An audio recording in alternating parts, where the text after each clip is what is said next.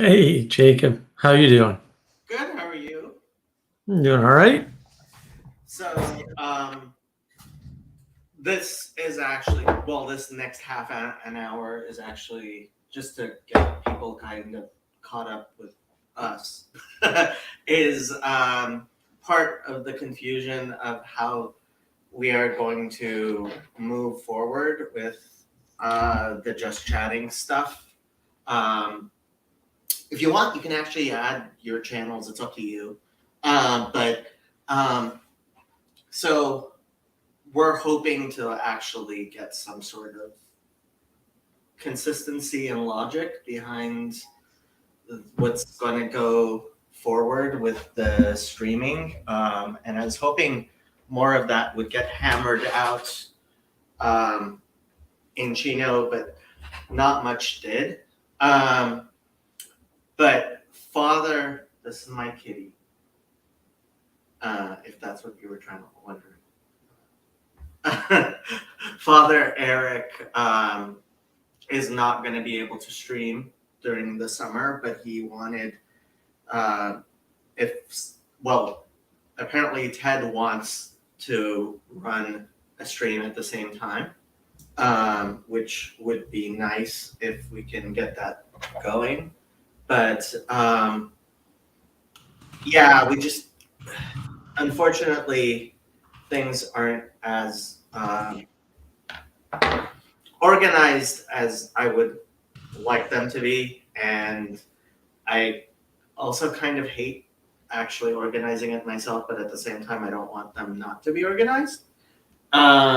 So, um, well, I mean, we were talking in the background about Ted doing a stream around this time. And then I saw that there was a stream around this time, but it wasn't at the same time, which was kind of weird because I definitely wanted, I think Father Eric's experiment is an important one, of having a stream at the same time, which he's been having going for a long time. Um, so I started the stream, and I was actually wondering who was going to run the stream because I know Ted, we still haven't figured out how he would run the stream. And then you showed up, and you're like, oh, I was like, oh, you're the one who started the stream because I was wondering what's going on. Who programmed the stream? But I started the stream. Anyway, all of that to say, it's actually pretty good that you're here because you're one of the people who's worked very hard, and I have to thank you for that, on helping this just chatting thing get going. I think you're one of the main drivers of this actually working. I want my gratitude for that to be clear. Um, yeah, so your thoughts, your thinking, your guidance. I'll shut up now. Yeah. Thanks, Jacob. Yeah, I'm glad to help when I can on projects that I can help on, and this was one of them, right? And yeah, I know you're working on the foundation and getting everything straightened out with the accounts and moving everything around. Um, yeah, and Ted was like, "Oh, I can't do anything until I put my kids to bed, but I want to set up a stream." And I'm like, "Yeah, just give me the description and the time, and I'll run it for you since you don't have admin access, and Yeah. it'll be fine." But somebody else came in and started it, and I went, "Wait, what?" Honestly, there was a different thread which started with Ted, Father. Like, part of the problem is we don't actually have good communication going between the various people who are admins on my StreamYard account. And what really needs to happen is there needs to be multiple StreamYard accounts, and they need to all to have access to the Randos United account, which that's a whole other thing because Jeff is the person who actually runs that account, but he's busy and he's not a very active person running the account. So pinging him and getting things done is not easy, which is where the conversation left, where I was talking, was like, okay, somebody needs to talk to Jeff and get admin privileges on the Randos United accounts so that things can be integrated with Randos United, and that hasn't happened. So, yeah, I mean, I would rather it wasn't me, but I was willing to be that person. But Jeff, the only person who has any admin privileges on Randos United is actually Father Eric. But Eric is also going to be gone during the summer. And yeah. Well, I don't know that he has no computer access, but he certainly doesn't have it whenever he wants. So you have to plan it out right. And I don't know what kind of administrative. I don't know if he has enough. I know he has some admin access on Randos United. I don't know if he has enough to add it as a destination, because, okay, so the way the StreamYard works is anybody who's an admin on a StreamYard account can add destinations to that account, right? So my hope is that anybody will start another StreamYard account with, well, a free StreamYard account gets one admin seat so it's the account plus the one seat, right? I have bought the maximum number of seats, which is 15. Well, you have 15 admins? I have 15 total, yeah. Wow. I didn't know that. And it's still not enough. Yeah, I thought you should be able to see who the other admins are. I probably just haven't looked. To be honest, I just kind of I try to stay in my lane. Right? Well, if you look on the members tab on StreamYard, you'll see who all the admins are. And so I'm the owner, and there are 14 admins. There are 15 total seats. Right. And so for a 16th seat, StreamYard wanted $5,000. Yeah. Well, yeah, and frankly, I mean, it's just like, if anybody will start another StreamYard account, then we can just buy 14 seats on that, and it'll be a lot cheaper than $5,000. And so I was hoping somebody would start another StreamYard account, and then all it takes, and you could do this with actually a free account. Ted! Yeah, there's Ted. He's here early. Ooh. Your kids are asleep? Yes, they are. They're down. Excellent. You put your kids down. I put them up to put them down, actually. Oh. There you go. Yeah, every time people could talk about putting their kids down, I think of it like putting a pet down, and I'm like, no, that just sounds bad. We need different names for putting things down and putting people to sleep. Yeah. Yes. But the thing is, you can't put a kid to sleep. You can put them in their bed, but you can't put them to sleep. Yes. Right. Yes. True. Yes. I am definitely aware of this. Yes. Mm-hmm. So actually, Ted was, who's echoing? Somebody's echoing. What's up? There was an echo. That was you, I think. There's no longer an echo, so I don't know. Huh, no. I don't know how loud that train's coming through, though. No, train's pretty loud. I like the train. I'm all in on trains. So actually, Ted is, I think he started a YouTube, a StreamYard account, right? Did you? Yes. Yeah. Okay. And so with a free StreamYard account, you get one admin seat for free. And you can play musical chairs with that and add people who will add destinations with that. But the only person that I know for sure has Randos United destination access is Jeff and possibly Father Eric. I don't know if he does. You can always have Father Eric try it. It's not Yeah. like a magic. You just have him try, and if it doesn't work, then you know. This is true. You don't have to like theoretical your way to it. Yeah. Well, hopefully with sometime in the next week we'll hit someone who knows how to get all that stuff linked up together. So yeah. So this is actually your stream. Yeah, I know. I'm the power is going to my head. It's very heady.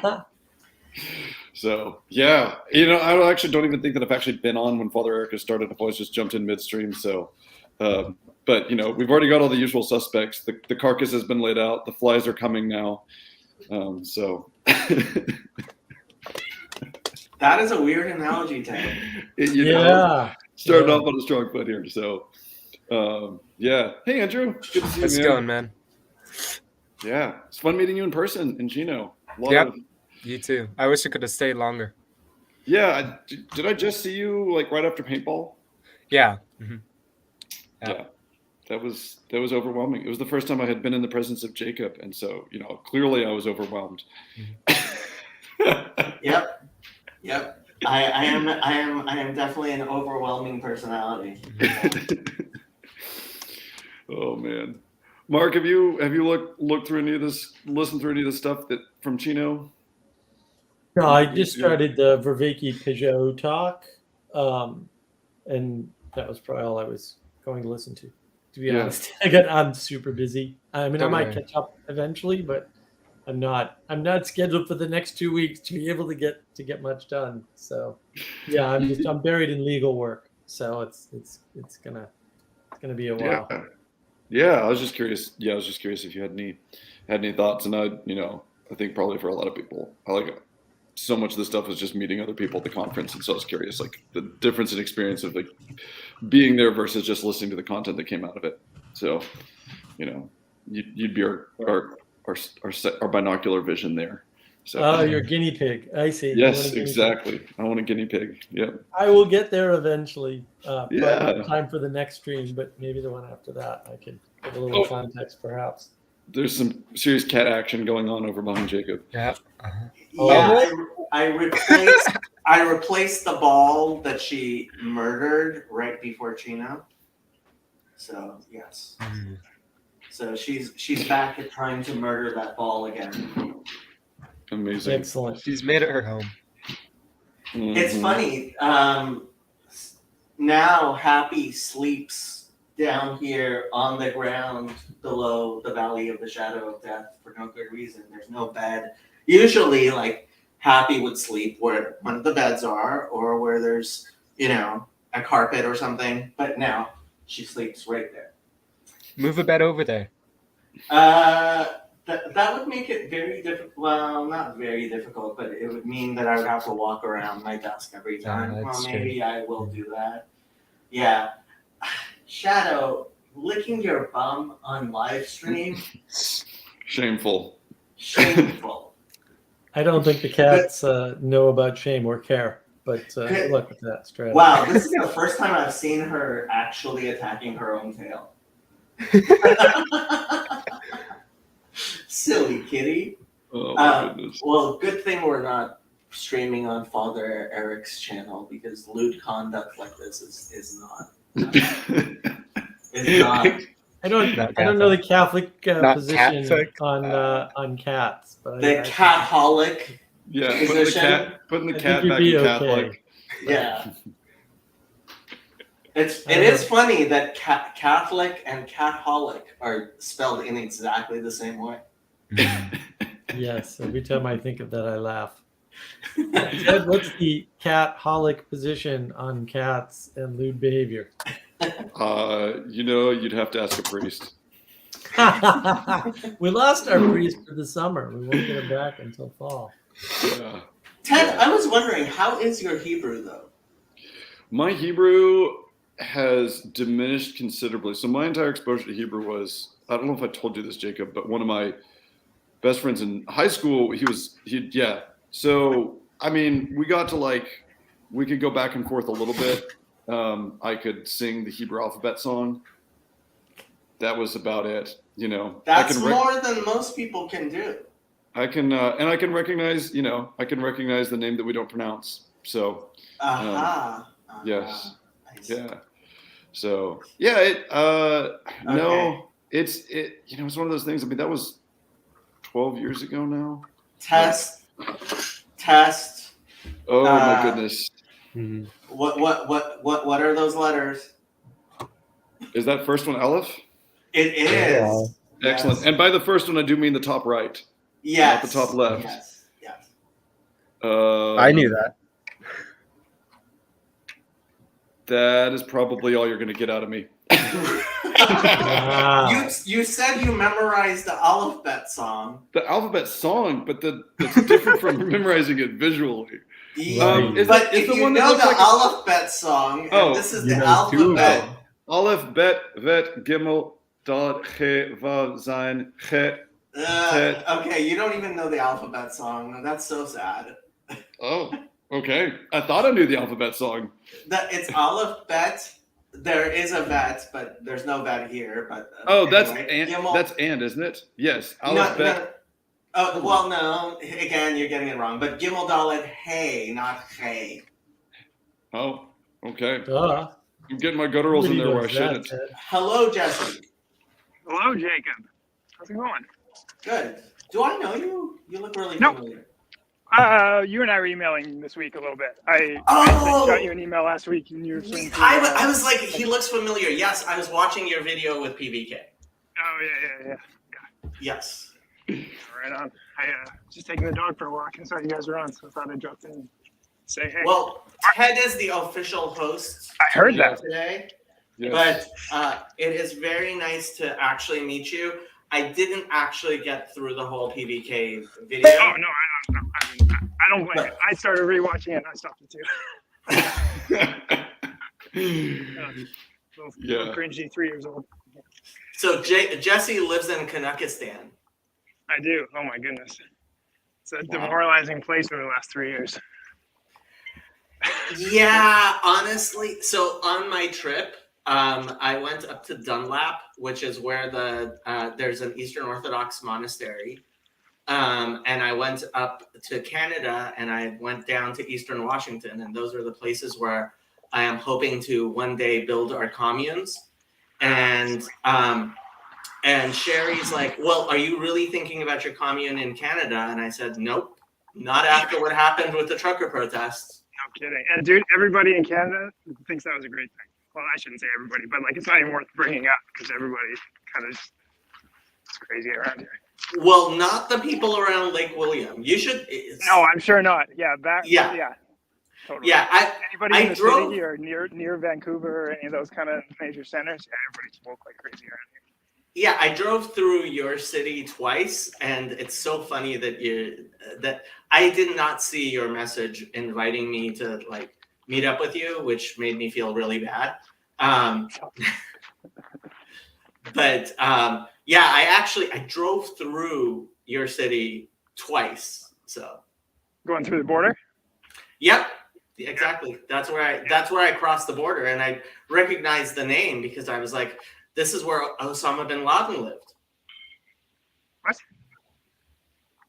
You are. Go look up where Osama bin Laden was found. Okay. There you go. You will understand what I was saying. I'm trying not to dox you, but at the same time, I kind of am because. Jacob, isn't that like your general strategy in conversation? Is I'm not trying to dox you, but I also sort of am. All the time. In a sense, yeah. That whole pattern of I'm not doing what I'm doing is not just dox. It's pretty much everything. Yeah. Oh my goodness. Amazing. My strategy is definitely to try to reveal the human being behind the person talking. So Yes, I am in fact doxing everyone while I am not doxing them at all times. Jesse, what are you up to, man? I mean, you know Jacob.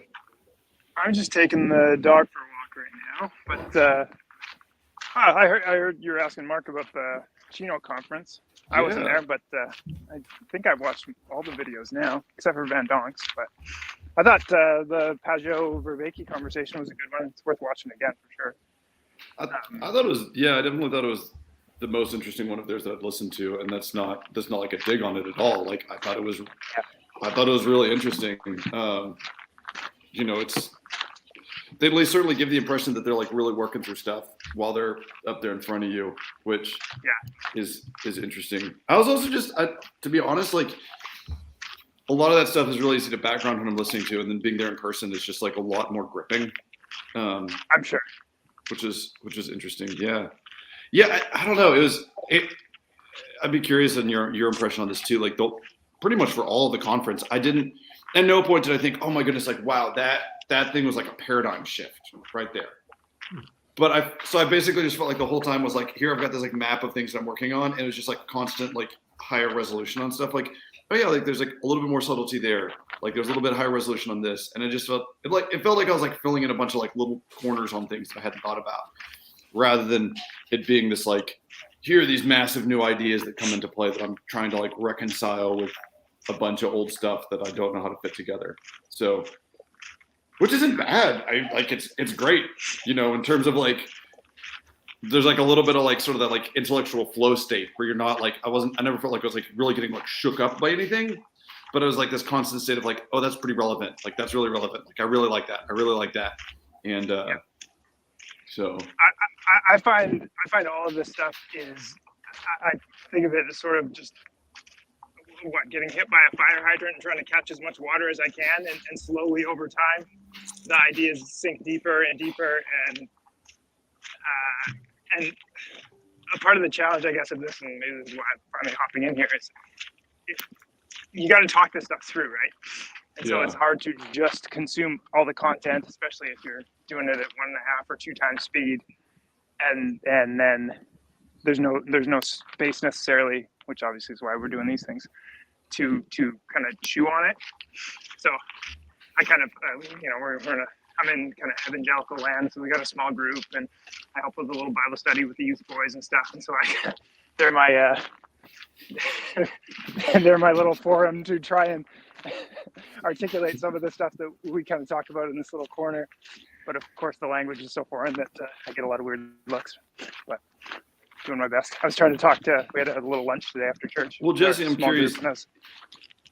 I'm curious if you find like, because I did that too a few years back. Like I would teach a youth group at our little non-denominational church, and that something in particular about teaching young people that forces you to go through this like really profound level of synthesis to be able to take highfalutin stuff and bring it down when you're like 12 years old, 14-year-old, 16-year-old.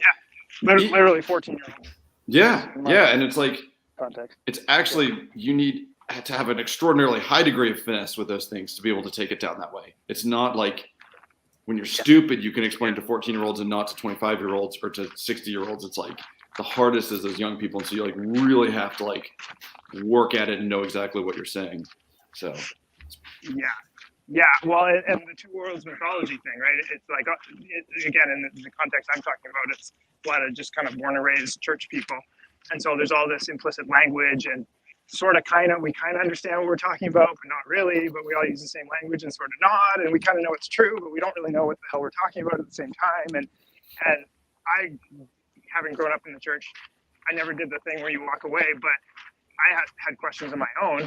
And sorry, I don't mean to sidetrack the conversation, but in the context of working with these kids, there's not many, there's like 3 or 4, trying to bridge that gap a little bit between the truths that you're reared on in the church, and then how that connects with your day-to-day life, because they can seem pretty disconnected, I think, especially as a young person.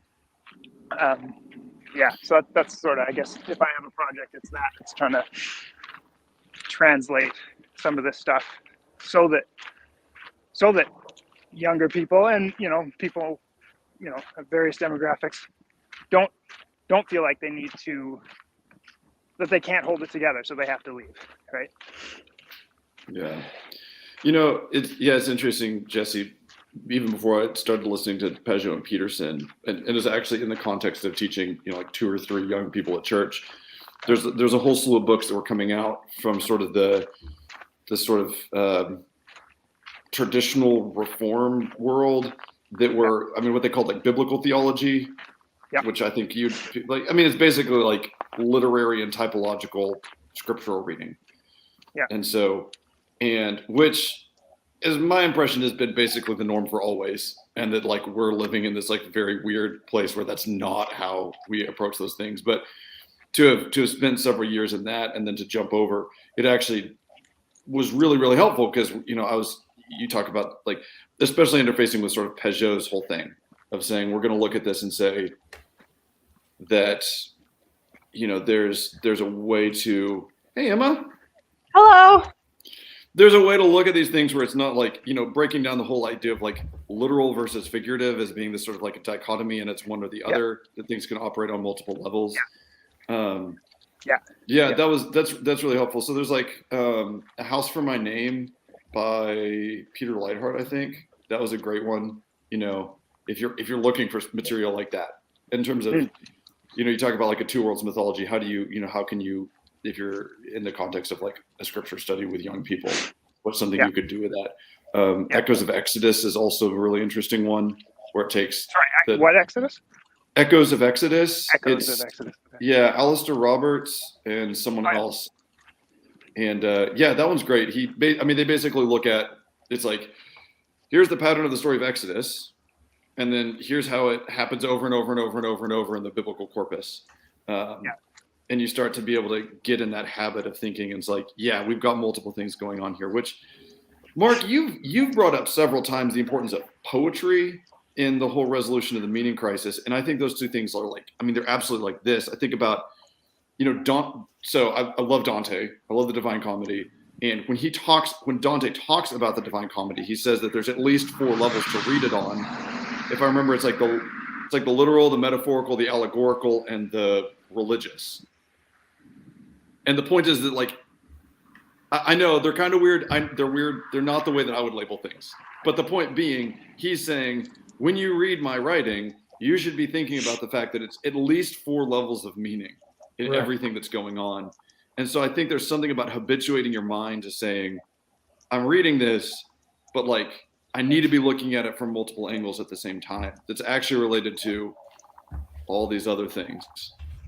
Well, maybe you can't, right? But maybe the access to the poetic information allows you to multi-connect.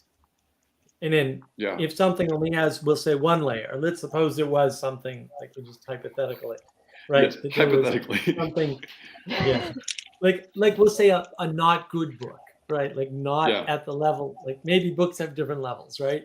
And definitely, if you can connect that to your life, that's double connected.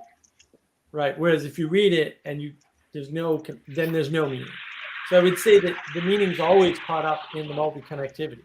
So anything that's flat, that just like tells a story that you can't relate to, has no meaning.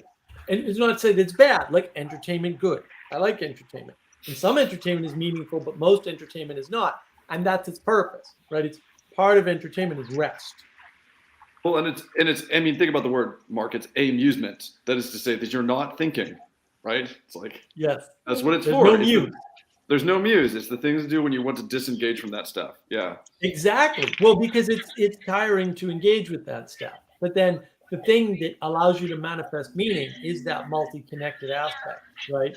So you need that poetic information, which isn't just poetry, we'll say, but you need that ability in order to engage. And what we found with the meaning crisis folks on the Awakening from the Meaning Crisis Discord server was all of the ones in trouble didn't like poetry anymore, or some of them never liked poetry. And then by the time they left, they all enjoyed and appreciated poetry. So, there's something there. It's fascinating. I remember you bringing that up a month or two ago, and I've been chewing on that since then. It's like, And so you're talking about poetic information. And I think there's like at least two things going on with when you read poetry. What one is like you can take it as art. Another one is you can take it as a way to have information. And then there's a third way, which is it's a way of looking at the world. And I think it's that third way that breaks you. I think that's related to the meaning crisis stuff of well, it's just, that whole like obnoxious, it's just whatever, that reading like, and it's not like liking a poem, it's the fact that you sit with poetry, and it almost like as long as it's good poetry, it kind of doesn't matter which poetry it is. It just needs to be good poetry because that's what poetry does. And so sitting with that is like actually a form of, it seems like it's a form of, can be a form of training that gets you out of the, well, it's just that lets you, like Jesse's saying, live in a two worlds mythology. Well, like you're saying, multi-connect these things. Right. That's the re-enchantment of your world, right? Not the world's already enchanted. Right? Re-enchantment of your world is the engagement with poetic connection. Because if you just have linear, discrete connections where everything's one-to-one and you move this and then this one thing and only this one thing moves, which isn't the world we live in, and then you get this flat, compressed, over-reduced image of the world, but also you can't make any meaning. It's not possible, right? It is that extra connection where you're like in this thing and it's scary because you can move a thing a little bit and then 10 things move and it's like, whoa, right? And maybe you can only see 5 of them move, but there's more, right? But that's the engagement that you need. And this goes back to the meaning crisis being caused by the intimacy crisis. The intimacy crisis is where if I don't know you well enough, I can't make certain types of jokes, right? Like, sure. I don't know if I'm going to hurt your feelings, right? We don't know each other that, right? And then we meet in person and then all of a sudden, we talk for a few hours and now we kind of know where the boundaries are. And now all of a sudden, I can make a joke about the fact that you're terrible with large machinery, even though that's certainly not true. But see, you would smile and take it well. Right. Whereas if I just walk up to somebody randomly on the street and I happen to see what they do and I go, you're a terrible blah, I'm going to get punched. Right. And so the intimacy allows a space for that play that Peterson and Vervaeke talk about to actually happen. Do you think that there's a connection so you're talking about that in terms of people, but in terms of relating to the world, do you think that like part of what poetry does is that it's that like that ability to connect in an intimate way and actually like play with perception, and reality. 3 frames, right? It's you with yourself. That's an important one, but it's not only that. It's you with others, and it's you with nature. And if you're a Christian, you could have the 4th frame, right? You with God, whatever. Doesn't matter. But if everything's operating in multiple frames at once, whether you realize it or not. And I would argue, to counter your point, you can't really read a book on 3 or 4 frames at once. You can't do it. But you don't have to either. No. You guys are going way too far with this stuff. Like you're talking about poetry is the way to whatever connect to reality and your friends, and it's the solution of the intimacy crisis. It's a way. Point of order. Everyone who's watching this on my channel needs to go over to Randos United, subscribe, and watch on Randos United. Because if you continue to watch on my channel, probably next week, you won't be seeing this on my channel.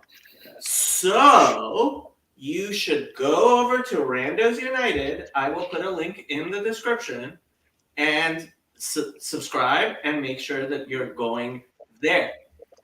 You should call this the last Sunday night open mic ever. On Jacob's channel. Yeah. On Jacob's channel. Andrew, I think that I'm not talking about poetry as such. I'm talking about poetic way of informing the world. So Andrew, I'm not making an exclusion argument. Then use imaginal. Poetic is too broad. No, it's not imaginal. No, imaginal is in your head. No, that's no good. Things that are in your head are no good. That's individualistic. You make a great point. So let me make the distinction that I'm not saying that everything is poetry. I'm saying that poetry is an expression of a proper relation to reality. Yes. So just like loving is a proper expression, a proper way to relate to reality.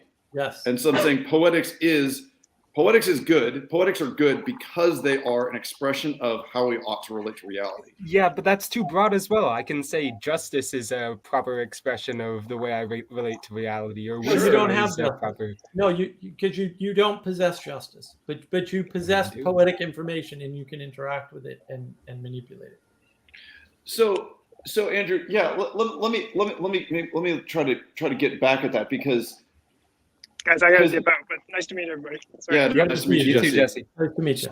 So I get your like, I'm not doing the poetry is the answer thing. Charles Williams, like he did that, and it's really weird to have him be like Jesus and Wordsworth, and you're like, no, I'm not walking down that path at all.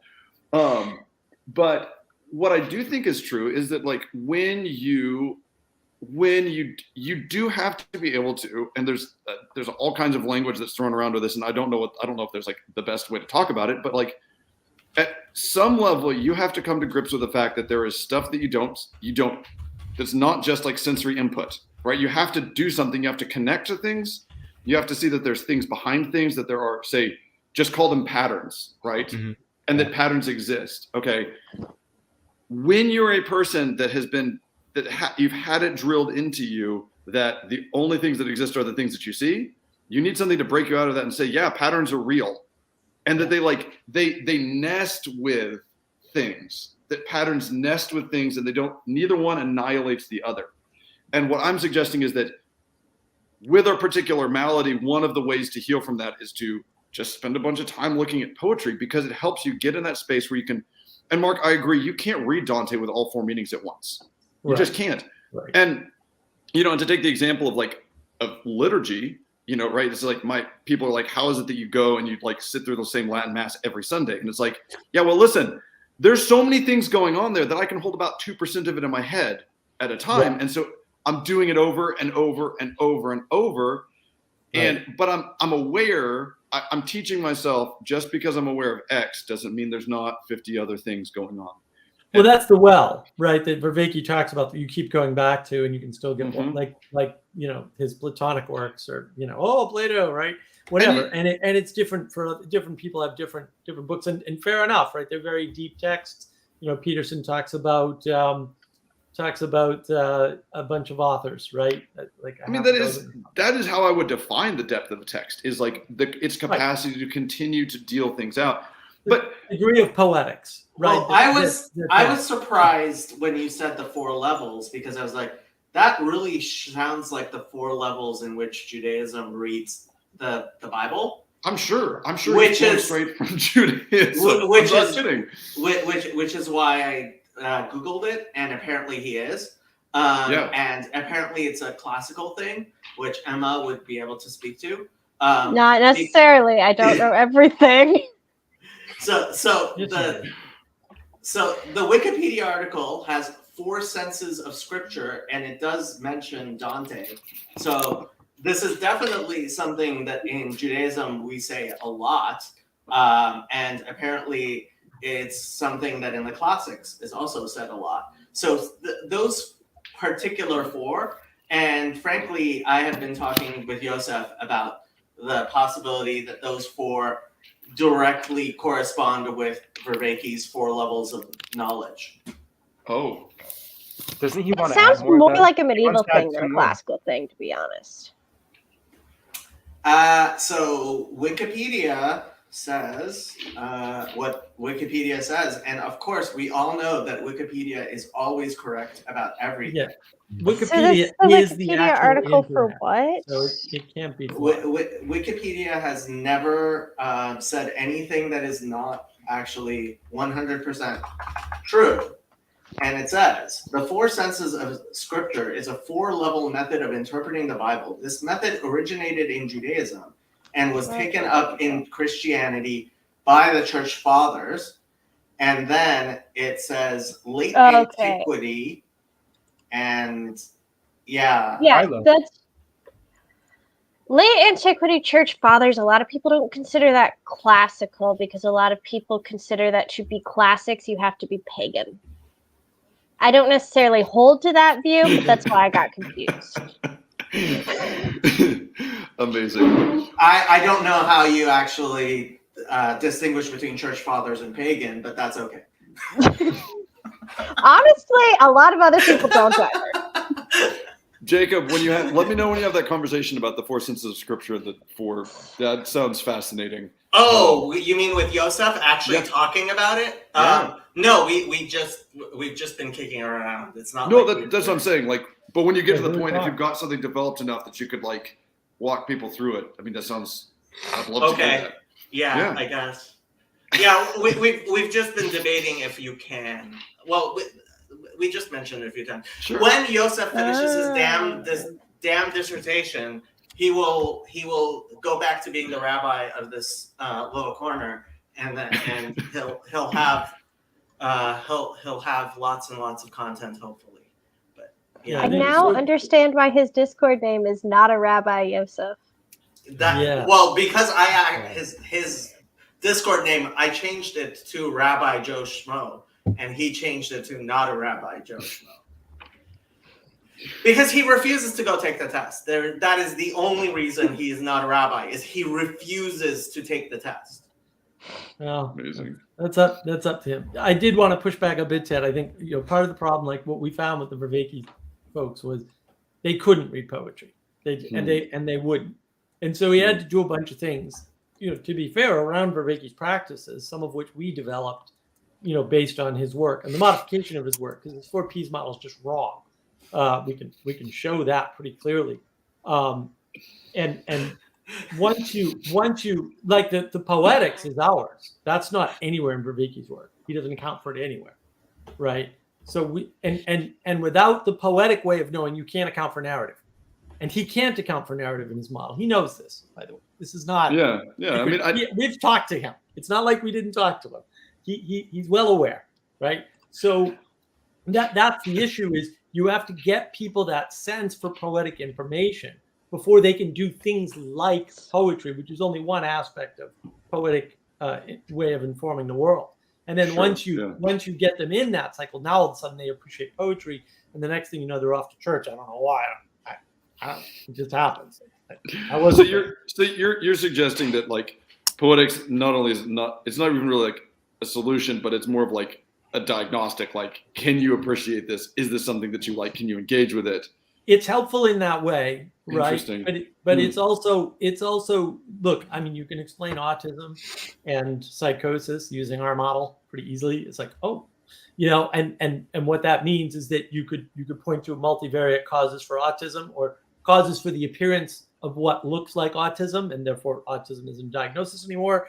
That's controversial, although that's out there in the literature, right? And then it's like, there's lots of ways to make somebody look like they're autistic if they're over focused on propositions and procedures, right? They try to navigate participation using procedures. You're autistic. That describes it pretty well, actually. For oversimplification. But that sort of stuff is in our model, and we have a much richer model where we're dividing the brain like McGilchrist, and we're throwing a bunch of things in there that work pretty well together. And that's on navigating patterns. Check out the knowledge engine video. But the poetics is important, because that type of connecting the world is the thing that allows you to understand synchronicity, understand why you'd be able to read something more than once and get more out of it, and all of that. Like, there's nothing in Vervaeke's model that allows for that, because for him it's just knowledge stored in memory, and we don't store knowledge in memory, by the way. That's why the model I work on is information with 2 types of knowledge above the 4 types of information. So I want to go back though and see if we can tease something out, because we've talked about like going back to reading something again, and like the depth of a text, which is something like the same thing, right? Like how many times, how much can it? But I think that I'm trying to get it. I think 2 separate things. One is like, so like I just reread the Brothers Karamazov for the first time in like a decade, and it was fantastic. And like I knew way more about what was going on because I'm 10 years older. It's like, and so there's that sense in which there's like a granularity to it that is in sort of like a correspondence to reality, that when I have more experience, I'm able to see more in it. and so like, and it deals more out, and I'm like, oh, now I can connect with that because I had that experience. I have that piece of knowledge. I've gone through that kind of tragedy, had that kind of joy, whatever. Right. There's another kind that I'm thinking of though, or like thinking particularly like the metaphysical poets, and like Matthew Whidden read this great one around the campfire about rest, and it's about like God giving out all these great things to mankind, and there's like one thing that he's not giving, and it's rest. And so then like maybe the fourth to last line is let him keep the rest, and you're like, yes, you're like, well, the poetic. Okay, so I think the poetic is very different from what we talk about when we talk about the 4 Ps. yes. Because I think the poetic is that which is, oh, things are meshing together and integrating. And so when we talk about the 4 Ps, we're trying to take apart how we understand things. When we talk about the poetic, we talk about how things come together. That's why you need to engage with my model and not with Vervaeke's. Andrew, did you say 50? Not how we talk about it at all, right? Yeah, there's this. Well, okay, so then my personal thing that I find fascinating is Hopkins' sort of attempt at dealing with, and I want to say it was basically the whole when early mid 19th century, there's people at Oxford who are basically saying, we've got words and you have a thing, either you and I have the exact same idea in our heads, in which case it's meaningless to communicate, or we have different things, in which case we're not meaning the same thing. Then why say something, right? It's like, we both say when we use the word London, like Mark has one idea and I have one idea. If they're the same, then why are we communicating? Because we already have the same idea. And if they're different, then you say London, I say London, we're not signifying the same thing. Right. That's just a compression of the world. But yeah, so, there's 2 aspects to depth. One is multi-perspectival, which is in our model, and the other is multi-connectivity within the same perspective. And those are 2 separate aspects. So what's interesting is Hopkins, who is a great wordsmith, he would rival John Vervaeke for the number of words that he coins. Who is this Hopkins guy, and why haven't I heard of him before? Gerard Manley Hopkins. He was a Welsh Jesuit priest who wrote a bunch of poetry that all got published after he died a young death in Dublin, and then has become like. Did he write stuff that wasn't poetry? He's got some journals, and and so there's a book by Bernadette Ward called World is Word, and if that's not enough 4-letter words that start with W, I don't know what'll get you there. But she's got a couple of chapters on his ideas of inscape and in-stress, where she's pulling from his journals and his letters and his poetry.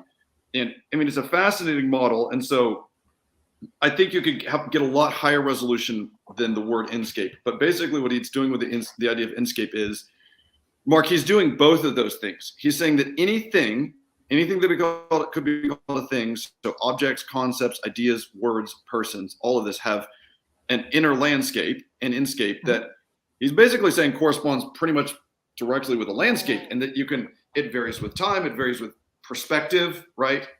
All these, but it's the same thing, right? You're looking at it, and so it's also the things that it connects to all the other stuff. And so the inscape of a thing is not only like all the visual perception of a tree, but also all of the, your personal connection to trees, because like one fell on your dad and broke his arm, or your thought about the crucifixion, or the way that they can be turned into boats, or your procedural knowledge because you know how to mill lumber, and so you look at the tree and you think, oh, that'd be really nice lumber, or it'd be crap, or whatever. And so it's interesting though that the point that he makes that I find fascinating is with the inscape is that that's something that you perceive, so that's an act of perception, and it can be rich or incredibly reduced. But the other part of it is the in-stress, which he says is it's the act of the moral will in perception, right? It's essentially like the affirmation of the reality of a thing in spite of the multiplicity of ways that you can perceive it, which is that's really interesting. Yeah, it's the thing that brings it all together. And you say, yeah, I get that you can explode it out like this. Right, and I get that me and Mark can riff on this and have all kinds of different ideas about it and different thoughts. But there's also this thing in which I'm going to affirm that it still exists in spite of all that multiplicity. That's Plato's forms.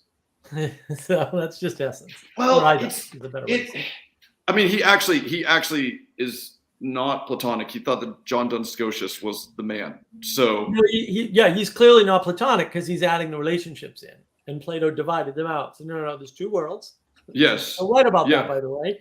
There's still two worlds, right? And one world has all the perfect things, but there's only one, right? Because there can only be one. So there's only one triangle in the world of one. That's it. Yeah. Right. And then in this world, we try to implement that, but no matter how close we get, it's not the same. But we can have more of them, and that's the trade-off, roughly speaking, between the material and the ethereal. And then the second part is Aristotle, like telos. Okay, what's the final cause? The final cause informs what you see. And when you make perspectival a process that sits underneath the way of informing, right? All of a sudden everything works. And now you can have knowledge at the top and only two types. You don't need four. And then memory corresponds to what we see instead of like knowledge and memory don't correspond, like even physically at all. So I don't know where anybody gets this from. But information does, like information retrieval and the physicality, 100% correlation. So I just saying. So, except I don't think that's the direct. And I mean, the problem is that like I've spent a bunch of time reading about this and thinking about this, and I'm throwing it at you. So the idea of in-stress is it's not about moving you up a level at all, right? So take like my car key, right? The in-stress is not the affirmation that this somehow participates in keyness and derives its reality from keyness or from the form of keys, the key. It's that in spite of the fact that it both participates in universal, maybe, I don't know if he'd even say that, but it's also definitely particular. And the spite of the fact that there's it's interesting. St. John Henry Newman actually uses the term a relative infinite, right? He talks about the relative infinites of possible perceptions of anything. Right, which is exactly that's the combinatorial explosion, dead on. This is what's so fascinating. I feel like it's the recapitulation of the whole relevance realization, attentional hierarchy, all that stuff. So he's saying that what you do is you can see that, you can see the possibility of a combinatorial explosion coming out of this key, and your will affirms that it exists. And that there's what I think is interesting about that is that it necessitates that you're actively engaged in affirming that you can perceive the world. Does that make sense to you as a distinction? It's correct. It fits Aristotelian thought if you reverse it and you say you go into the world with an expectation.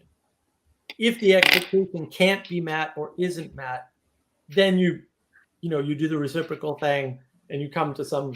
Right. Oh, interesting. No. The will is still there. Well, this is what Father Eric was saying, right? Final cause is first in intent and last in action. He said it way better than I could. And I was like, yes, that's the key. And then that fits that model just in the different order. So yeah, you have to have a will in order to perceive. And that will has to precede the things you're perceiving. I don't know how that would be controversial at all. Yeah, but it sure feels like it is. Well, because I don't know. Because that's not how we went. This is if you read McGilchrist, and I haven't read McGilchrist, but he makes a classic mistake that almost everybody makes is when they're doing their brain measurements, because he's looking at the brain measurements, which I've seen. It's very old at this point, but what happens is you ask somebody or you tell somebody to think about something, and they think about it and they take a measurement, right? And then what's happening is they are then asking them another question, usually in advance. Tell me what you saw. And so the measurement they get goes like this. Of course it does, because communication's only on one side of the brain and you ask them to communicate twice. So you're going to get 3 signals when actually only 2 things happen. And that's what happens with us when we try to describe something, right? We go through the process of, and this is why Chomsky and stuff is just, they're just doing dumb things. They're creating impossible paradoxes to speech or language and thought are the same thing. It's like, that can't be true because there was a time you could think but couldn't talk about it. It happens to you all the time, right? Where you're like, I'm trying, right? It's obviously not, it's just observably false. So the issue is when they're thinking about these things or when you're thinking about these things, you always have that extra communication step where you're recapitulating it, even to yourself, and so you're oversampled on the communication and undersampled on what's happening. Have you by any chance read any of Noah Yuval Harari's stuff? Oh, good Lord, no. I've seen him talk a couple times, and I'm like, oh, goodness. What? Jacob, I love this. First of all, he's not very bright, No. but I get what he's doing. But also, I'm a no on the evil because I'm just a no on evil. Some people not so much. I'll just tell you this. I read Sapiens and Homo Deus, and then I think I read like half of an article at one point and was like, this is garbage. I think I would be interested in. I've never heard of this guy. I haven't. Well, be thankful. Pray in gratitude. Any rate, what I think the value of Harari is like he's like a thermometer person. Like I think he does a good job of expressing like what a lot of people are thinking. No, not a lot of people. No. He's not. Yeah. He expresses not what a lot of people are thinking. He is a mouthpiece for the mainstream views, the TED Talks. He's a compressor of TED Talks. Yeah. That's what he is. Fantastic, Jacob. That's exactly right. Yeah. Okay, so taking that, there's this part, I think it's in Homo Deus, where he's trying to demonstrate that you're not actually a person, right? That you're just this like collection of stuff. Okay? And so Mark, his example is all of this stuff about how you can do brain scans and see that people make decisions before they think that they've made the decision. Right? Before they can articulate it. And so he's like, therefore you didn't make the decision. Yeah, that's them misreading the data and doing bad data science, by the way. But yes, I am familiar with this. He's not okay. No, there's a reason why you are dumber after reading Harari than you are before reading Harari. Because the man takes just all of the things that various people think is good information, and he makes it sound like it comes together, and then people take that good. It's like baking a bunch of sawdust into a cake and feeding it to people. Well, but let me just explain the trick, because it is a trick. And look, again, like I said, McGilchrist, and I've seen him talk. I haven't read his books, are way too long, right? Everybody in the field, practically, there's a few people who don't make this mistake because they're familiar with data science and actual computer communications, where this is a known issue. They mistake thought, they do not have an objective measure of thought. It doesn't exist. I'm not saying we'll never have one. I'm saying we don't have one. It's not there. And they confuse it with language. There's a lag between your thinking and your talking. In fact, there's a double lag, because what people don't understand, and Ramachandran proved this. This work is very old at this point. Ramachandran's been around a long time. He used to be at I think it was Harvard, but he was on PBS back in the day. So and then he moved to California, unfortunately. Hasn't done any breakthroughs since, obviously, because California does that to people. So what happens is there's a lag between, because you have two sides of your brain. You get the lizard brain that just responds to motion, like it can't see objects. That's how you're able to run away from the tiger before you know it's a tiger, right? There's a whole section of the brain like that. So they never account for that, or almost never, in their data, right? And then there's the frontal lobe section that actually does processing. But then there's a bunch of types of processing, and the last type is language. The last type is external communication. And that's inbound and outbound. And they're undifferentiable for some types of scans. There might be newer scans that I'm not familiar with.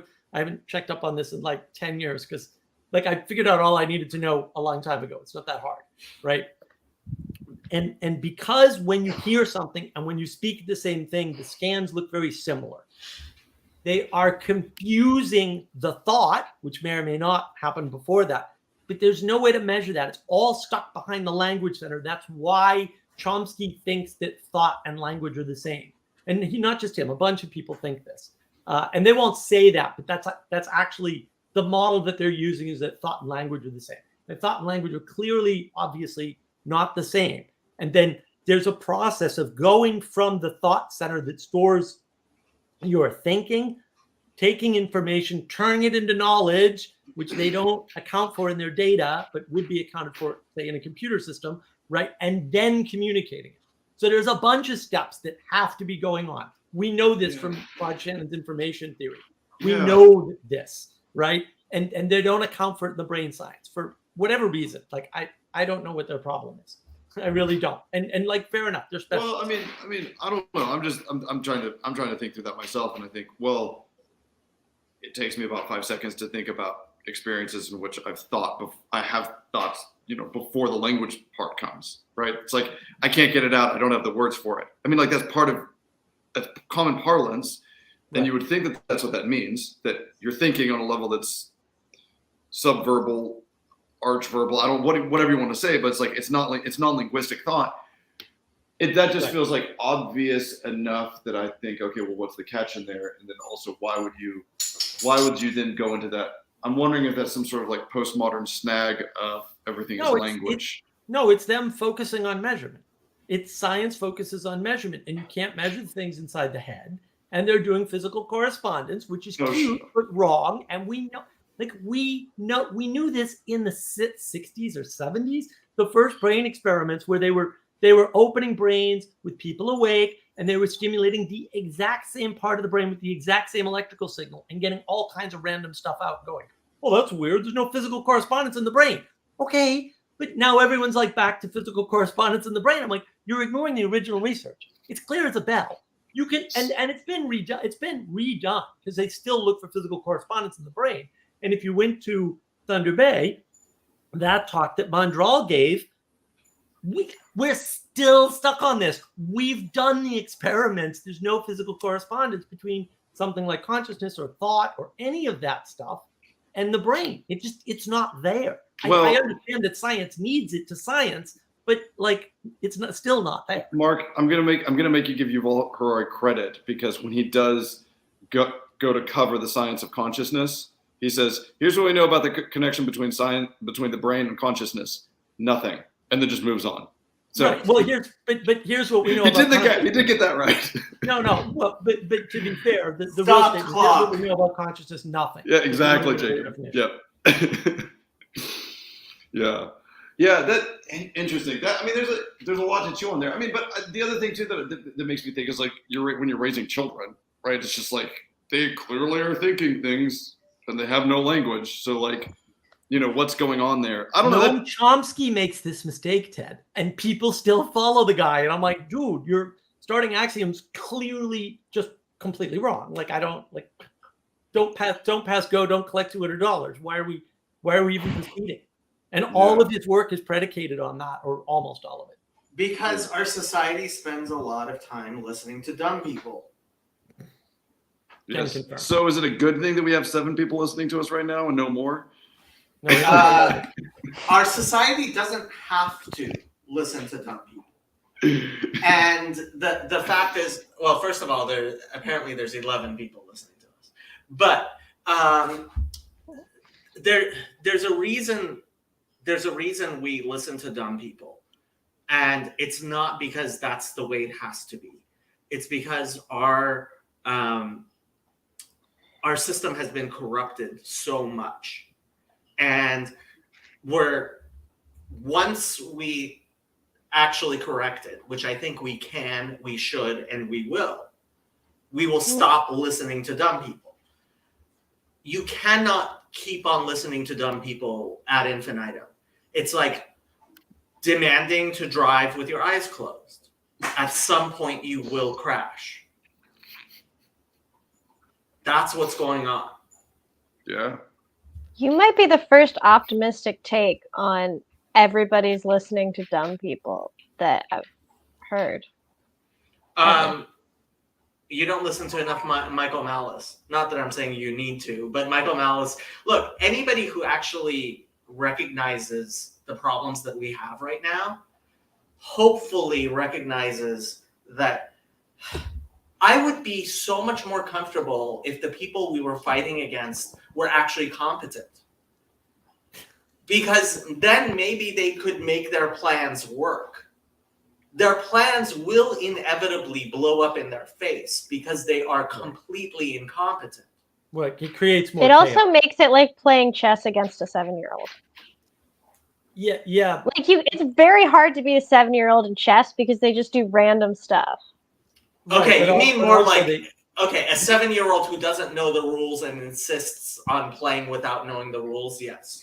Yeah, well, Yeah. And they just tip over the board when they're bored, and that's the problem. Is that one 7-year-old can ruin it for all the 30-year-olds in the world, right? Like, there's an asymmetry between creation and destruction, and we don't account for that. And we're listening to experts, and Jacob did a wonderful stream on you can't think for yourself, which is great, right? And that's, you shouldn't listen to experts ever. You should listen to leaders, because leaders are the ones who are supposed to be taking responsibilities. And they should listen to experts. You shouldn't listen to experts. If they're truly expert, you won't understand them anyway. If you have not been paying attention to Thomas Sowell, I highly recommend paying attention to Thomas Sowell. Intellectuals in Society was incredibly eye-opening. He is 100% when he says we mistake verbal virtuosity with intelligence. And that is, in fact, what Mark is getting at. Intellectual yet idiot is what Taleb would call it. Overeducated morons, right? The articulate idiot. It's the Chomsky problem. Chomsky was very articulate. He continues to be very articulate. And just because you are convincing and articulate doesn't mean that you are intelligent and competent. Sam Harris. It's the sophistry problem. It is The sophist problem, Emma, is that what you said? Yeah. Yeah, that's what I was going to throw in there. Yeah, I mean, it's like that actually immediately makes me think of, there's a thing PBK put out a while ago referencing someone's definition of simulacra, which is, it's a copy of the thing that has it's not a low fidelity copy, it's something that has all the salient features of the thing. And so what you're talking about, one way of talking about that is, it's the simulacra of wisdom, right? So it has all of the things that fire off in your head, and you're like, oh, I should trust this person, and they know what they're saying. But like, none of the ontology of wisdom. But it's empty. Yeah. Well, that's verbal impressionism. That's what Sally Joe calls it. I was like, oh, wow, that's exactly what it is. Like, you listen to somebody like Brene Brown's TED Talk, and it's like, she just uses all these abstract words. And like, what she's saying is not technically incorrect. It's just that it's impossible for two people to interpret it the same way. Any group of people, any number of people, you will not have two people interpret it the same way. Interesting. Yeah. Yeah, Emma, Jacob is not the first person that I've heard say that. My old pastor would say that too. He's like, we can do all this, but like, reality's going to bite back. He's like, it always does. And for those, have any of you read That Hideous Strength by C.S. Lewis? The part right to the end. It ends where the machinations of these I don't even know how to describe them. I guess the world didn't. Lewis calls them that in the National Institute for Coordinated Experiments, they're the nice, and they're this crazy fascist pseudoscientific demoniac Satanists who are planning on taking over the British government under the guise of science. I mean, it's dark satire, but it ends with all of the animals that they've got for like live experimentation come in and like eat them all. And it's like, yeah, man. I do love that book. I love it so much. There's something to that.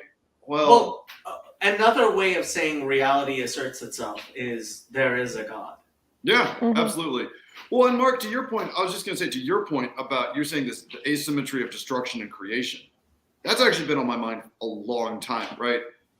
And I would actually consider that to be on maybe on an emotional level, not an intellectual level, but an emotional level, maybe one of the most powerful arguments for the fundamental goodness of God. You could call it of being, but of God.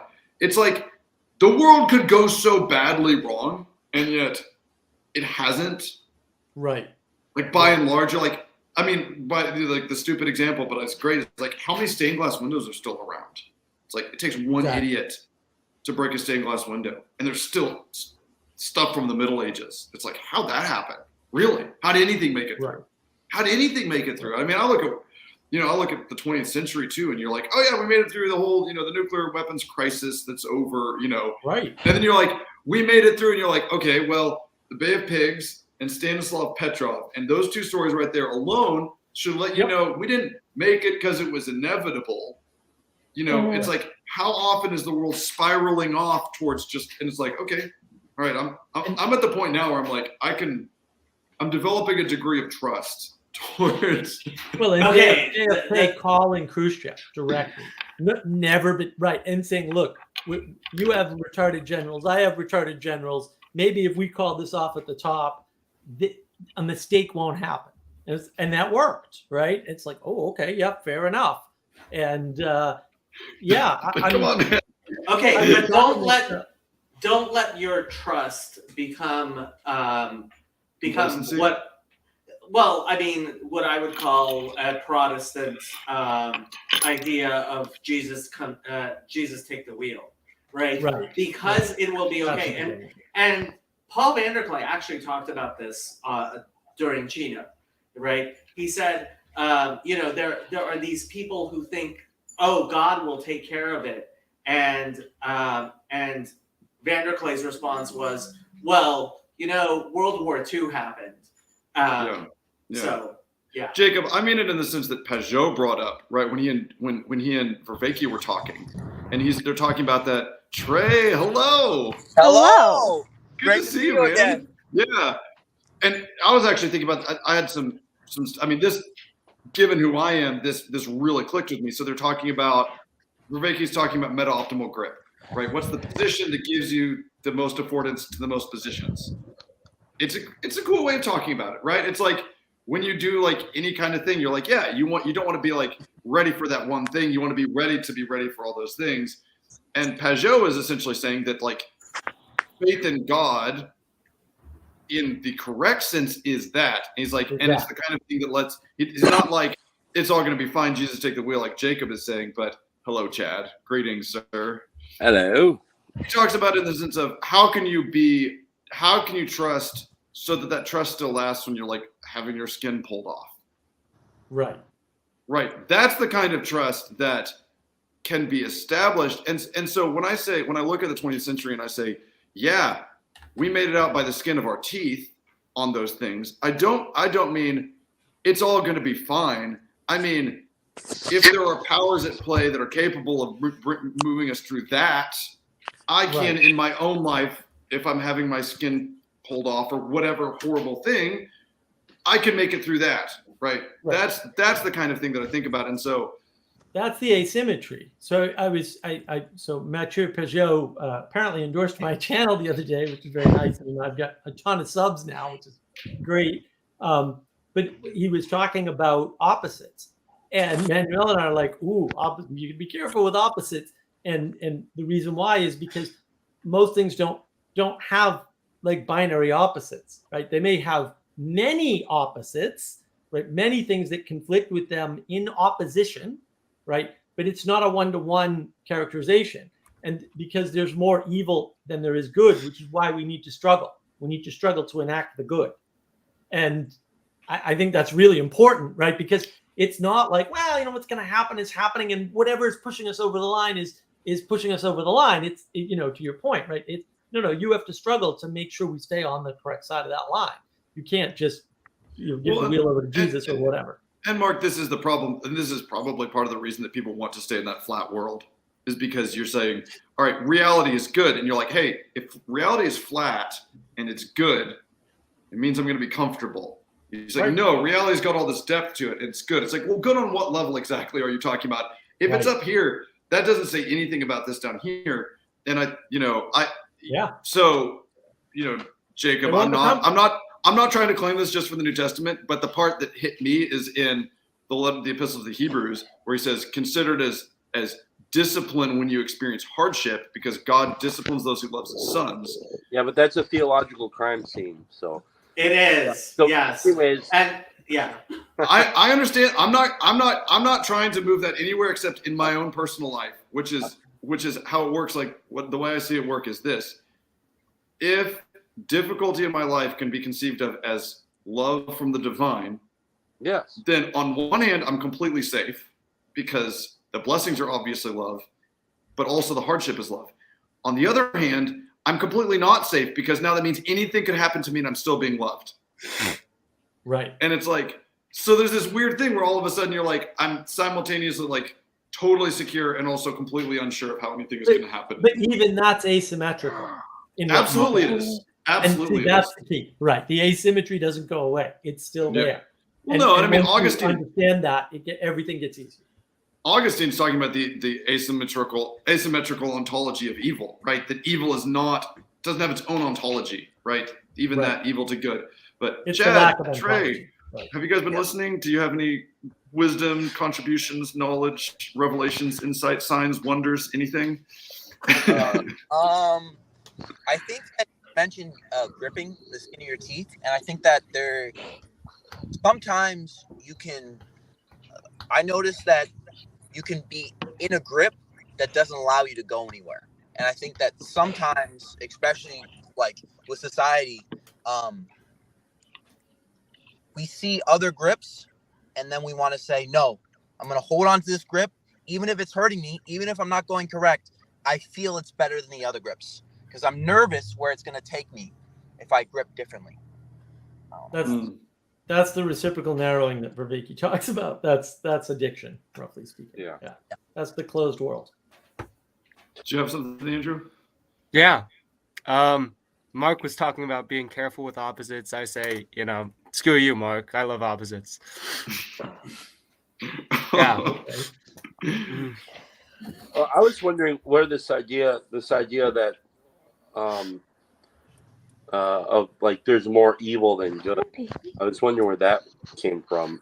Like, where did you get that idea? But I guess, and then like talking about the grips and stuff, like a lot of this stuff I'm thinking about is more of like as it relates to Jonathan Pageau's talk specifically, was talking about something much more personal in your own quest. So like, yeah, something along the lines of the concept of trying to keep your eyes on your own paper, more or less, because then, like that's.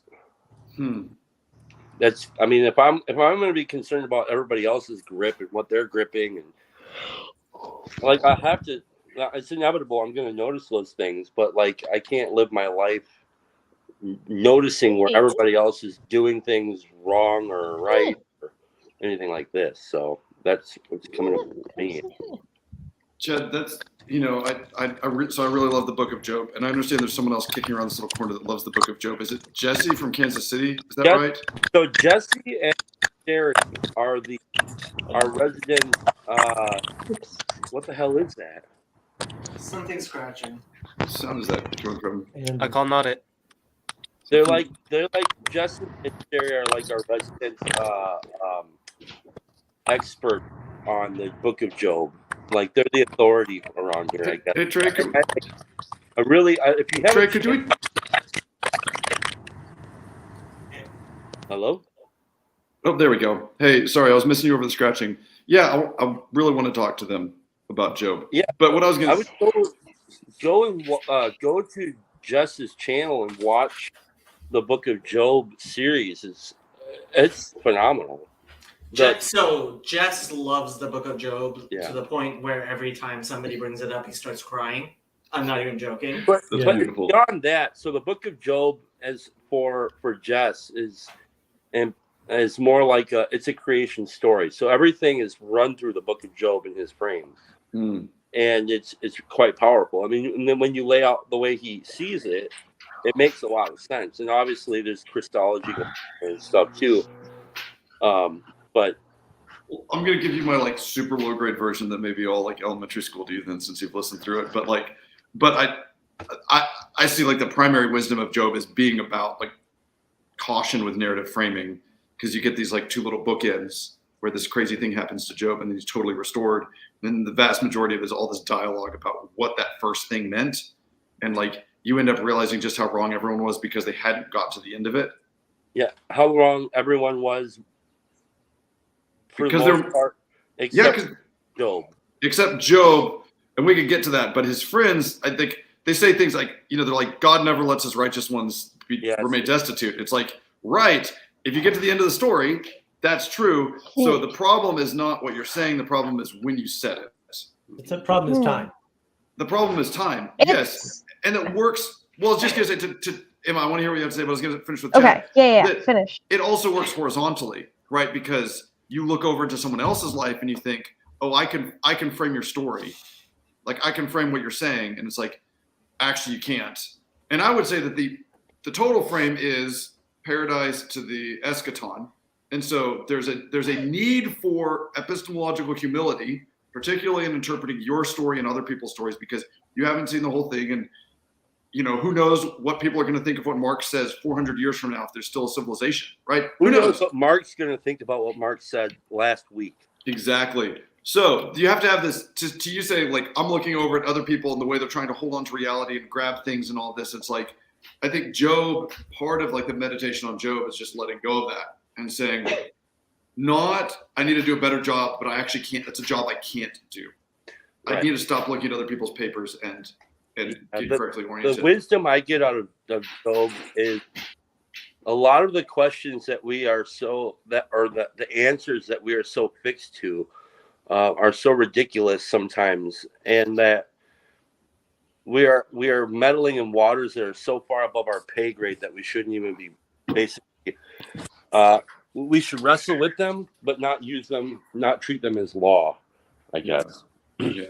Emma, you had something. Your take on it is like the opposite of the Greek proverb, count no man happy till he's dead. Count no man unhappy till he's dead.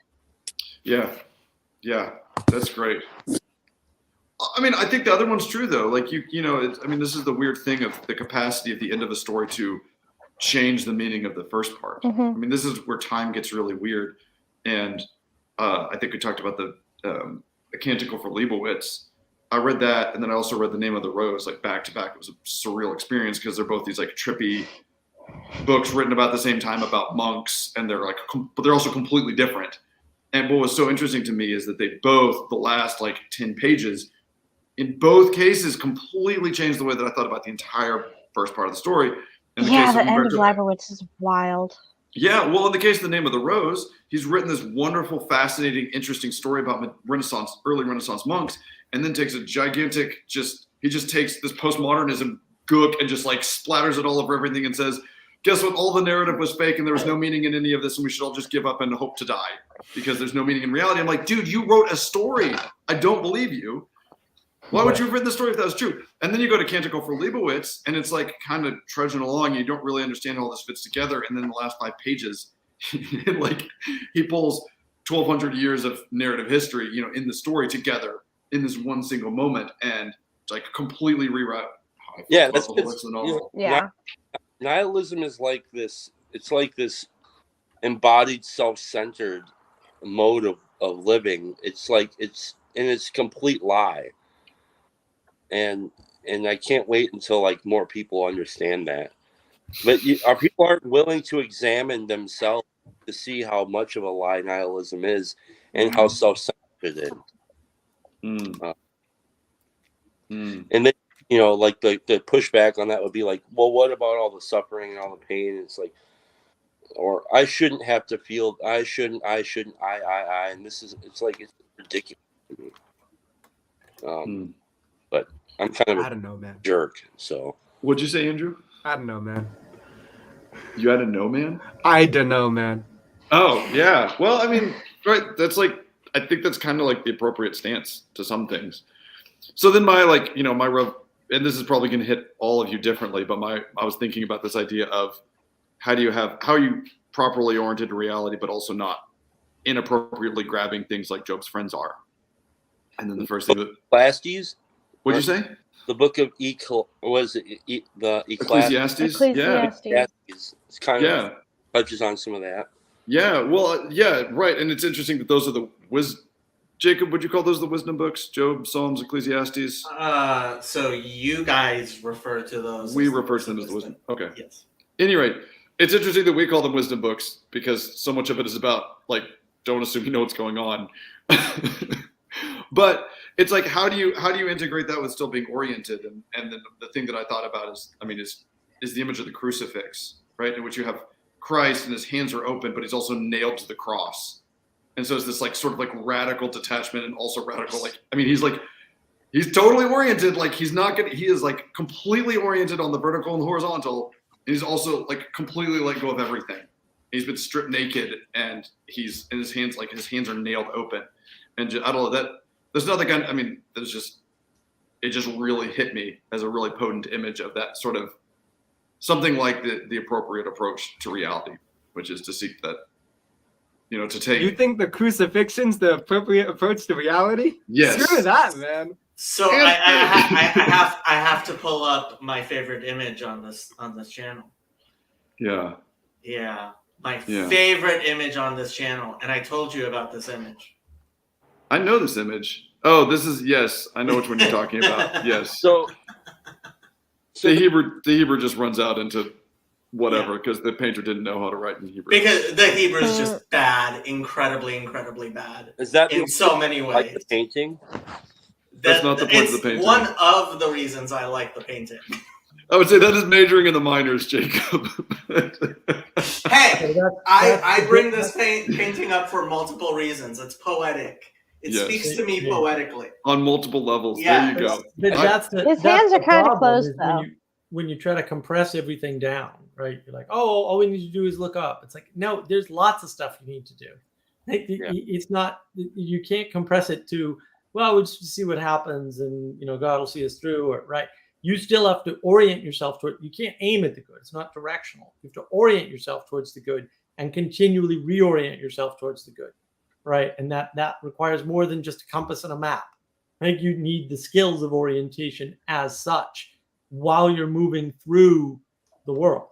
There's no way around that. Right. And if God wouldn't have let us manhandle him and put him on a cross, then where would we be now? So like that's totally frame breaking. It's like I don't know. It's the whole Christ story is so bizarre to me, and I just try not to like. It's not linear. That's for damn sure. And there's like the wisdom in it is definitely not linear. It's like there's so much that you just cannot nail down. It's very bizarre. Yeah, Chad, I've been thinking a lot about. I mean, there's sort of I don't know if you know about the hesychastic Eastern tradition of praying the Jesus prayer, like moving towards praying that continually, and thinking about that as like a stance towards reality, which is it's. I mean, the Desert Fathers are talking about like trying to repent continually, which is a very different. It's very different from the like I did that one big thing and now I'm really sorry, but rather in the sense of this like continual need to turn back towards God, right? Repenting, moving back towards that, and that becomes that should be internalized as a continual process of turning rather than something that's done. And, how much of metanoia is actually in your hands? That's a myth to me. I gotta go. What's that? I'm gonna go watch some television with my wife now, guys. Great to see everybody. Lovely looking bunch. Thanks for coming by, Chad. Substack and fun stuff on. Come on, Michael. You want to jump in. Yeah, I think it's that constant. That's what people don't like. There's no answer that's like do this and you're done. It's this constant struggle. You don't like it? Man, I wish I had the final answer and was just like done with it. No, people want the final answer, right? That's what they want. They don't like the fact that there isn't one. That you have to keep struggling, and liturgy allows you the opportunity to keep orienting and keep moving that direction. And what happens. Maybe it'll never happen. But you still have to, leave the possibility open. Nam means name. I don't know what Japo means, but Raj also wants to jump on. Let them all in. Honestly, I'm kind of hoping Fawad jumps on, because if Fawad jumps on and Raj jumps on, then we'll have Christians, atheists, Jews, Muslims, and Sikhs. That would be about like Chino. It was something. It was Yeah, really funny. We didn't have any Muslims. No, we didn't. Yeah, that was interesting. It's all your fault. You should convert to Islam. Me? Yeah. There's some things that I can't take personal responsibility for, Jacob. Okay. Oh man, no, it was funny. Just was saying, like, yeah, it's kind of like a fire hose. I was like, yeah, being there. I woke up. I brought books with me to read, thinking that I was going to read in my foolishness, and it was like you crawl out of the tent at 6:30 in the morning, and it's like this level of conversation or deeper from like 6:30 in the morning until 10:30 p.m. And you're like, I hope I can eat in the middle of that. Yeah. That is really what it was like. Yeah. Yeah, I was like, yeah, it'll be interesting. You know, I'll have some downtime. I'll get to think about some of the stuff. I was like, no, everyone's just like, you know, grabbing you by the hem of your shirt and saying, I want to talk to you. That was for you, Jacob. That's great. That sounds wonderful. Nassim Taleb says It something was interesting wonderful. in one of his books. He says, I want to live happily in a world I do not understand. It's like, yes, that is actually the correct attitude to have. Yeah. There's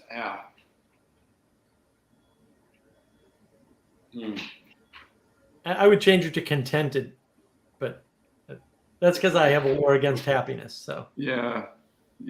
I mean, happy is a fraught word. Happy is a really well, it's a word. problem. Like happiness for me is a gift, right? It's like if you're happy, you should be super grateful, and if you're content, then everything's fine. Jacob, could you, with your experience with Hebrew writings, inform us if there's a difference between Happy. You guys were talking about about happy. Well, Yes, so there's happy. I thought Yes. happy needs to come. Jacob and says, say I want to live in a world with happy that I do not Yes. understand. Yes. I definitely want to live in a world with happy. Say I'm happy. Oh, she's beautiful. Hello. Wow, did we breed dogs with colored eyebrows just so that we could feel their emotion more powerfully? Yes. No, I don't think so. Although I have to say, she has the prettiest brown eyes you've ever seen. I mean, I'm not going to pick that fight, you know. I'm partial to my wife. 3 generations. When you breed foxes for 3 generations, they look like dogs all of a sudden. Nobody understands it. They have no model for why. Mark, neoteny is fascinating. Neoteny is bizarre. It's really, really weird. It's also weird that, like, phylogenetically, we're double neotenates, actually. And I don't know if you've gone down this rabbit hole at all, but, like, yeah. What does really that word mean? Neoteny is where you're You train your pets to look like babies. Yes, I mean that's how you breed them, but it's the process by which you retain baby characteristics into adulthood. And so like genetically speaking, we're basically like neotenate chimpanzees, right? And so we like never, the reason that we have as little hair on us as we do, and this, you know, we've got really like flat faces and all this is basically like, instead of like continuing on into adulthood, we just turn into grownups that look like babies still. And we actually like neurologically, my understanding is that we're also very neotenate. Like we retain, like humans retain way more neuroplasticity later on in life than almost any other organism does. And so, you know, there's some interesting things there, right? Like you want to enter the kingdom of heaven, you must become like a child. And it's like, turns out that also the reason that humans are, ecologically speaking, the dominant species on the planet is because we have become like children. Like we continue to be children in a very profound sense all the way through our lives. So what were you asking me about Hebrew? Okay, so like terms for like what we're after, happiness, joy, peace. I know that shalom is a very complex word. There's all kinds of, you know, distinctions between joy and happiness and all that. I'm just curious what Hebrew, the way Hebrew sort of spreads that stuff out or doesn't. So the Mishnah says, Ezahu Ashir, who is a wealthy man? Hasameach bechalko, he who is sameach, and that is happy, is usually as it's translated, with his lot. And there are various, I mean, there's actually a lot of different words in the biblical Hebrew for happiness. There's actually many, many of them, which is kind of great, but also makes it hard to translate to English. Yeah, but is the goal in Hebrew in the text happiness or something closer to contentedness? I think that was more what we were trying to get at earlier. I would say, I mean, I think part of it is like in Judaism, the goal is in fact ineffable. It is the tetragrammaton is ineffable in its essence. Right? Yeah, but for us to live, are we supposed to live happy or content? Right? That's the core. It's for us. It's not for no. We I think we need to live oriented towards the ineffable, and I think anytime you try to find one word, any one word, you are in fact creating an idol. Interesting. Well, that's interesting. That's why I get so upset with Christians and their idolatry of love, right? Because it's really cute to talk about how great love is, and yeah, I'm all for love. Why not? At the same time, I think you can turn any word into an idol, which is why it is so central to Judaism that nothing can be like the ineffability of God is actually central to everything that Judaism teaches. And I think as long as you fight against that ineffability, I think you're going to end up in the wrong place. What do you think about Nietzsche, whatever mystical language doesn't say anything? It's all bullshit.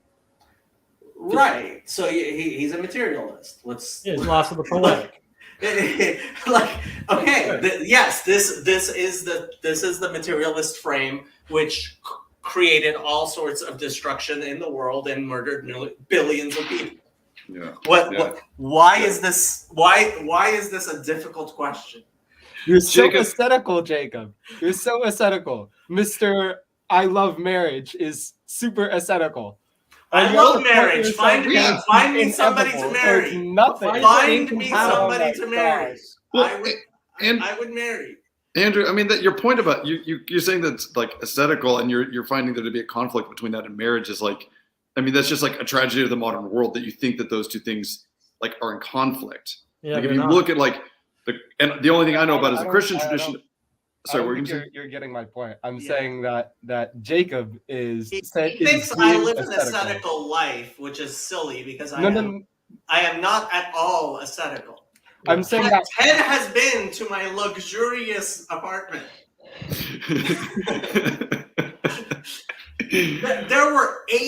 There was room for 8 people to sleep in my luxurious apartment. It was a party. It was a huge. In LA.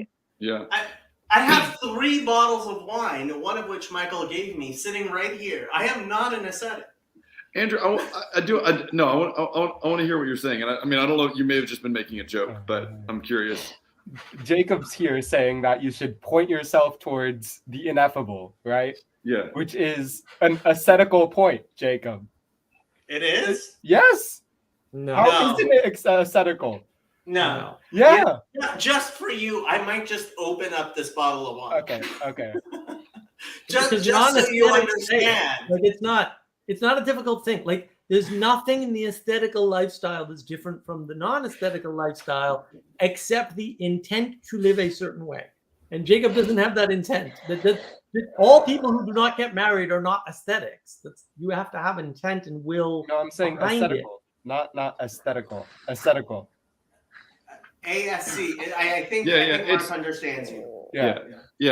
Okay. So let me give a counterpoint. If I say whatever this idolatry of love, right? Love is not ineffable. It's very much not ineffable, right? And if I make an idol of love, it's very easy to worship. Okay, Michael wants to jump in here. Hey, Michael. Howdy, folks. Good to see all of you. Love the best. I haven't had a chance to change since the Feast of Pentecost today.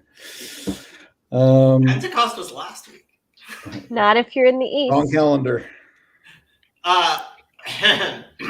How We're Good foolish job, is Michael. La Good Femme? job. We're just Right. gonna pass that one on. This is neither the time nor the place. I actually think this is the time and the place because it actually, Jacob, come on. It Let actually, Michael no. talk. I have to say, it always bothered me why the rabbis were so hung up on the calendar until I noticed that's where you can tell Christianity is completely wrong. But go ahead, Mike. All right. So I wanted to contend with, it's like, so how shall we be then, right?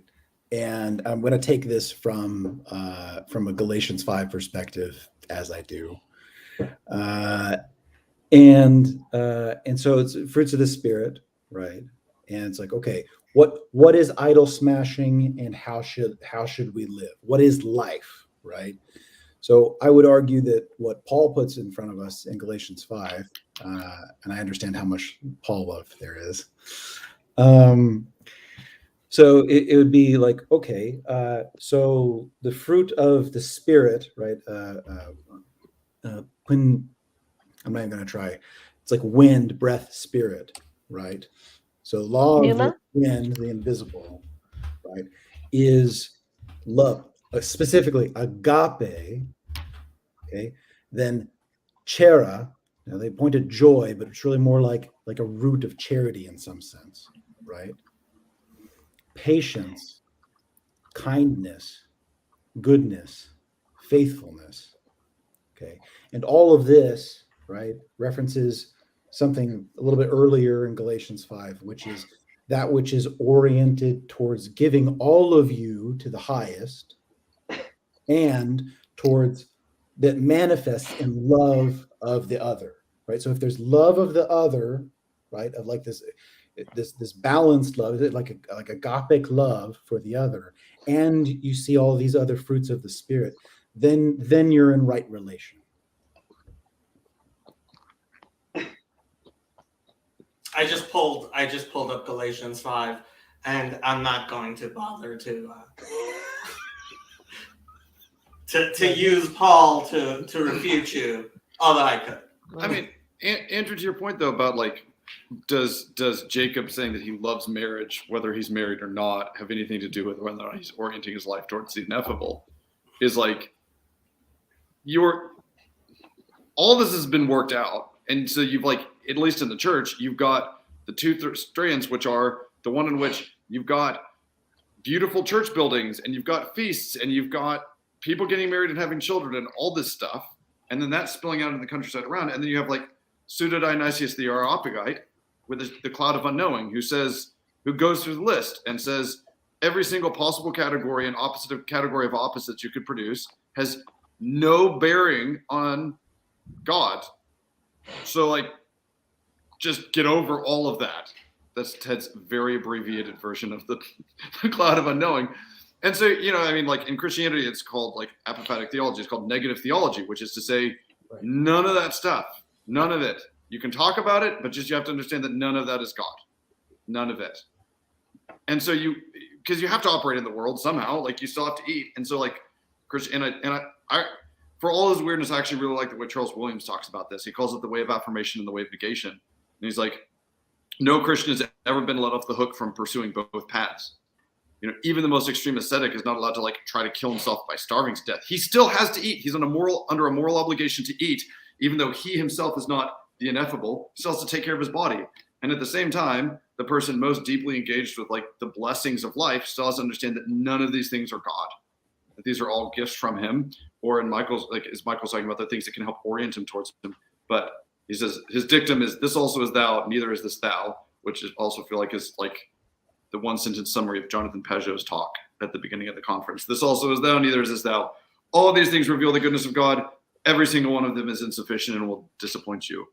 And so anyway, there's my, So just to make sure that I understand you correctly, you're pointing at all those things and going, hey, each one of those things, if you chase those things, those will lead you, like these are insufficient, right? Is that you have to actually orient towards no thingness, unknowingness, highest, right? Is that what you're saying? I don't know about the term no thingness. I haven't made peace with that. But God, I'm still going to use God because you have to. Good. But yes, good. Yeah. With that. Hello, Raj. So then what I might say is what Paul's getting at here is if you are mortifying the flesh, if you're oriented towards the highest, right, then what will manifest is love of the other, right? And the way in which that love of the other will happen that brings up the highest you are these things that are in modes of being that you notice. It's not in knowledge, it's just that which is noticed as modes of being. Right. Yeah, knowledge is not required. And that has to be true, right? Otherwise the deaf, dumb, and blind can't get into heaven. So it's really a 4-second argument that everybody skips. It's like, no, really, it has to be that way. Michael, I was going to ask, are you making a distinction between the fruits of the Spirit as being a mode of being versus being a thing? So a mode of being would be like walking with Christ after repentance, right? So it's an offering up, right? And then he's not taking over you. It's not coercive. He's walking with you, right? And that the way that you see the effects of that wind, right? Laws of the Spirit, wind, right? How you see the effects of that wind are observable in these things that reveal a mode of being in the highest. Okay, let me make my point again, all right? Because I'm pretty sure that like none of you got it. But let's say I worship love, right? Very easy to do it. I just have sex all the time, right? Let's just say romantic love, right? Wow. Okay. I have about 7 objections. Yeah. I have about 7 objections. Okay. But let's say I say some bullshit like, oh, worship no thingness, right? What do I do? I've got nowhere to go. No, you do. You guys think you're saying something profound when you say, "Oh, worship God." I don't think anybody here thinks they're saying no something thingness, profound. right? No, and it's actually like complete bullshit because it doesn't give me anything to do. No. Go to church. That's the thing to do. Like, no one's pretending to say anything profound. Like, I don't know where you're hearing that from. Yeah, I can make this a little bit more concrete, right? When I encounter people that annoy me at church, or heck, church annoys me. Okay. And so instead of letting that dragon, right, that is like really annoyed, right, grip me, instead of letting that happen, right, there's a dying that happens of my own selfishness, right, up towards something higher that all I can do is really like look up in mercy, right? And then what gets worked through me is an appreciation and gratitude. It's not even my own gratitude. It's a gratitude that's worked through me for this gathering of everyone and towards love of the other. Okay. I don't get the gratitude part, right? Because you're talking about looking up towards, let's call it no thingness, right? Okay, Andrew, I think I get your point, and I think I can. Okay.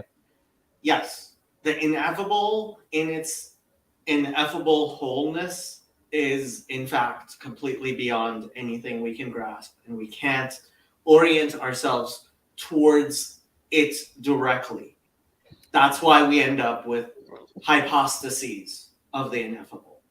That is why we end up with the various ways in which God, right? So we say God is love. Why do we need to say God is love, right? Even though, and this is why I say that the monarchical trinity is only as wrong as Muslim monism, because if you completely see God as ineffable and completely something that we are completely unable to in any way orient towards, you're right. We end up with nothing. And that's why we have to say things like God is love. And it's perfectly fine to say God is love, because in order to understand, we need to understand justice and mercy and beauty and all of these things which fail to completely capture God. In order for us to have any grasp on God whatsoever, we have to have some grasp of something which points towards God. At the same time, we have to keep in mind that ultimately all of these things fail. Right. So like in Sikh, one of the daily prayers is called Jop Sab, and that's 199 verses, and mostly what it is a list of various names for gods. And a lot of them are apophatic statements in which God is not this thing, but there's a lot of positive, like Gobinde Mukande, the sustainer and the liberator are names for God. But then one of the most important names is Niraname, the one without a name. And the thing that we worship is the name of God, but you can't actually name it, but you can name qualities and aspects. We call them guns, like virtues. Raj, like a great example of that would be if, like, say I had done something nice for you, Chino, which I didn't. It would have been great. You actually did something nice for me. So we'll take this example. You gave me a drive back to the campground, right? And it's like, oh, who is Raj? Raj is the guy that gave me a drive to the campground. It's like, okay, is that Raj? Absolutely, it's Raj. Is that Raj? Not at all. No, like I've come nowhere close to saying who Raj is. Right. But I've absolutely described a real relationship between me and him. It's something that I can look at and I can appreciate and I can be grateful for. And but I would also be completely wrong. And I would say sinning against you if I thought that Raj's being was concerned with giving me a drive from the Chino conference to the campground. Right? Well, you're saying even more than that, Ted, because that's what the Bible means when it talks about God is one and his name is one, right? Because your name, right, Ted, captures you to some extent, but obviously it doesn't capture you. Doesn't capture all of you. It's the ambiguity that people don't like. And that is what the name of God does. It captures God without capturing God. As Christians, right, obviously, we would go something like, it's only through logos of which we can know that which is ineffable and above, right? It's only through the Son the only things that we know about the Father is through the Son. That's how we would talk about it. Yeah, you know it not by its properties, but by its relation to you and to nature, right? And that's a whole different. And Vervaeke sort of skirts that all the time. He's like, oh, it's the relationship is real, and he gets caught up in that whole thing. All right, Jacob, how do you get from no-thingness to all these divine attributes like love and whatnot? Revelation, only through revelation. We would agree, right? I wouldn't classify it as no thingness, because it's not actually what they're saying. What they're saying is it's bigger than mere thingness. That's actually what they're saying. Beyond people compress it to no thingness, which is just wrong. But ultimately, to actually have any grasp of God, it has to be through revelation. Right. Well, any knowledge at all, I would say, is revelation. Any. This is where we would talk about the Theotokos, okay? Because in that which bears logos is revelation and apocalypse. Okay, it is only through the collapse, right, and birthing can logos be bared through.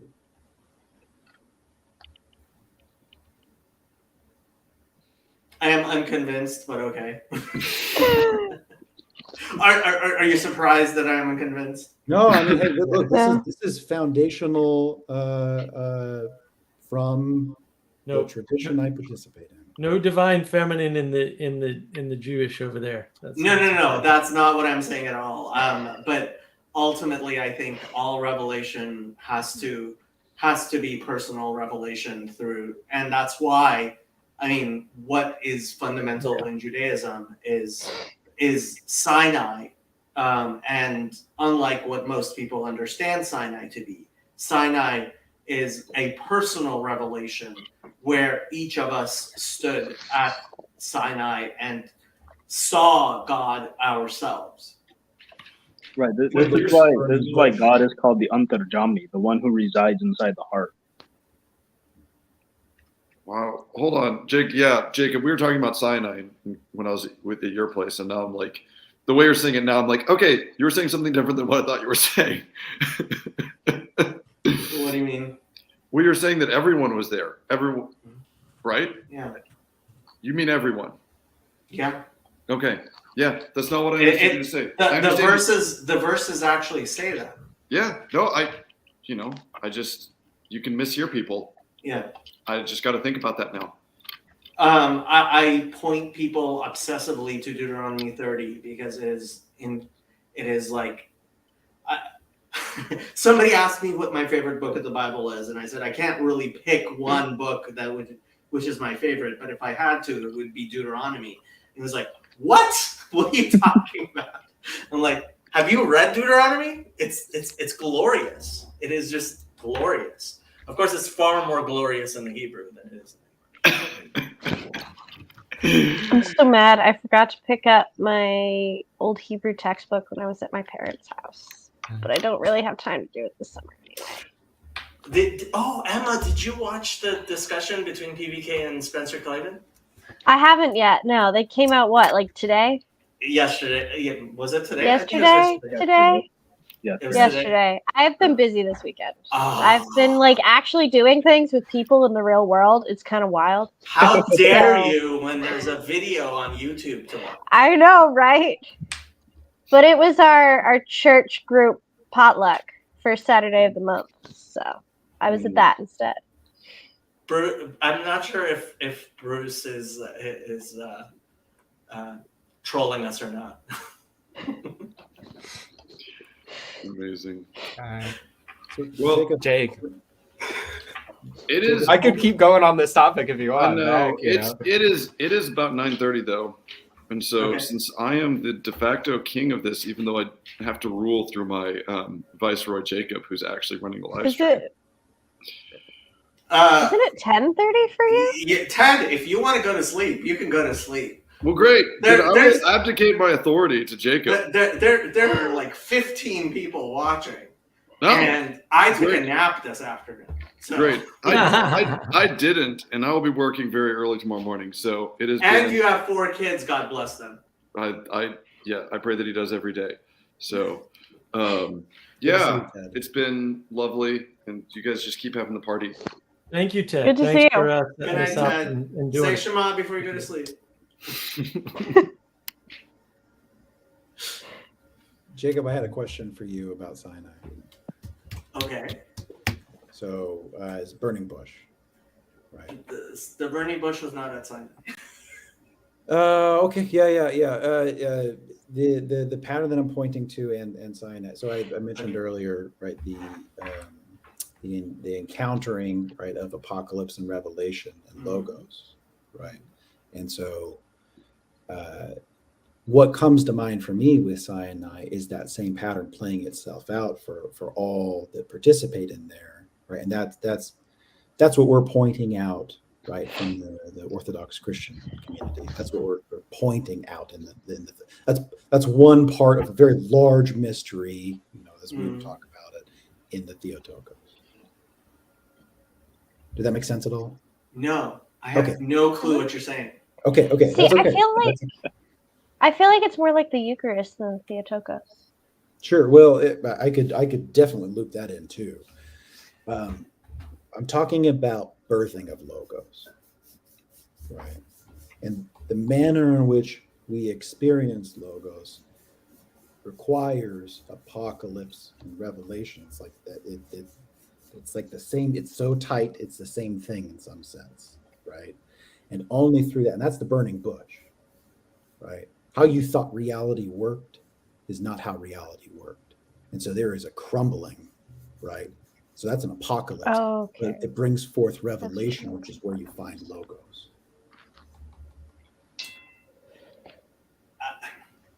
honestly, this just smacks a lot of icy Jesus to him. Definitionally, I agree. In fact, we would call him the light bearer. Right. It's like you're trying to collapse everything into Jesus, and I don't think everything does collapse into Jesus. I'm also using terms that are not that, though. You are, but like obviously, I'm pointing. When I mean, you're talking about the Theotokos, right? And I have a hard time. I don't even know if I should say that word. Christ here, right? And I reeled him in. I'm sorry, Matthew. I was calling you Bruce, right? Which is it? Matthew, Bruce? Which one? Are both of those wrong? Dust to dust. Can I hear you though? You hear me? Which one is your name though? I don't think he can hear us yet. He can't hear us. He cannot hear us. Either that, or he just doesn't love you anymore. Either one. It's quite possible. Well, okay. I forget how to shoot up his name. His name is Matthew, right? Anybody know? Yep. Yeah. It is. He knows. Now he hears. Sorry about that, Matthew. Sorry. So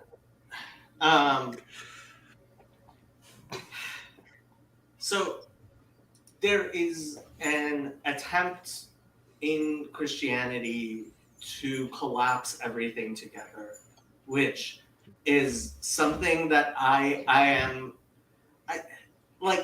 not completely opposed to, because everything does in some sense collapse together. But one thing I keep on saying about Pageau is, if the Bible could be abridged into one book or one sentence, it would have. Mm-hmm. Right. And I cannot collapse the Bible into less than it is, because God did not collapse the Bible into less than it is. I feel like you're strawmanning me. No. The point is good, right? Everybody complains about Disenchanted World and then tries to reduce everything. It's like, well, you're disenchanting the world. Like, so the burning bush is Ehyeh Asher Ehyeh, right? I will be that which I will be. And it is a story of God arguing actually with Moses that you will represent me to the Jewish people. Whereas Sinai is the opposite of that. It's not Ehyeh Asher Ehyeh. It is the in Anochi Hashem Elokecha. I am the Lord, the ineffable, your God. And God revealing himself directly.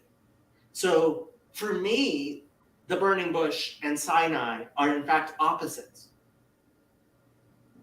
And where for you, they are the same. And that's what makes that a collapse. I would be okay of letting go of that. That's definitely not a point that I'm pushing necessarily. I guess what I was curious about more was the manner in which logos, I'm not trying to reduce it down to like, oh, well, here's this formula and you encounter logos through revelation. It's like, here's one layer. It's almost like a zip file that extracts infinitely, and one aspect of it, of one thing that comes out of that zip file, right? That's infinite, right? One aspect of it alone is to understand the manner in which we encounter logos through Apocalypse and Revelation. And I'm just actually curious if that in and of itself is something that you take issue with, see truth in, something, just your reaction to that in and of itself. So William pointed out something important, and I think so we have the Zohar says Israel, the Torah, and God are all one, right? And there is an aspect of compression that is paired with an aspect of explication.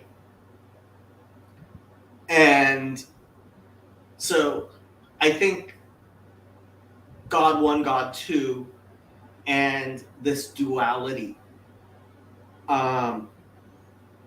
is necessary, and Oh my gosh. what is somewhat missing from the Christian story. So the idea of the tzaddik, the saint, the righteous man who represents God, right? Let's say David or Moses, right? And obviously for Christians, that would be Jesus, right? That is a representation of God that is... No, yeah, I would actually disagree with that. What do you mean?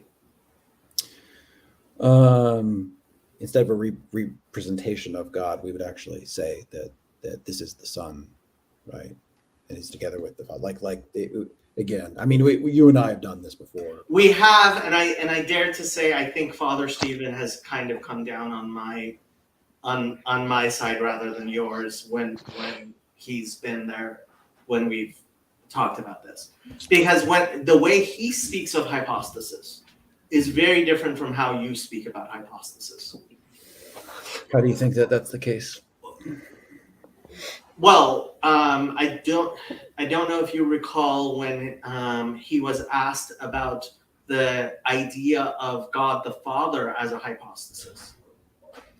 And he said that, yes, indeed, even God the Father is in fact a form of hypostasis, in that it is anything that is affable and describable and something we can refer to. And that is a far more Jewish conception of hypostases than I think the vast majority of, in fact, almost any Christian has. Can I ask a question? No. No? Go ahead. Okay. All right. Can I? So Raj talks about, he's got this book, right, of the names of God, right? Yeah. And whatever, there's cataphatic, there's apophatic, and then there's, God is the man with no name, right? So how do you not read that and then tear up the whole book? Or again, this is grasping revelation lightly. Like, it's funny that like these are the precise things that on Thursday Ben and I were talking in the Tanya discussion. I don't know if you listened to that on Thursday, but we are in chapter 5 of Tanya, where he talks about tefisa, where he talks about grasping God, right, and how it is possible to grasp God. And that entire chapter is talking about this exact thing, right?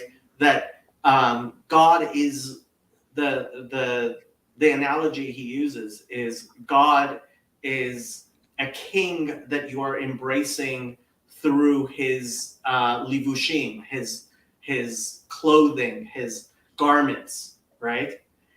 So God has no shape, but he has these garments which at the same time reveal and conceal him. And when you grasp at the garments, you are in a very real sense grasping God. At the same time, you are not. And that is the concept of grasping. Okay. But the real answer is don't be a materialist, and then the problem goes away. Okay, we have to let Emma and Matthew speak. Okay, I have a question. What precisely does hypostasis mean? Because I can make a guess at it from the Greek, but sometimes I mess up the fancy theology words when I try to guess at them from Greek. Oh boy. So when we talk about hypostasis, we are moving into Mark's favorite duality of the ideal versus the real, and so there is this idea of this is a cup, right? Mhm. It is also a cylinder.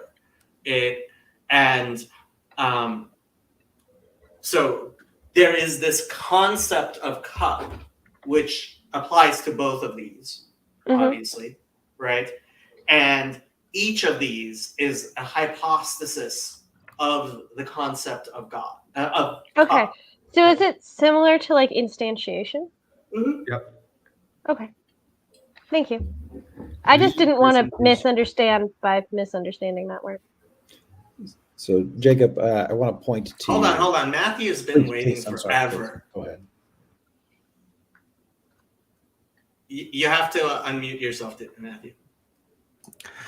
I was interested in this idea of the inevitable because it almost seems like there's a black box, as it were, when it comes to once we get to a point, there's no way to get past a particular veil of God's true nature, whereas there are these what was the word again? Hypostasis.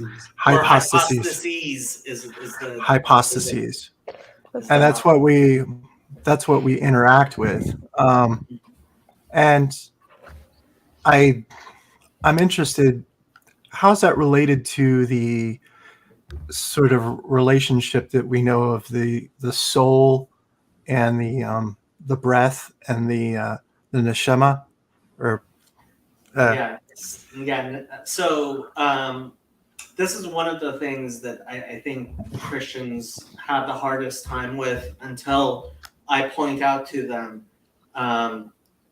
So Jesus says to his followers, what do the people say I am? Right? And the answers are, some say you are Elijah, some say you are John the Baptist, some say you are the son of David, I believe. Right? Jeremiah, one of the prophets. Okay. Was it Jeremiah or Elijah? Anyway, it doesn't matter. Both. I think both are mentioned. Okay. So the question becomes, like, well, first of all, John the Baptist, like, the best known story about Jesus is his baptism by John the Baptist. And the death of John the Baptist was incredibly, like, big news. So how can they say you are John the Baptist?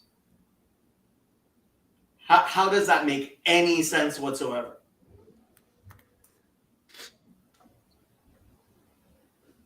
And it makes perfect sense if you understand the Jewish concept of soul, which is there are various levels of soul, and any single human being only has fractional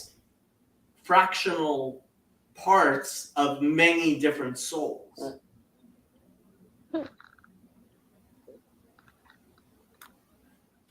And so it becomes a completely different concept than what, through the Western and Greek conception of soul, Christianity has become enamored with, which is this idea of a soul that you have, which somehow moves out of you and into you and animates you, but isn't connected to anything else.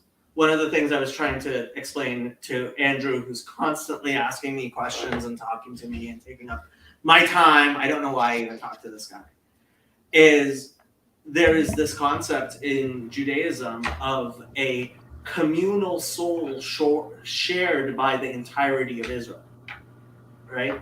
So there is a soul which Israel shares that I have 1/600,000th part of, except I have 1/2 of 1/600,000th part of, because my wife, who I've never met, maybe, and I certainly haven't married, has the other half, and it may in fact be fractionated beyond that, right?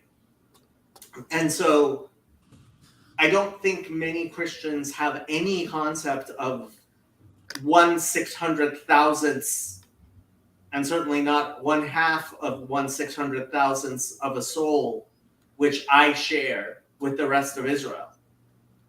But that is a very normal understanding of soul in Judaism, which I think better.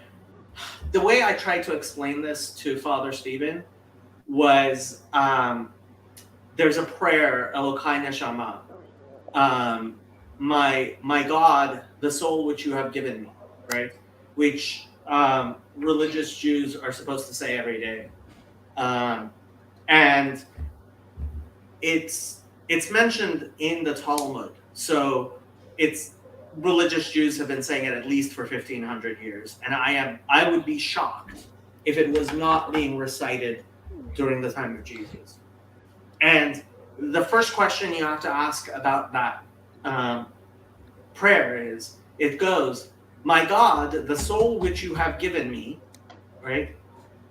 Who is speaking when he says, my God, the soul which you have given me?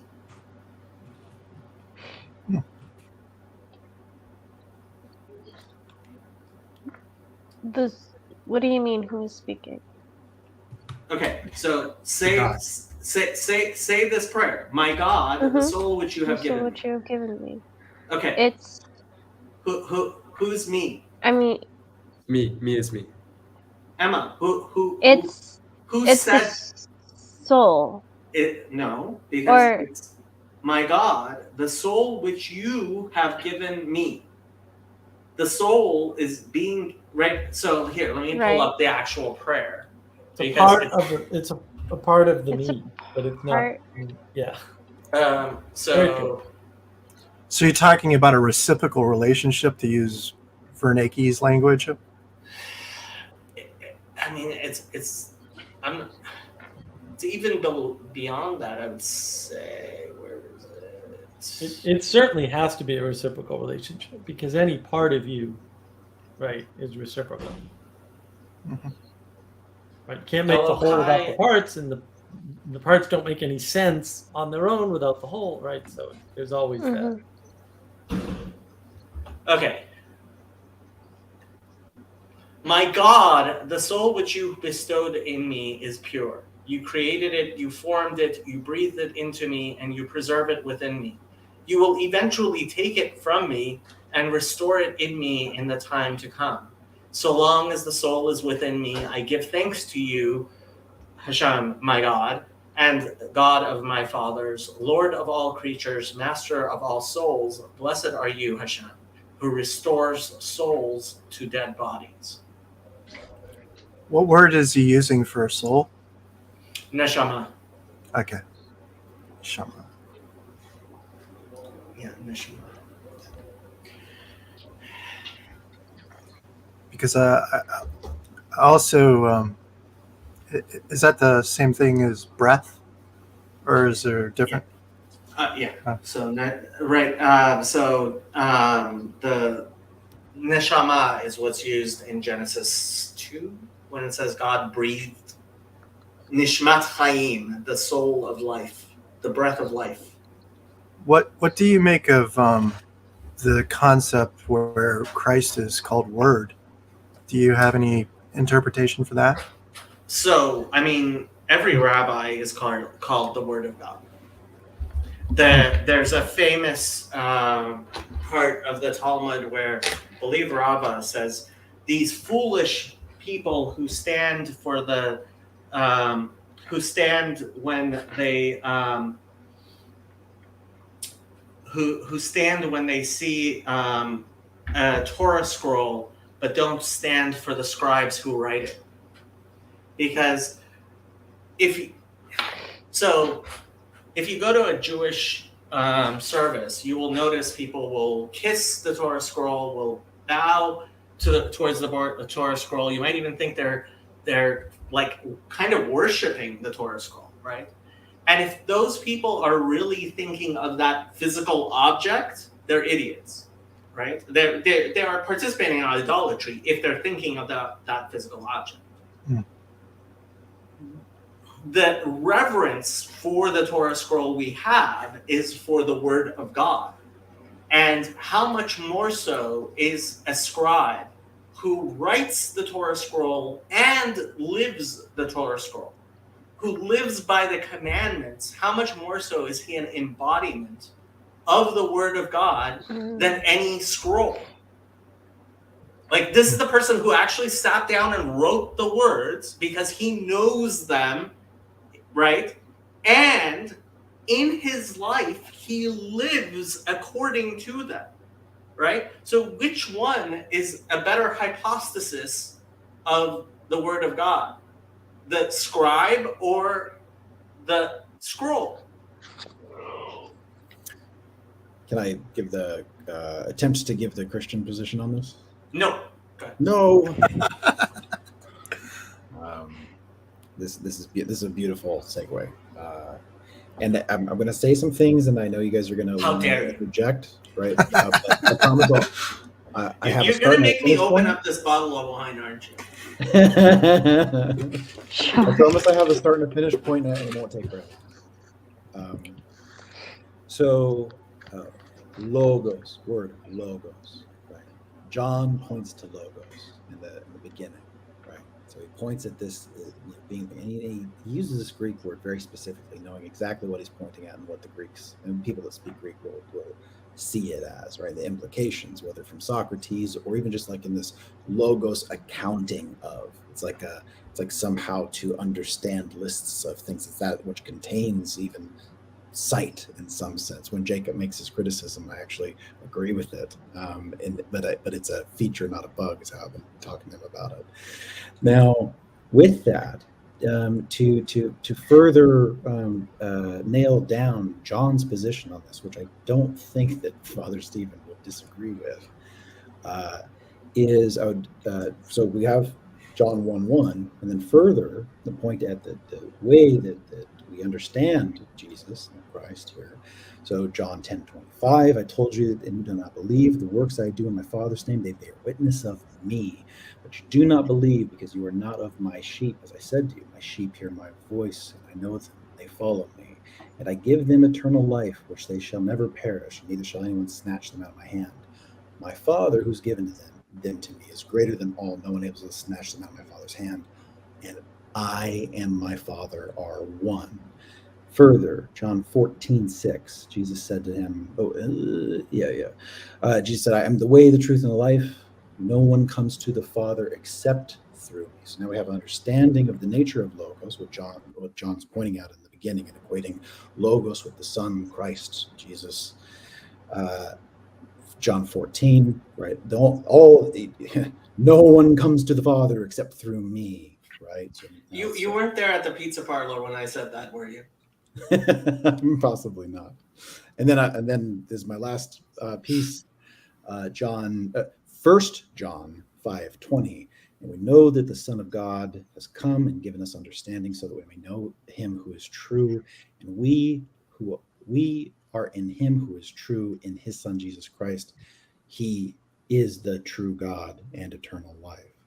Like it's very explicit the way that Logos, Christ, Jesus, the Son, is in relation to the Father. We take a very, very specific stance on that. It is not an embodiment of Logos, but Logos incarnated. Right, and this is, I mean, this is definitely something that I've been talking to a lot of Christians about, and so at the pizza parlor with Ted, like I did a very uncomfortable routine, which I've had to practice with Christians, which is I and my Father are one, and no one comes to my Father except through me. And while I feel like shit saying that, because I know I don't live up to it, I have no problem actually saying those words because they are true, right? to the extent that I represent God, right? And I don't think Jesus was saying anything different. So where I'm pointing to make clear that he is pointing at not representing but being, right, is my Father and I are one. My Father and I are one. Yeah, my Father and I are one. Yeah. And again, John's position here, right? It's like, okay, here's Logos, right? The Son, Jesus Christ. He is true God and eternal life. Like the pattern that you're going to see again and again. It's part of the whole point of the Gospels and the whole It's story. not just the Gospels. It's the point of David. It's the point of it's the point of Moses. It's the point of and what Father Stephen will say is that Jesus is a culmination, which is somehow different, but I don't see how it's different. Not just a culmination, but like is God. But he's not. Nonetheless, that's definitely what the position. In fact, it's so much the position that in John 10, right after he does that, then the Jews took up stones again to stone him. Yeah, and that's John being John, and Father Stephen Father Stephen will say no. Father Stephen will explain away John's ridiculousness by saying that John was showing people being ridiculous. That's what he will say, because I mean, this is the same John, and I think it's right there where he has Jews saying, "We were never slaves; we are the children of Abraham." There is no more heretical statement you can say than we're never slaves in Judaism. And you to preface it with "we are the children of Abraham" is like it's like twisting the knife in it, right? And like I was very, very glad that when I pointed this out to Father Stephen, he's like, "Yeah, you're absolutely right. This is not anything that any Jew would ever say. It is just too impossible that any Jew would ever say, 'We are the children of Abraham.'" Like it's like saying, "I am a mathematician. I believe in logic 100%. That's why I'm telling you 2 + 2 = 5," right? It's a deliberate statement of heresy within Judaism to say I am. So same thing by the Jews picking up stones, right? So the way that I might look at that is that the position that you're taking on that is too deeply in the horizontal. I would say that's true of you. You're taking it too deeply in the vertical. You're taking Jesus into, and I mean, I'll apologize, but I mean it. You're turning him into a narcissistic asshole. I might say that what is pointed to over and over again is actually the intersection of the vertical and the horizontal. But you're making Jesus so. It's funny. I was just researching the life of Geza Vermes. And if you don't know who Geza Vermes is, I was trying to find a biography of him because I wish there was a biography of him. So Geza Vermes may be the best known Dead Sea Scrolls scholar. He was one of the first people to get his PhD on the Dead Sea Scrolls in the 50s. And if you get the Penguin translation into English of the Dead Sea Scrolls, it's by Geza Vermes. He was brought up in the 40s in a Catholic family that was from Jewish origins. He became a Catholic priest and a scholar of the Dead Sea Scrolls. And he's the one who kind of broke open what's called the Son of Man debate. And the reason I was looking at it was because Paul repeated to Spencer Clavin the mistake he often makes, which is that he says when Jesus talks about Son of Man, he must be talking about Daniel 7. And what is abundantly clear to me is that no, Jesus, in fact, is not talking about Daniel 7. And that's what Geza Vermes, in fact, helped make clear, is that Jesus was not talking about Daniel 7. And that's what happens with the Peshitta. The Peshitta is the first translation of the Christian Bible to a different language. And it was a translation from the Greek into Aramaic, which elicits the question, how do you know it's a translation from the Greek to the Aramaic and not the Aramaic original, of which the Greek is a translation? How do you know? Very, very easily. You read it in the Aramaic and it's obvious. I have a video on it when I went and actually looked. So in there, I point out in at least one instance, they translate Son of Man as Bare Din Danasha, right? So the best translation I can do of Bare Din Danasha from Aramaic to English is his son of that there man, right? They added like a bunch of words between son and man, right? In order to prevent you from understanding what Jesus was saying, how you would understand what Jesus was saying in Aramaic. Because that's what you have to do in order to take the words of Jesus in Aramaic and understand him as talking about himself as this Son of Man, capital S, capital M, that Christians do. And so what happened to Geza Vermes towards the end of his life is he actually reverted to Judaism. He's a Catholic priest, and he went back to Judaism. He wasn't raised Jewish, he was raised Catholic, but he was from a Jewish family. And this, I mean, it's the perfect arc of the miracle that is the Dead Sea Scrolls. Earlier we were talking about how is it that there are any stained glass windows left from the Middle Ages, right? What's even more amazing is the miracle of the Dead Sea Scrolls, right? That we have a full Isaiah from 2,200 years ago. And we have all of these texts.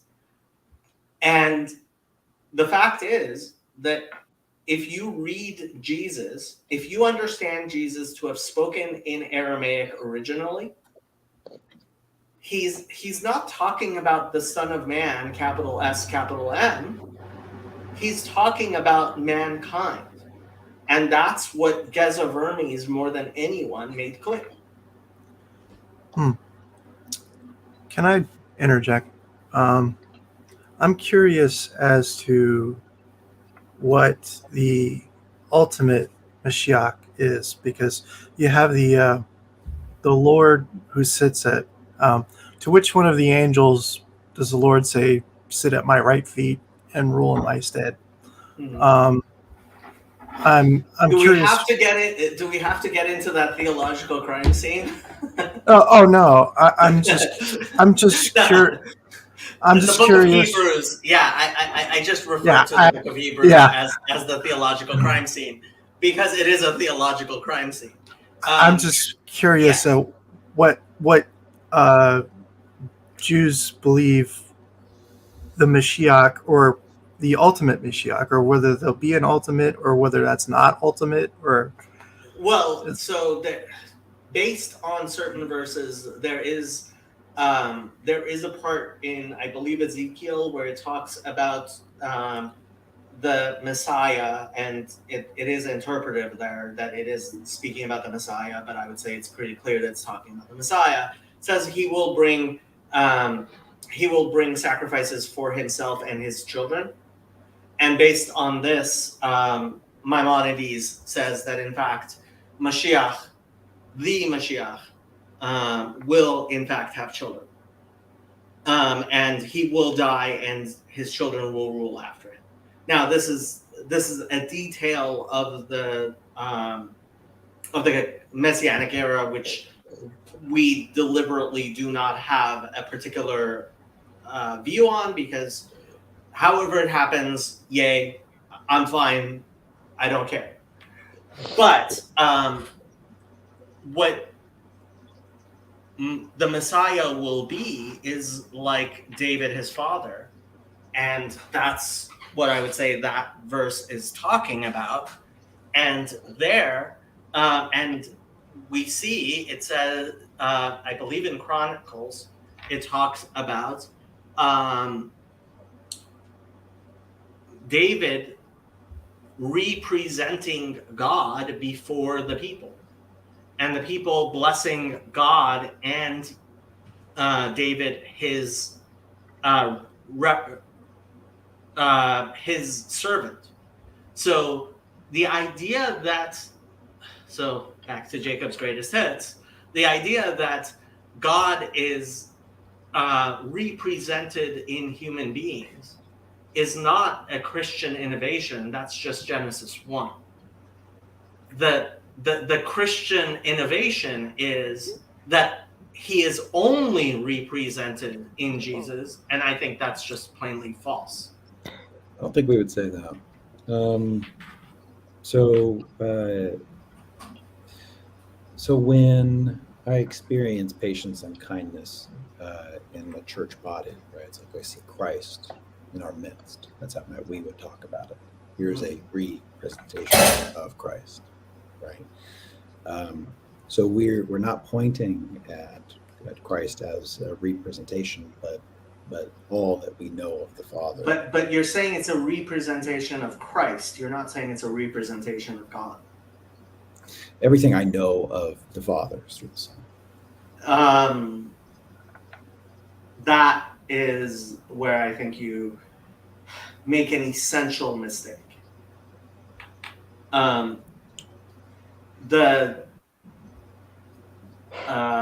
Mark. I was wondering if that was a bye. Yeah, bye, Mark. Thank you for being here.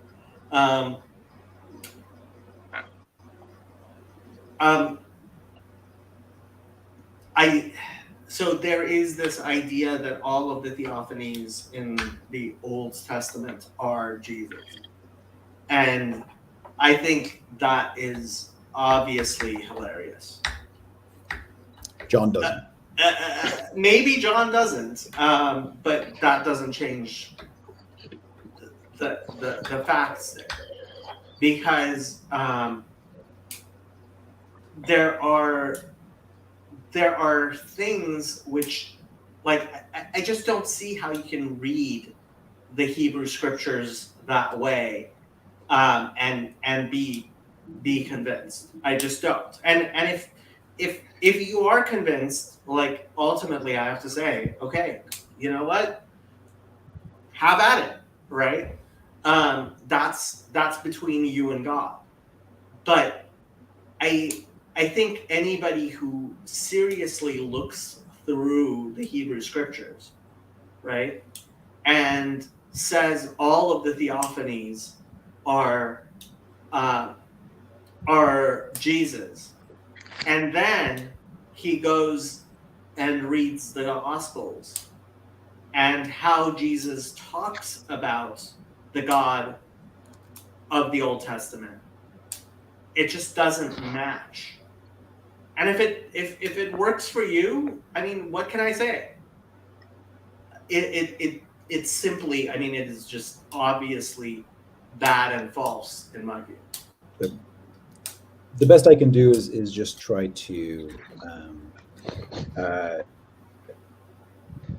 correctly convey the position of the tradition that I participate in, right? And so I can point at things like in John 8, right?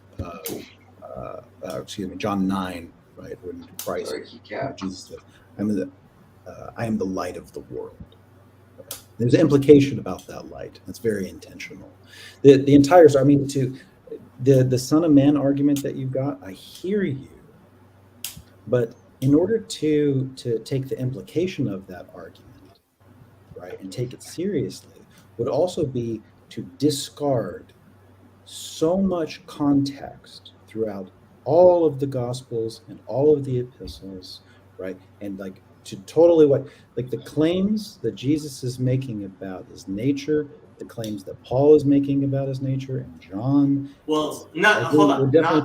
Not that Jesus is. I definitely discount everything that all of the writers of the gospel and the epistles, right? And this is what I call the crayon. So right? Everything that Jesus himself, just if you just took the gospels, that's it. Just took the gospels. But no, if you take the red letter gospels, and I didn't come up with the red letter Bible, right? It's not a Jacob innovation. That's what I'm talking about. Okay, so if you remove the context surrounding it, the words and interpretations, for example, that John gives it, I think that's where you end up with where Geza Vermes ended up and James Tabor ended up, and more Christians are in fact ending up, which is a belief that Pauline Christianity is in fact a rejection of Jesus's Christianity. I would say that almost everybody's Christianity is a rejection of Jesus's Christianity. That's probably no. I mean, yeah, I definitely hear you, Chad. We certainly all fall short, Chad. But different note though, guys. I gotta say this is very, very, very, very important. Yes. Have you ever tried pickled beets before? I love pickled beets. Oh my God, they're amazing. Pickled beets, pickled almost, okay, so in Iran, like they would pickle all kinds of things. My grandmother used to make pickled, I don't know if you've had pickled radishes. In Israel, they serve pickled radishes with everything. I would try it, but my wife just got me a jar of pickled beets. She hates beets. But for some reason, I don't know why, but it seems to be like the most incredible flavor explosion. You can pickle almost any vegetable and it will be amazing. Yeah. I love pickled cauliflower. Try pickled cauliflower. But we're talking about beets, man. Beets. I gotta go. Important point. Okay. With that, I am going to take a 5-minute break. You guys have fun. I will be back. All right. Take care. Mm-hmm. Well, that was a wonderful theological discussion. Any other topics on the mind? No, but to the Chris show in the comments, and this goes to Jacob too, who may not be listening in the background here. I don't think it's vague. I don't think that it's vague at all. The best example of that is probably John 10, right? Well, much of Christianity, I mean, especially Christ calling the scribes and the Pharisees broods of vipers, and I mean, if Christ was a Mashiach, he was probably the most insulting Mashiach to what was going on then for the Jewish culture. And it shows this rejection of, in particular, Judaism, because you see this written in the Pauline letters. I mean, especially in Romans, where he talks about cutting off a branch and then putting a wild olive shoot and connecting it, grafting it in, which speaks towards wrath towards Judaism. I mean, of course, Jacob is not going to look at that very favorably. So I'm wondering, how do you get past internal biases like this? Because, I mean, if you grow up Jewish, obviously you're going to find that insulting. So a quick note on the nature, like further the nature. So they pick up stones to throw at him, right? They're like, "You're saying what? We're ready to throw stones at him and kill him." Yeah. And he goes, is it not written in your law? I said, you are gods. If he called them gods, to whom the word of God came, and scripture cannot be broken, you say of him who the Father sanctified and sent into the world, you are blaspheming, because I said, I am the Son of God. If I do not do the works of my Father, do not believe me. But if I do, though you do not believe me, believe the works, that you may know and believe that the Father is in me and I in him. It just continues to reinforce that point. And Paul would point at something like there is no Greek or Jew, and so we're coming from this modern conception about who are the people that follow the highest, and by what means that they follow the highest. And so there's a lot of go back 2,000 years, right? Go to Paul. Okay, Paul's a Jew, right? And he's not giving up Judaism. He's not like, oh, I'm not that anymore. I'm not a Jew anymore. He's like, this is the fulfillment of. We're not switching and changing over to something. He has to get knocked off his horse. He does. Yeah. And the knocking off the horse is to see how he had been rebellious, right? And now he's going, oh, okay. Let me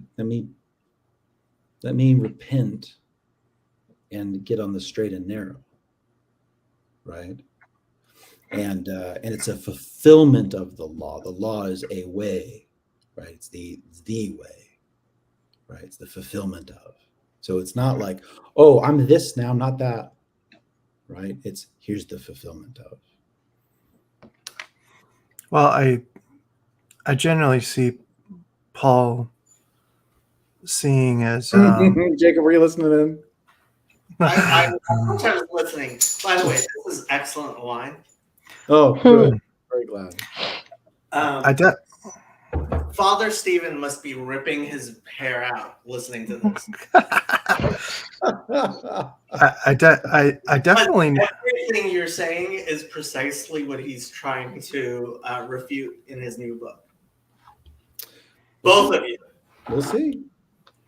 I definitely know Paul contrasts faith with the law, and at least in my estimation, I mean, I guess to give a physical or kind of a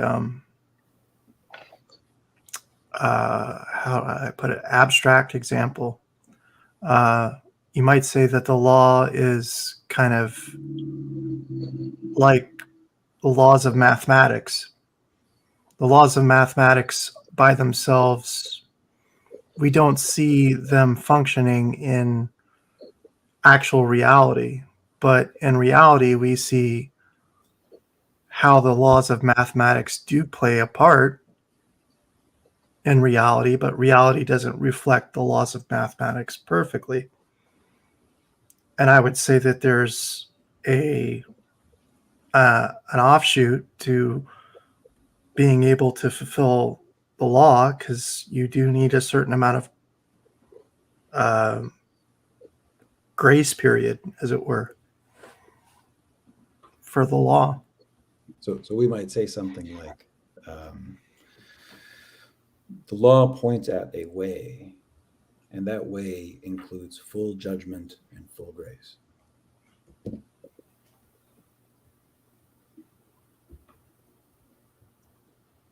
I'm just waiting for Father Stephen to jump in here and bite both your heads off. Well, I would speaking of welcome which, it. I would welcome it. yeah. I would welcome it too. No, I'm sure. Because like one of the things that Father Stephen has surprised me of the most is, for example, his reading of Romans 10, where he says, and he said he got this from Cyril of Alexandria, that the Israel that Paul is talking about being ripped out is actually the 10 tribes and doesn't refer to Judah. It's talking historically. And so Father Stephen is part of what is called Paul within Judaism, which is an understanding that didn't start with N.T. Wright, but N.T. Wright has popularized new perspectives in Paul, which Paul within Judaism takes even further and says that, in fact, Paul was teaching Judaism, just like, because what I have seen and what I think a lot of people have seen, particularly since 4QMMT and the various parts of the Dead Sea Scrolls, is that the Jewish context during the I thought Chris was telling me to speak into the mic. He's telling you to speak into the mic, Mike. Although I hear you fine. The Dead Sea Scrolls have made clear is that the framework of the discussion at the time of Jesus was very, very different from anything, certainly, that Martin Luther imagined. And the idea that, so I feel comfortable saying that Father Stephen would reject the idea that Jesus came to redefine what the meaning of the Messiah was within Judaism, and certainly within the texts, the scriptures of Judaism. I agree. And so, for example, Acts 21, the question becomes, was Paul telling Jews that they should no longer circumcise their children? Yeah, I think he was. The way that we talk about it within the church is whether or not there's circumcision of in the horizontal, it's the circumcision of the heart that the Father is calling for us. That's beside the point. That's completely beside the point. The question becomes. Yeah, in the book of Galatians. No. The question is, if I were to accept Jesus as my Messiah and I were to get married and have a child, should I circumcise my child or not? Yes or no? Well, if you're doing it in the context of the law, then the answer would be no. And that is an interpretation of Paul as a disciple of Satan. So what the way that it's like, can that be something that is beautiful, good, something you should do? It's like, well, whatever you do, whether you do it or not, it's sort of besides the point. No, it's not besides the point at all, Michael. So Paul would make that argument. No, he wouldn't, and he didn't. So in Galatians he does. Well, Father Stephen would like me to believe that that's not what he's saying in Galatians. Well, so what Father Stephen points out by him. So what I've heard him point at is something like, yeah, you're in this like Jewish tradition, like, good, great. Yeah, it's not a question of tradition. No, that's not it. Father Stephen, as I understand him, and I'm pretty sure I'm right, would say that all Paul was saying in Galatians was that Gentiles should not, and because he was an apostle to Gentiles, he was telling Gentiles, no, this is something that Jews do, not Gentiles. Well, it's funny because that's what I think I'm pointing at and what I'm saying, but it doesn't sound like that's what you hear from me. It's not what I hear from you at all, because if this is a commandment, an eternal commandment, like the Bible clearly says, right, that circumcision is an eternal commandment, right, then it's the whole idea that I am not concerned about my salvation, right? I am not concerned about my salvation. I don't think I'm going to hell, right? I'm not good enough to go to hell. Like, it takes, like, you have to be strong enough to defeat God's desires for you to accomplish your damnation, right? The reason I keep the mitzvot, I keep God's commandments, is because he commanded them. That is the only reason why anyone should, in fact, keep the commandments. And if you keep any commandment, solely for the purpose of going to heaven, right, you completely miss the boat, completely. That's just straightforward Judaism. I could show you Mishnahs from here till tomorrow. That is straightforward Judaism, right? If you keep any commandment for the purpose of your salvation, you missed the boat, right? So, I agree. So that's a completely irrelevant discussion to have with any believing Jew. Is, oh, well, you shouldn't do this for your salvation. Well, that's beside the point. I agree. So but when you say you shouldn't do this thing which God has commanded you, you are a disciple of the adversary. You are a disciple of Satan. And if that is how you understand Paul, that Paul came to tell Jews, and he said, and he lied to James, the brother of Jesus, the leader of all of Christianity, in Acts 21, that Paul was there and James confronted him and Paul was a liar. I cannot imagine a more perfect description of a disciple of Satan than your conception of Paul. Here he is. Here he is at the temple, right? He is facing the leader of the entirety of Christianity, James, the brother of Jesus, who is the leader of all the apostles, who lived with Jesus.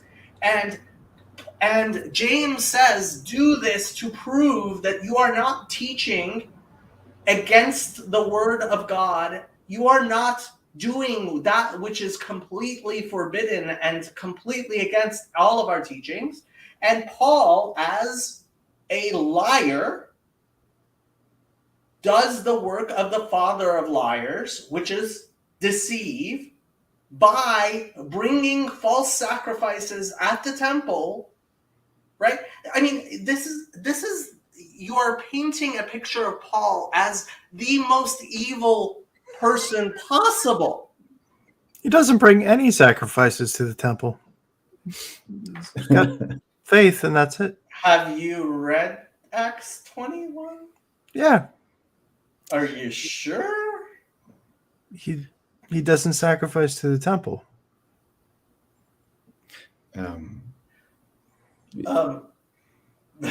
Your reading of Acts 21 is not any I am familiar with or anyone else's either.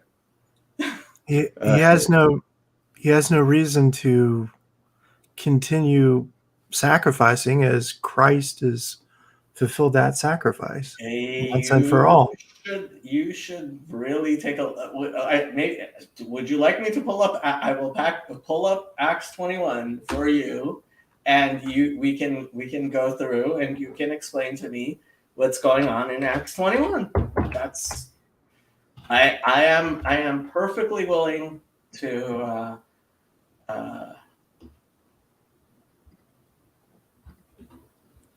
Acts 21, starting at verse. Just for prosperity, can we get out of NIV, please? This is NKJV. Are you sure? This is NKJV. Yes. I think it's at NIV up there. Try ESV. Oh, I'm sorry. Please, good. It is NKJV. Okay. Thank you. Yes, it is not NIV. Okay. Okay. Finished. Now when we heard these things, both we and those from that place pleaded with him not to go up to Jerusalem.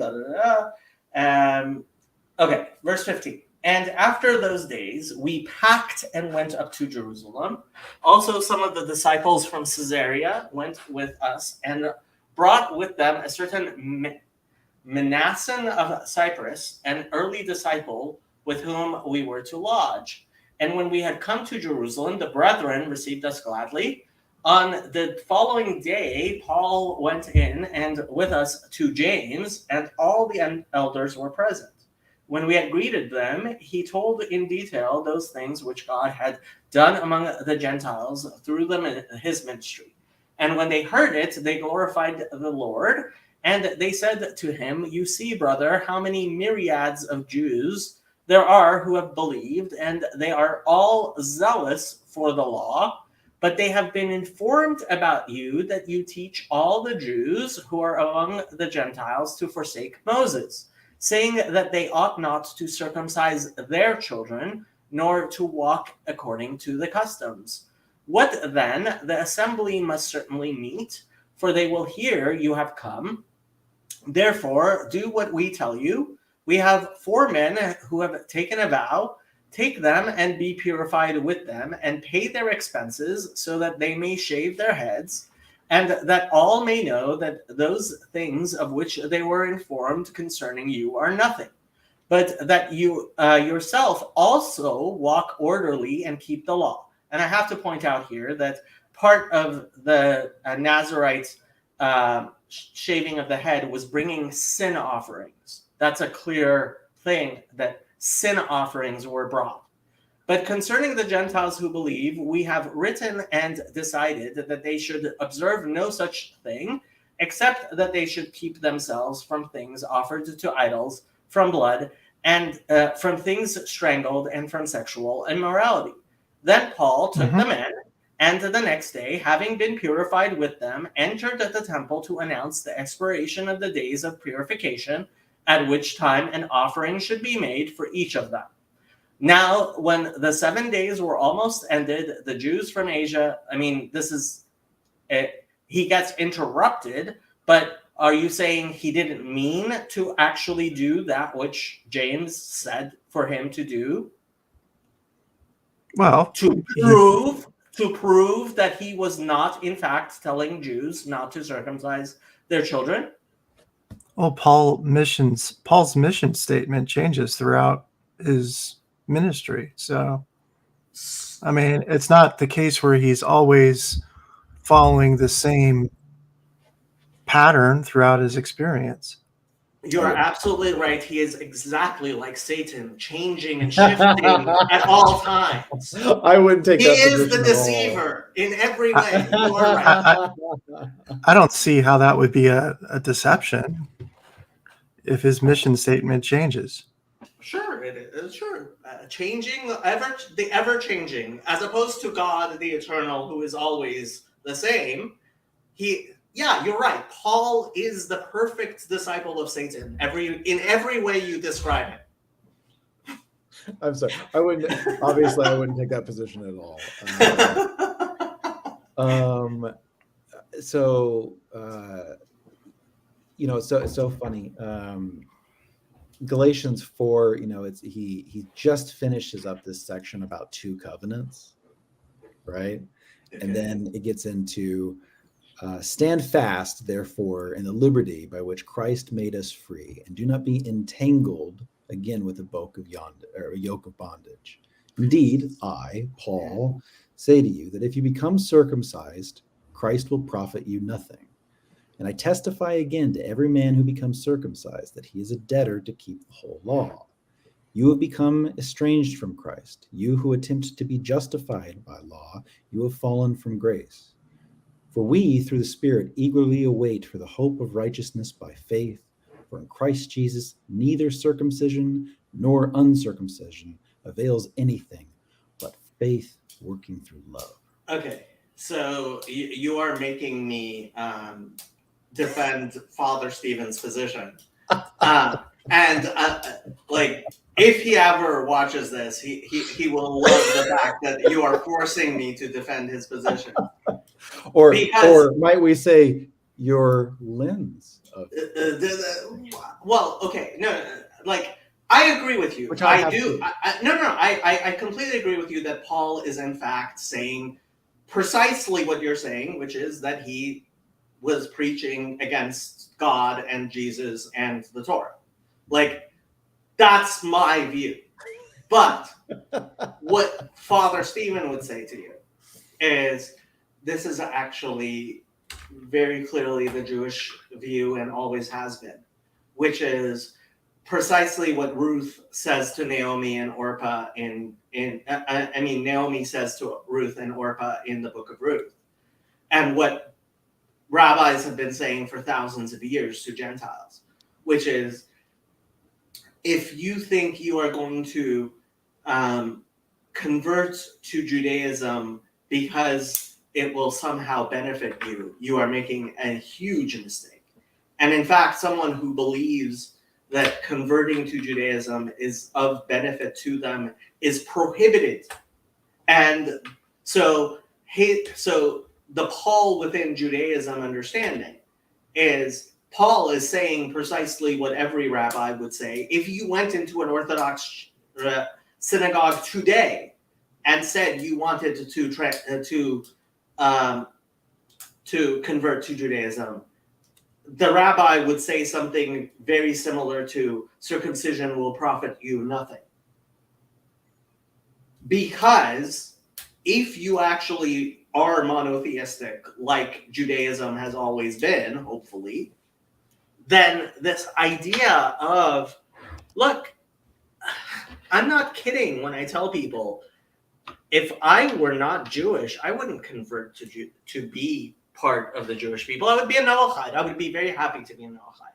In fact, there was a tiny bit of doubt whether my maternal grandmother was Jewish. Tiny bit, but I was holding on to it very bitterly because it was very obvious to me that God did not want me living a Jewish life. And I wondered maybe that was the reason until mtDNA came out. And it was possible to clear up that doubt. Mitochondrial DNA is only inherited from your mother. And I sent in my mtDNA to be tested. And I kid you not that while I did not pray that I was not Jewish, I was close to praying that I was not Jewish. And if the results had come back that I was not, I would not have converted. I definitely would not have converted. And that's because I have an understanding of Judaism, which has always been the understanding of Judaism, which is completely wrong. like the completely wrong conception Christians have of Romans 10, right? It's like, oh, the Jews are saved, the Gentiles are going to hell, and there's been some sort of change in that, and now the Jews are going to hell and the Christians are going to heaven. And there was, I mean, the whole framing is just so not monotheistic in any way. Like, it is impossible to make it jive with the Old Testament. The idea that the God of Israel is only the God of Israel is impossible to jive with the book of Isaiah. Like, how do you read the book of Isaiah at all and have an understanding that the God of Israel is going to damn all Gentiles to hell? It's like impossible. The only way you can believe this is if you have never, ever, ever opened the book of Isaiah. That's one position. It's so funny. You're like in direct dialogue with Galatians 5. It's so funny. You're right, Paul. You ran well. Who hindered you from obeying the truth? Right. The section is love fulfills the law.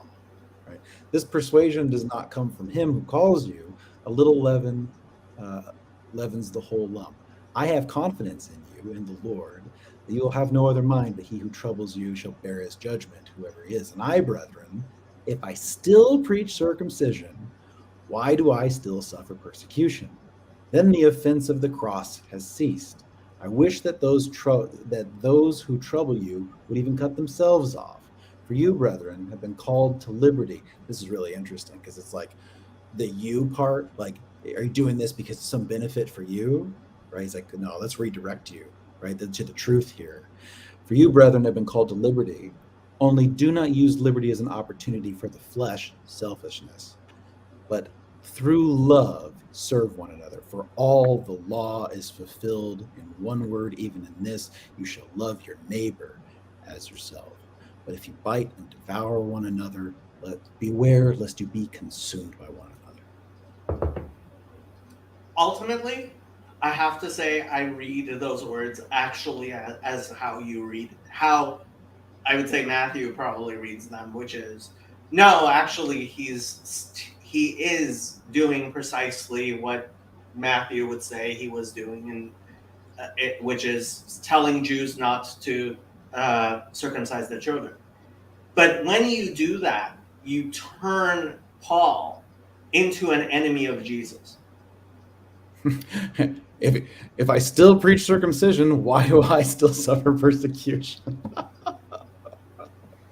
Like, and so he's like, okay, well, let me clear this up, right? Because what's the spirit of the law here, right? And so he goes, I say then, walk in the spirit, and you shall not fulfill the lust of the flesh, right? Which is the real disobedience to that which is the highest. For the flesh lusts against the spirit. Sorry, go ahead. I mean, so this is how Christianity has created Noahites where they never existed before. Because all of the, like, when most Hindus and people from other religions decide that Judaism is true, and they decide, oh, I want to be Jewish. And when they come to a rabbi and say, I want to be Jewish, the rabbi convinces them, okay, you know what? You don't need to, and kind of pushes them away. And some of them still convert and some of them don't. And that's basically how we've lived for the past 2,000 years. But now we get Christians who come and they say, oh, I believe Judaism is true. And we tell them, you don't have to convert to Judaism. And because of the preparation in Christianity, they have, in fact, and that's why, like, the Noahide movement is almost completely former Christians who are like, okay, Rabbi, I will do precisely what you say. You told me not to convert. I won't convert. Now what? And the rabbi's like, hold on. I figured you would go away. And like, I have actually had this conversation. I remember I was talking to my rabbi about Noachides, and his daughters were listening to the conversation. And they're like, they didn't understand. They're like, well, why are these people, if they're Gentiles, why are they asking rabbis questions? And it was like, well, because they believe in Judaism. And they're like, but why don't they go to their, like, they couldn't get it either, right? It was actually quite interesting because they had the same framework of like, okay, either you believe in Judaism and you're a Jew, or you don't believe in Judaism and you're a Gentile. But how'd you end up being a Gentile who believes, like, what is this thing? I love this so much because you're hitting on two really important notes here that like the rest of the chapter finishes out on, right? Okay. Like the nature of truth, right? And the manner in which the law is fulfilled. So again, all the law is fulfilled in one word, even in this. You shall agapeesis, right? Your neighbor as yourself, right? And then the finishing out is the walking in the Spirit. And, I just, this section of this has been consumed me for the last year. I say then, walk in the Spirit, you shall not fulfill the lust of the flesh. This section is like I told my parents back last August, the way this struck me was like a manual for discernment about the nature of truth, right? So you start off with this North Star. All the law is fulfilled in love your neighbor as yourself. So that's our North Star. It's like, how does that manifest, right? So I say then, walk in the Spirit. You shall not fulfill the lust of the flesh. For the flesh lusts against the Spirit, and the Spirit against the flesh. These are contrary to one another, so that you do not do the things you wish. But if you are led by the Spirit, you are not under the law. Now the works of the flesh are evident, which are adultery, fornication, uncleanness, lewdness. I don't have to go through the whole list here. And of the like, which I tell you beforehand, just as I told you in the past, those who practice such things will not inherit the kingdom of God. But the fruit of the Spirit is in love, joy, peace, long-suffering, kindness, goodness, faithfulness, gentleness, self-control. Against such there is no law. And those who are Christ's have crucified the flesh. Mortify your flesh, right, with its passions and desires. If we live in the Spirit, let us also walk in the Spirit. Let us not become conceited, provoking one another, envying one another. So I gave you one of my old fringes for my talit. And thank you. You're very welcome. Because Will, who's a guy in this little corner,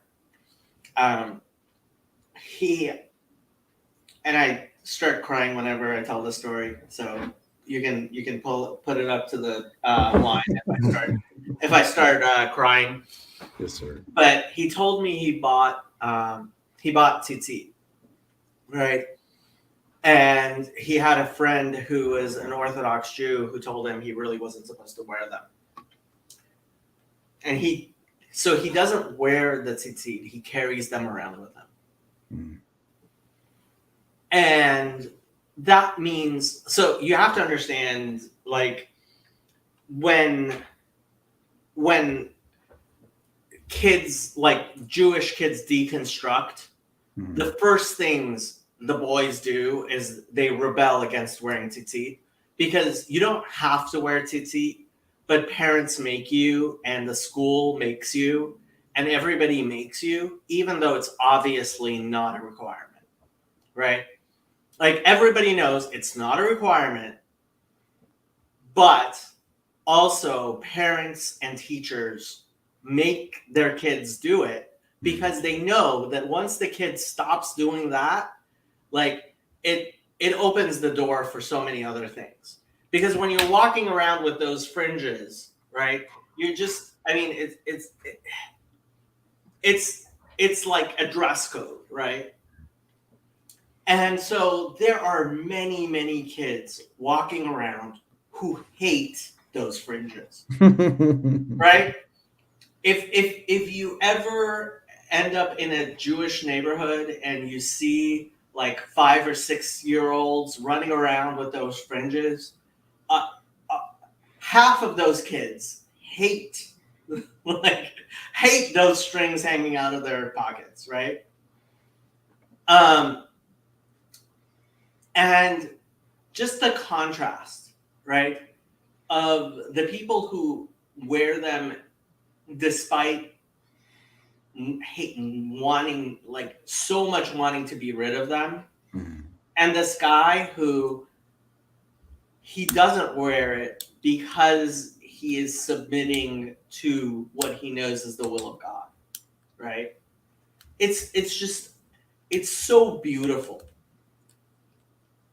It's so absolutely beautiful that he decided, okay, I'm not going to wear this, right? I mean, I hate to say this, but usually when they're sold to Christians, they're sold at twice the price, if not more, right? There are Christian websites which sell talits to Christians, and yeah. And so, like, he spent good money buying this, and he doesn't wear it, like, because he is accepting, like, okay, this is what God wants. Like, if God wants me to wear it, I'll wear it. If God doesn't want me to wear it, I won't wear it, right? It's the most beautiful thing in the world. And yeah, William's right. Like, usually, but the ones they sell are not kosher. There's a reason I cut those off like, I wanted to make sure to put on my own because I like putting on my own, but also I don't really trust the people who, because, like, it's work to put them on, and, like, you're supposed to put them on intentionally, and so whatever. Anyway, yeah, so yeah, selling non-kosher talit all the time pisses me off. So it's funny. It's like this is exploring the idea of liberty, right? And so earlier, right, for you, brethren, have been called to liberty, been called to liberty. Only do not use liberty as an opportunity for the flesh or selfishness, right? But through love, serve one another. It sounds like a circumcision of the heart, as it were. Look, I completely agree with you. I think ultimately he was making excuses for Jews not doing what they're supposed to be doing. But I can also argue the other side where I would say, no, he actually wasn't a disciple of Satan. Right in Look, Christ, you cannot tell me that like, because whatever reasoning you can give me, all the nice reasoning you want for why not. Oh, I actually care about God. That's why I eat ham sandwiches, right? It's like, no, like, that just doesn't work. There's no spirit of the law outside the letter of the law, because God wrote the law, right? It's one thing to talk about a human law, right, where the spirit and the letter don't match up. But when you say that the spirit of the law of God doesn't match the letter of the law of God, all you're telling me is you believe in a God who is bad at making laws. Well, I mean, if not eating ham sandwiches would help you in your thinking, I think that Paul wasn't saying right. So you're making it conscience, right? If my conscience is bothered because I am of weak, like, faith, I am of such weak faith that I have to listen to God, and I am of more great faith if I do the will of Satan. Yeah, you're absolutely right. Christian liberty. Yeah, it's beyond liberty. It's works of the flesh are evident, right? It's adultery, fornication, uncleanness, lewdness, idolatry, sorcery, hatred, contentions. Like what we point not eating pork, but anyways, is not eating pork is uncleanness. I mean, so I don't think you're making it in a Jewish context. You're not making a very good argument when you say those things do not include the works of the law. So what Paul is definitely getting at here, right, is like a spiritual warfare and modes of being that we see, right? And so you see all these works of the flesh, and I'll tell you, almost everything in that list is something that I've made an idol in my life. Every single one of them, and I've been in bondage to every single one of them too.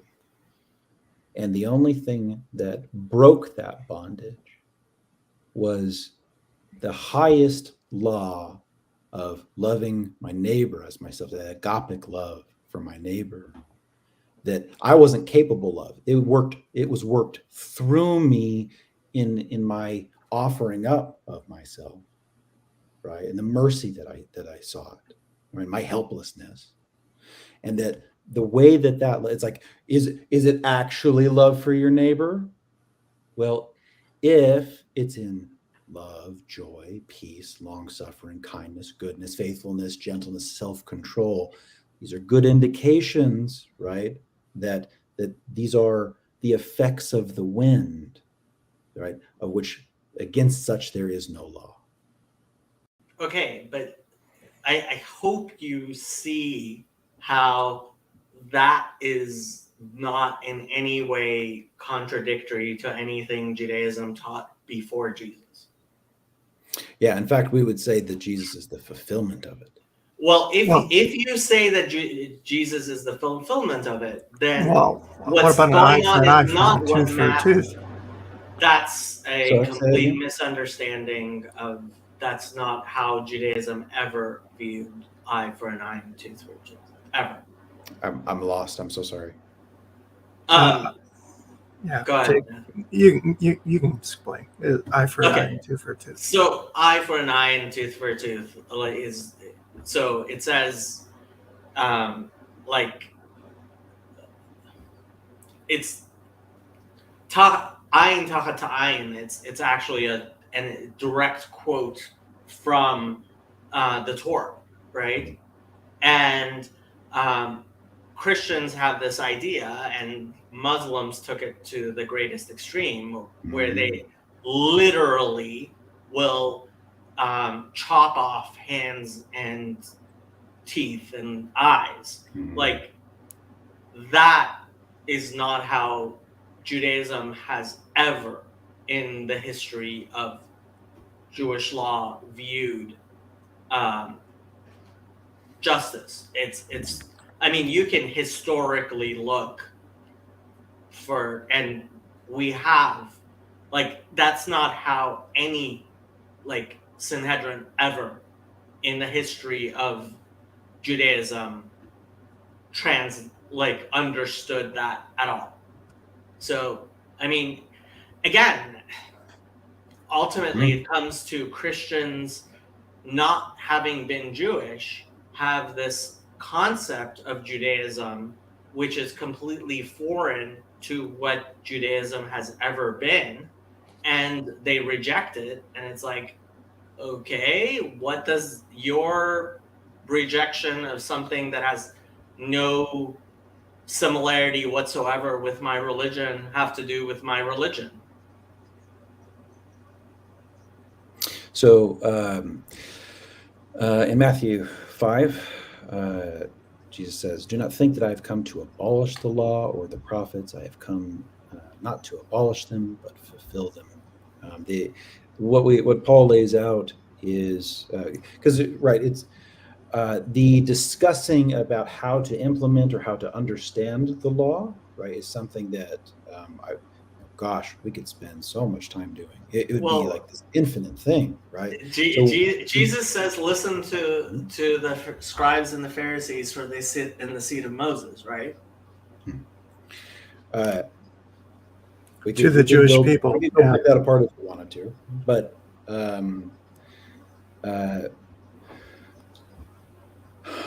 in what Paul is trying to point out in Galatians 5 is the manner in which we encounter being crucified with Christ, right?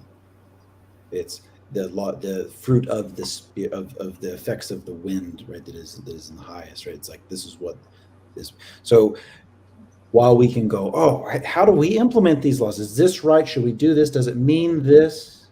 It's like in Christ we see the guiding North Star that is the light bearer that gives light to all of it. It goes, oh, to love one another, right? And to agape the other in self-control and kindness and gentleness and joy, right?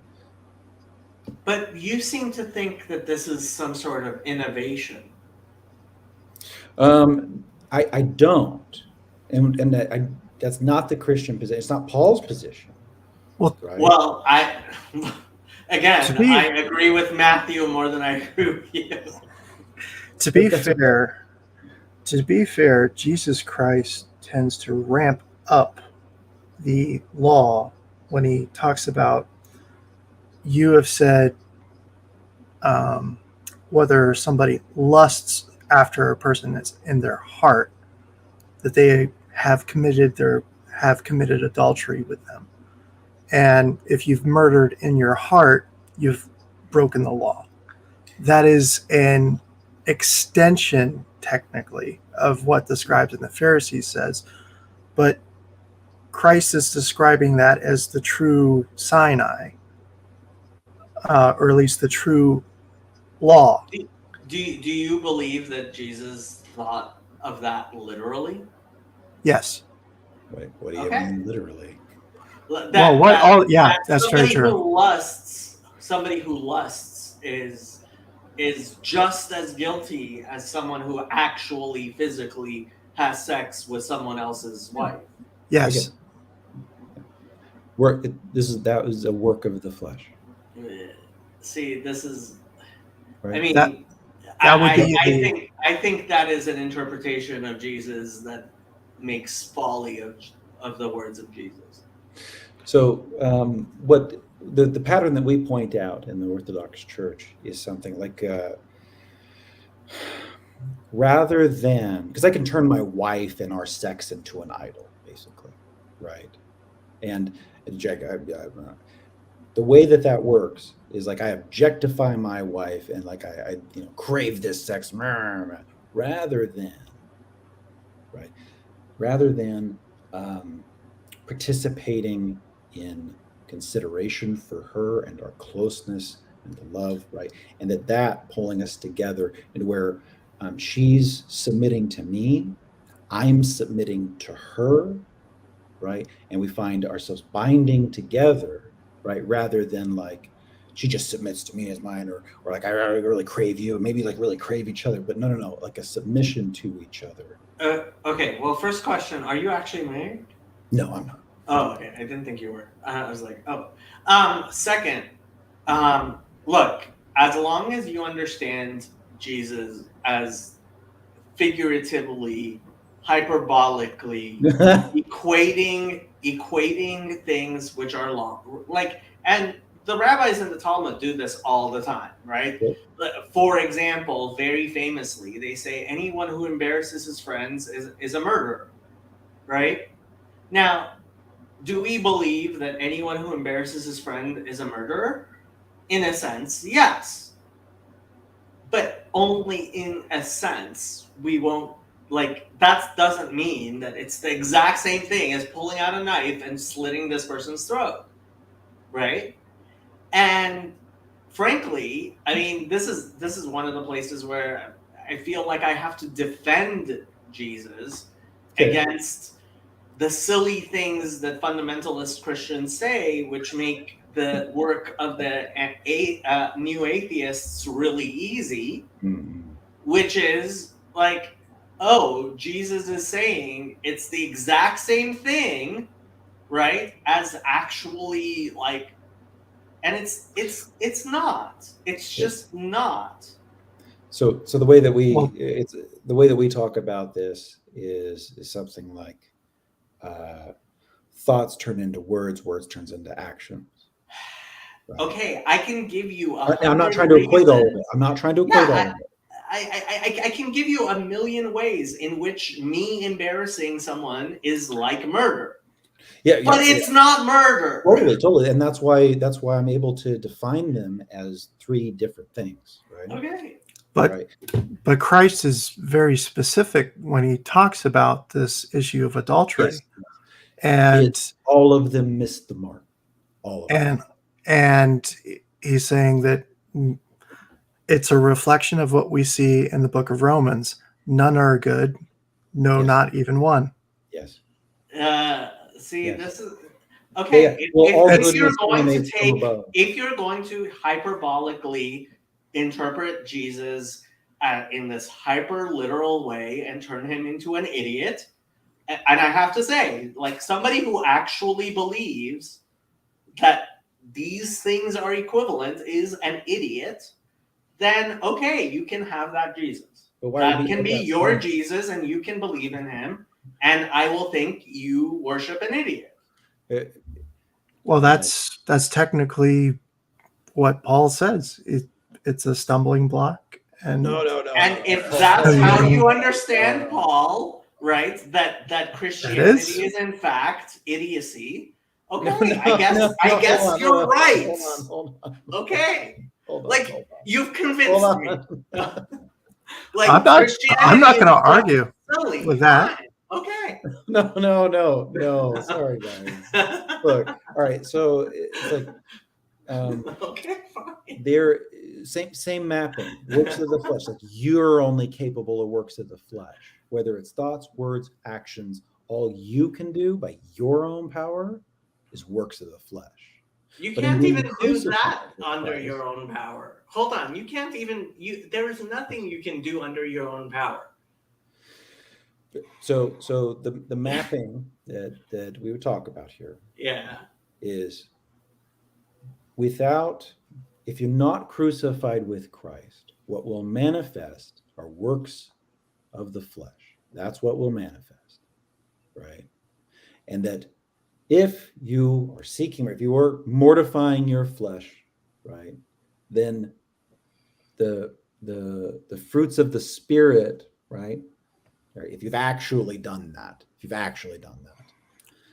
then the fruits of the Spirit are what manifest instead, right? Now, all of it, right? So it's like, no, not one. No, not one's good. Yeah.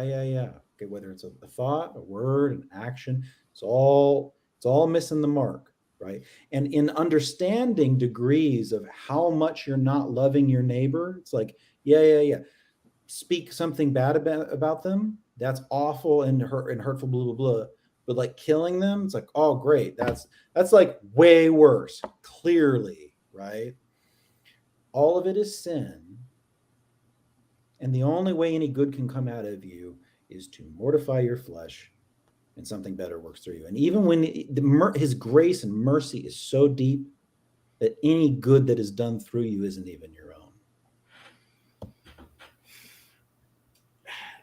I just feel like this. These are the types of arguments that I'm used to having with Christians, and it's like, okay, you win. Like Christianity is silly. No, I honestly like it's like, okay, you want to convince me that Christianity is silly. I'll agree with you.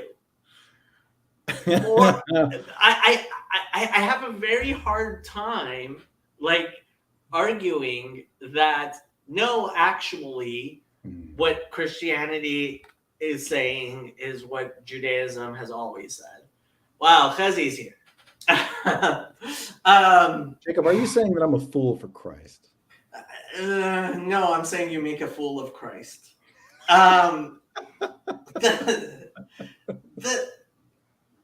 Look, how I understand Father Stephen, and what makes my conversations with Father Stephen so very different from my conversations generally with Christians, is that I think he comes from a point of view where his understanding, and I was very, very surprised to learn that he hasn't studied Rabbinic Judaism. I thought he was very well studied in Rabbinic Judaism, and that's why he presented a Judaism as it existed before Jesus, which was reasonable and an actual way of viewing God and Judaism. And he had a Jesus which was a culmination of a reasonable view of Judaism. I was trying to explain this to Trey on Friday. When I always thought, in speaking to Christians and trying to understand how they understood the God of the Old Testament, I always thought that the reason Christians could understand the God of the Old Testament as being such a horrible, terrible, disgusting tyrant was because they were, in fact, Marcionites. That wasn't their God, and they rejected it. And so they thought, oh, this horrible God we don't believe in is horrible, disgusting, and a tyrant, right? And it was absolutely shocking to me to find out that there were Christians who not only believed that the God of the Old Testament was in fact this tyrant, but that was their own God. It was really dumbfounding to me. Okay. And so I thought that Father Stephen had studied Judaism, seen that Judaism has an accurate view of God, a God that is merciful and loving and, everything that I think God is. And so he was trying to introduce this into Christianity. And to my great surprise, what I found out was, no, he actually had only studied Second Temple Judaism before. He had studied the scriptures, and I actually now know several Christians like this, including William, including Jason, right, who actually really, truly studied the Old Testament, right? And they saw the loving God of the Old Testament, right? What Jason says to me, right, is when Jacob describes Judaism, I just always thought that was just Christianity, right? Like when I describe Judaism to me, he thinks, oh, that's what I always thought is Christianity. And for Father Stephen, similarly, like what I describe as Judaism, to him, he thinks that is Christianity. And he thinks that Jesus was, in fact, teaching Christianity / Judaism as it existed before Jesus. Because he sees Jesus as the Jewish Messiah.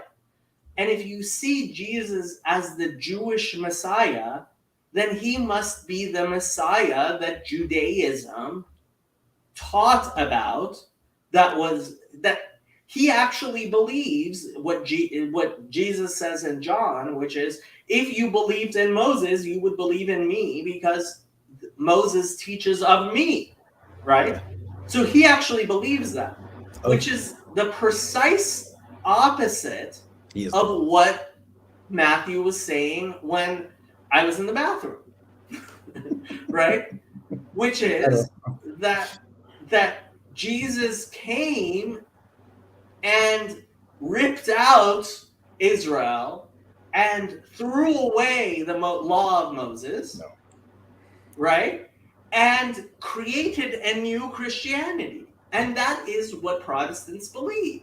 I know. Let Matthew respond. Please. Yeah, he fulfilled the law on the cross.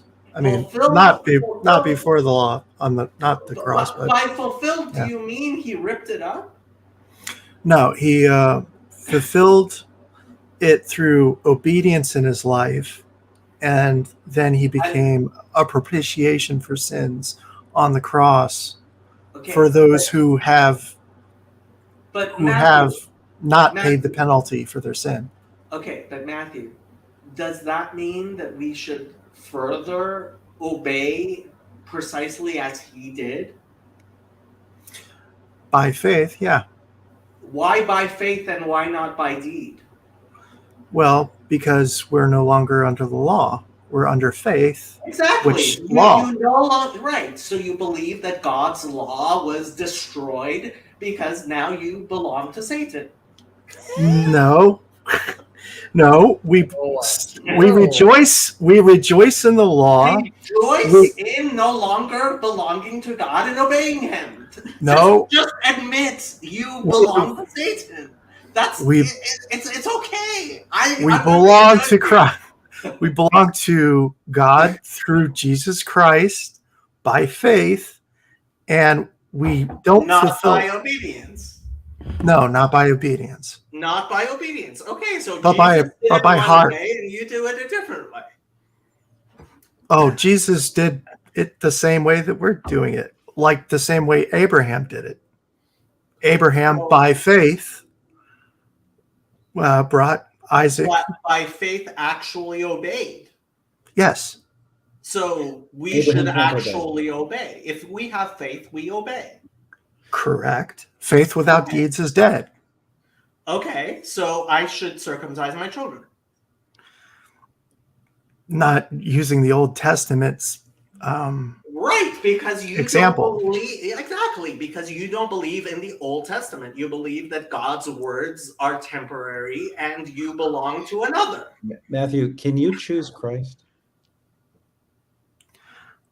Yes, after he chooses us. He chooses us. Right? Yes.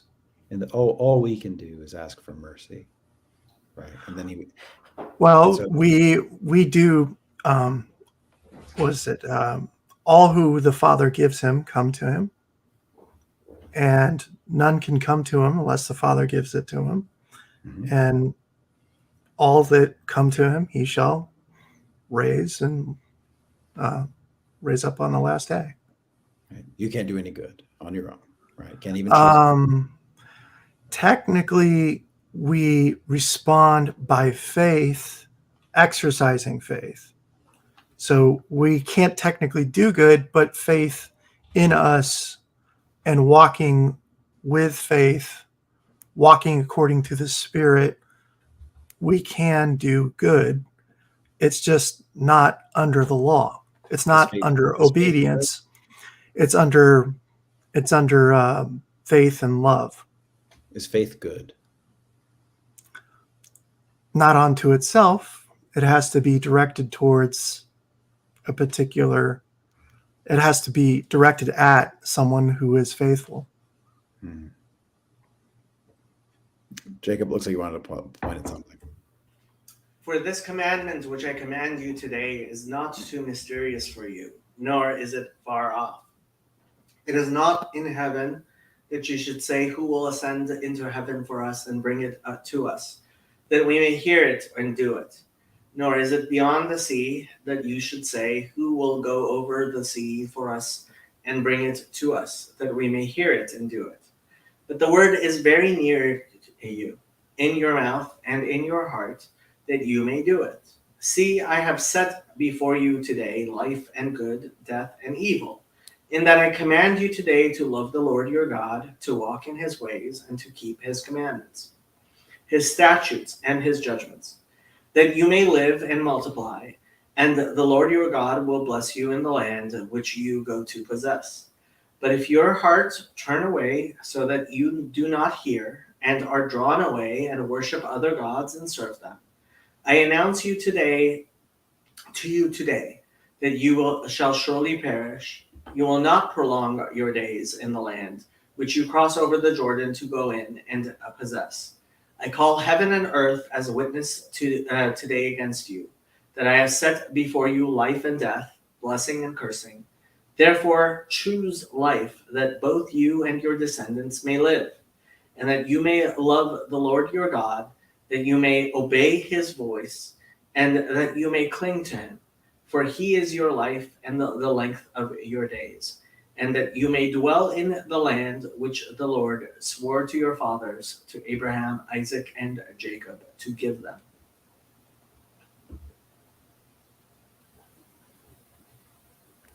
Random question, Jacob. How dare you speak up after half an hour? Or has it been like an hour? Yeah, that's how it be, you know.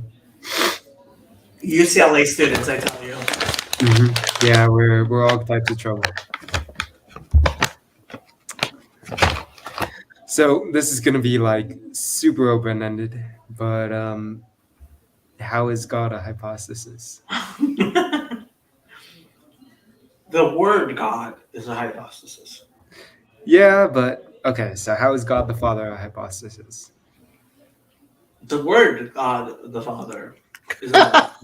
Oh my gosh. No, he's right. Father is a hypostasis. It's hypostases all the way down. Oh my gosh. In a sense, that's true. It's like if you can talk to it.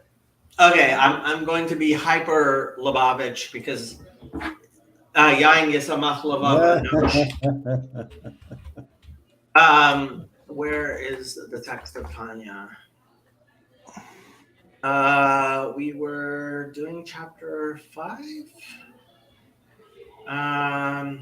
Yeah, here we go.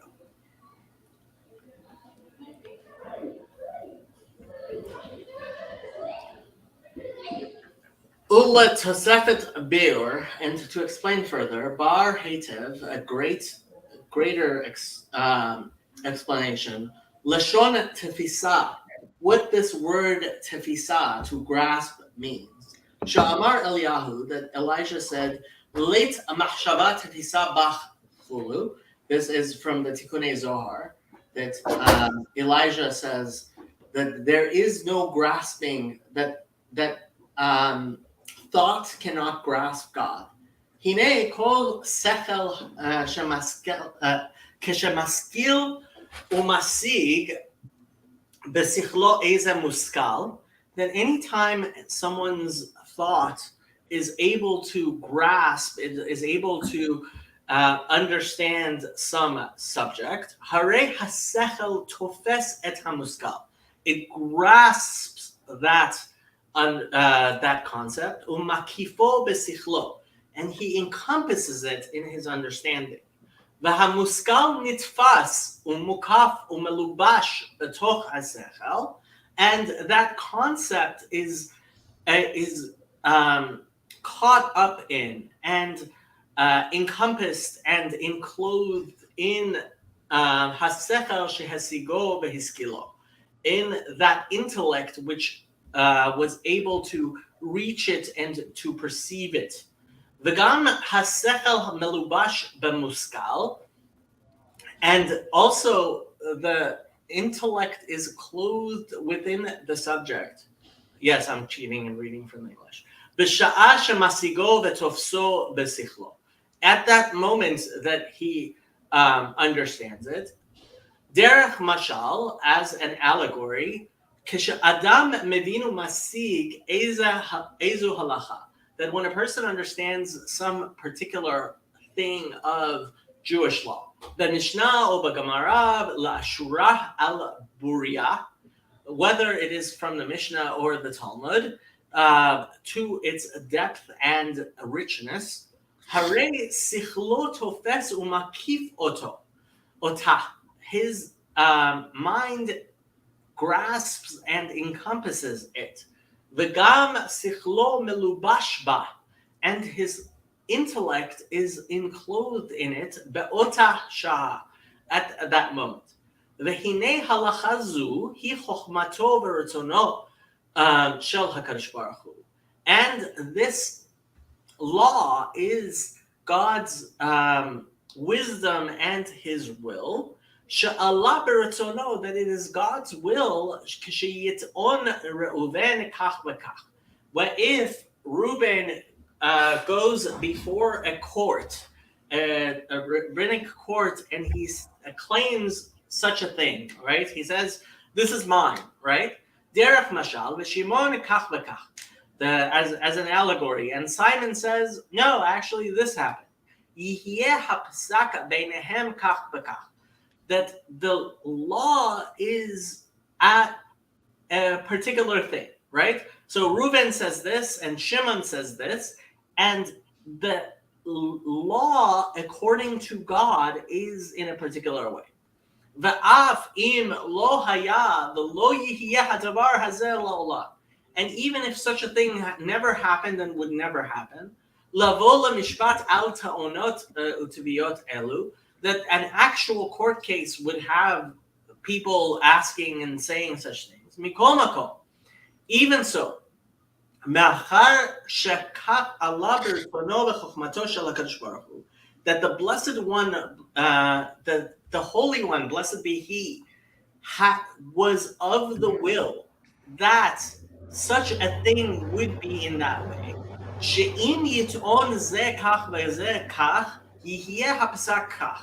That if one person would say such thing and another person would say such thing, then the ruling would be in a certain way, the verdict would be in a certain way.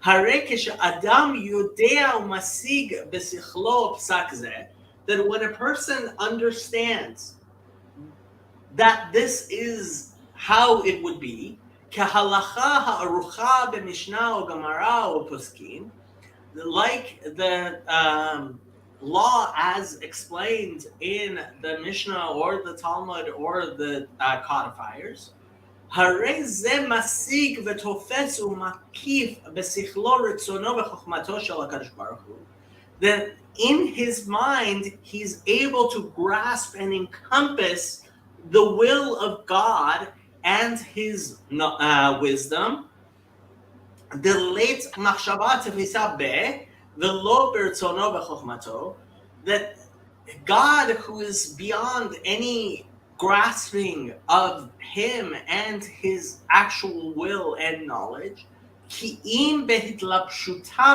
בהלכות הערוכות לפנינו, right? The only way that we can truly understand God's will is God says Jacob should circumcise his children, right? I don't understand God.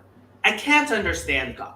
But God has this will that I should do such a thing in such a situation. And in the fact that I understand that that is the will of God, v'gam sichlo melubash bahem, then my mind becomes enclosed in the will of God. V'hu yichud nifla she'ein yichud kamohu. And this is a unification that is wondrous, and there is no unification like it. V'lo be'erko nimtza klal gashmiut. And there can be no comparison to it found in materiality.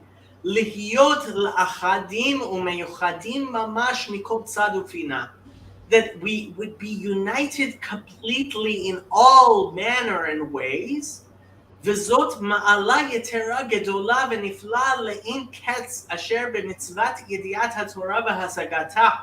And that is the greatness of the Torah that is infinite and wondrous in knowing God's will through the mitzvot, al kol ha-mitzvot ha-ma'asiyot, that all of the physical commandments that you could do, va'afilu al mitzvat hatuliyot bedibur, and even those commandments which you could say with words, va'afilu al mitzvot talmud Torah shebedibur, that even the reciting the words of the Torah, right? Ki al yedei kol mitzvot shebedibur ma'aseh hakadosh baruch hu malbish et hanefesh umakifa or Hashem merosha va'ad ragla, right? That when I know that this is what God's will is, and I do it, or I even say that this is God's will, right? It's not a complete unification as when I know in my mind that this is God's will, and I understand that this is God's will, and then I practically make it happen, then I am in fact, in a very real sense, representing God in the world. ובידיעת התורה מלבד שהשכל מלובש בחוכמת השם, הנה גם חוכמת השם בקרבו. It's not only that we are enclosed in God's wisdom, but that God's wisdom is within us truly. מה שהסגל משיג ותופס ומקיף בשכלו, מה שאפשר לו לתפוס ולהשיג מידיעת התורה.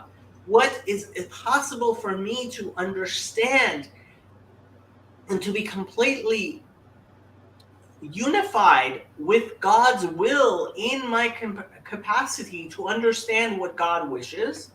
Ish kefi sichlo v'koach yediato, each man according to his mind and his capacity to understand. V'hasagato b'pshat remez drush sod, in the 4 ways of knowing that we discussed earlier with Ted. V'lefi shebiyediat Torah, and because in the knowing of the Torah, hal Torah melabeshet benefesh ha'adam v'sichlo mukefet betocha, lachem nikret b'shem lechem umazon hanefesh. And because this understanding, it is called bread and nourishment to the soul. Ki kamosha halechem hagashmi zan et haguf. Just like when you eat bread, it nourishes you. Kishamachniso betocho v'kirbo mamash. That it comes into your body truly. V'nepach sham lihyot dam ubasar kebisro. Right? And you digest it and it becomes a part of you completely. And so you would be able to live and be a human being because you took that piece of bread and you digested it and it became a part of you. Similarly, in knowing the Torah, and grasping it within your soul itself, that you understand it completely in actually comprehending it,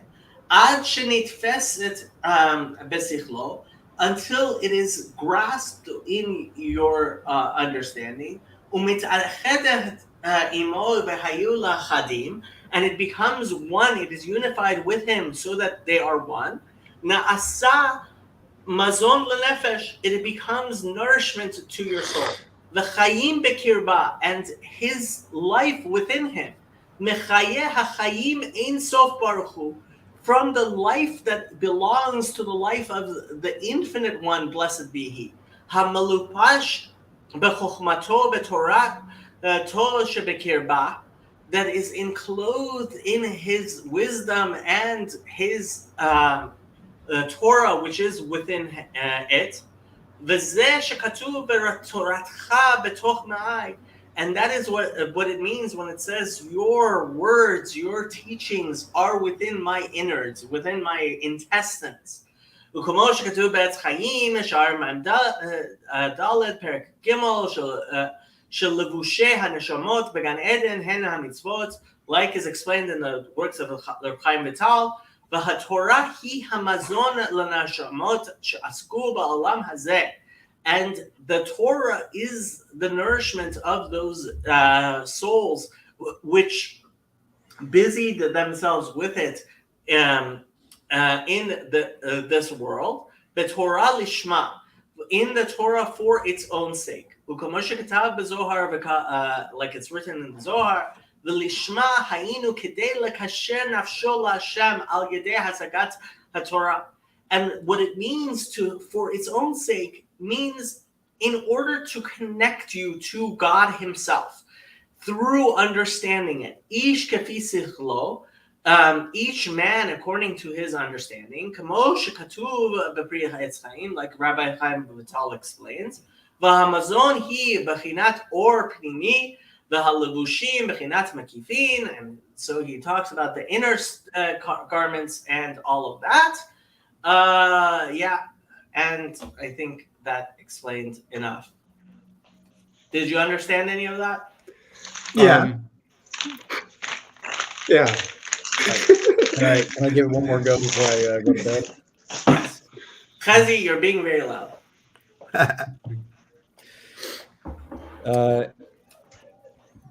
If the result of that process doesn't orient towards love of the neighbor higher than myself, which is the highest form of me, Right.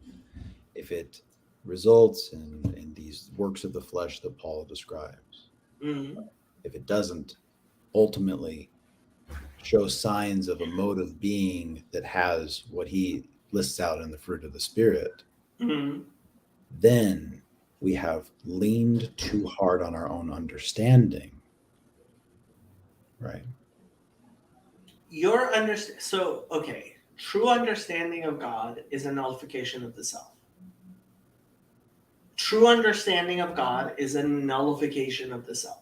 Yeah. Right? So when Paul talks there about crucifying your flesh, right, it's to be crucified with Christ, and it's not just like a full emptying of self or like an ego death kind of thing, right? But it's like submission of the self to walk with. Walk in the way that Christ walked. Yeah. Okay, and the way Christ walked was if Christ had a baby boy, he would have circumcised him. So Christ was a circumcised one. If Jesus had a son, he would have circumcised his son, right, Matthew? He was cut off for everyone else's sake. He is the symbol of circumcision. All right, Jacob, if you don't want to engage with me, it's fine. No, I mean, look, you're not saying anything different from what I'm saying, as I understand it, Michael. All right. Well, I think that what Paul's getting at is that when what I don't hear in everything that you just read and what I often struggle with is like, okay, I could see how that easily turns into trying to understand whether you are deciphering the letter of the law correctly. Now, we might say in truth, the highest letter of the law actually does result in the fruit of the Spirit, right? That maybe we would agree there, right? Jesus, hold on, but Jesus says this clearly. I mean, Mark 12 may be one of the places where I was. I mean, Acts 5 and Mark 12 are probably the two places where I was most surprised in reading the Christian Bible and thinking, okay, like, what is the problem here? Like, did Christians not read their own Bible? Because so Mark 12, You got verse 28. Honestly.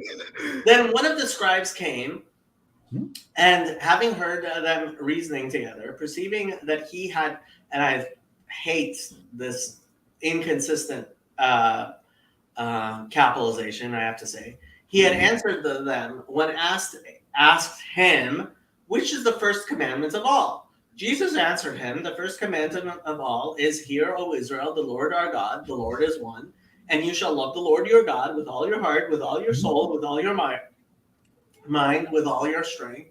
This is the first commandment, and the second, like it, is this: you shall love your neighbor as yourself. There is no other commandment greater than these.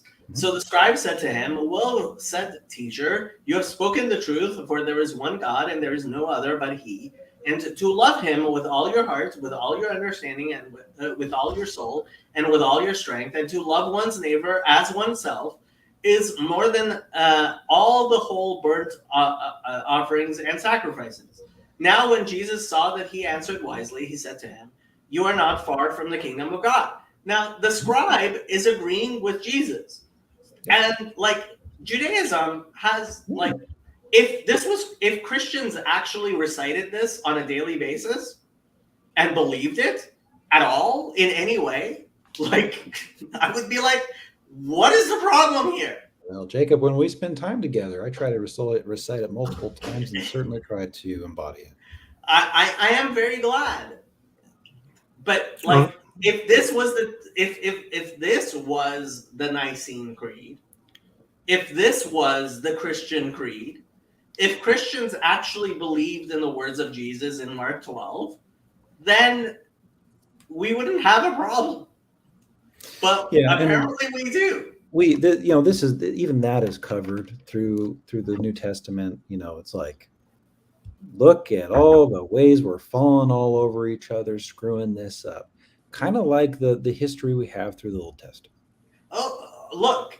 Okay, so the idea that Jews fall short of the Torah is not news to a Jew. Absolutely. What is news is when Christians say that is reason to tear Israel off the tree. No. Okay, I'm going to leave this up to you, Michael. Should I pour more wine or not? I'm thinking not. I have to go to bed. Yeah. Okay, you're going to bed. I'm going to not drink the rest of this wine. I think I better call it too. But it was a great talk, though. Thanks for having me on. You are always welcome, Matthew. Good to meet you, Matthew. Yep. Love you all. Take care. Andrew, good to see your face. Andrew, did you actually do your homework? I'll see you, Michael. Yes. You did your homework. Mm-hmm. You don't sound very convinced. Yeah, I did all of chem. I have half a week left of math to do. So, Okay. Hey, I am a big fan of actually rewarding yourself for like making progress. That's very, very important and good. Wonderful. Wonderful. All right. Let me try. Let me say something and see. How dare you say something, Andrew? You're not allowed to say anything on my channel. Tell me if it lands, though. So before the contraction, you can't tell whether there was a contraction because there's no idea of space because everything's infinite. After the contraction, from God's side, there is no contraction. Okay. The contraction itself is a veil, right? That's the infinite light. The infinite light is infinite even after the contraction. Mm-hmm. It just appears. So that is what we mean when we say that God hides his face, right? Because God's face is always there. But in order for us to exist, God's face has to be hidden from us. Because if it were not hidden, then you could never be the putz that you are and not do your homework when you're supposed to. So is the contraction hypostasization or something? No, No, it is in fact the contraction is the possibility of there being hypostases, because all that actually exists is the ideal. All that actually exists is the ideal.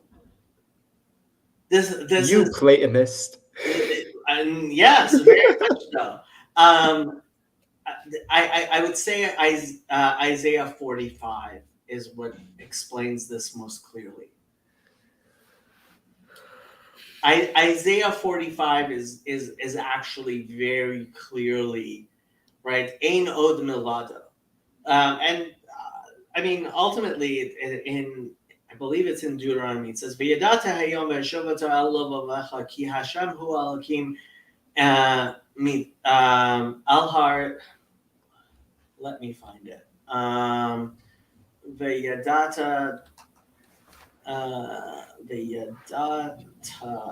hayom. I should probably show you guys what I'm looking at. V'yadata hayom v'ashavota el levavecha ki Hashem hu ha'elokim b'shamayim mima'al v'aretz mitachat ein od. Deuteronomy 4:39.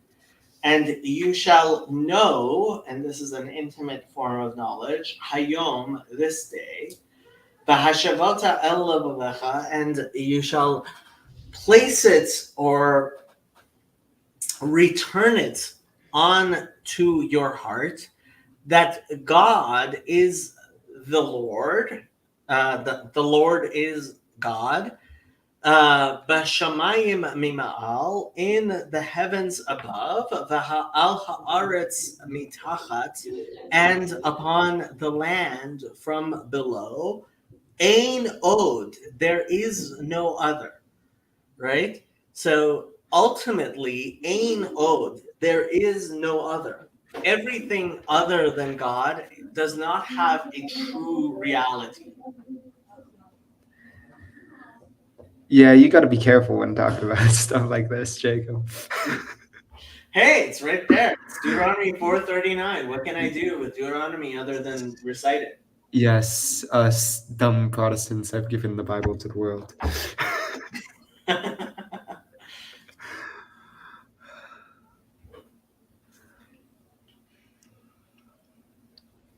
It's potent stuff. What can I tell you?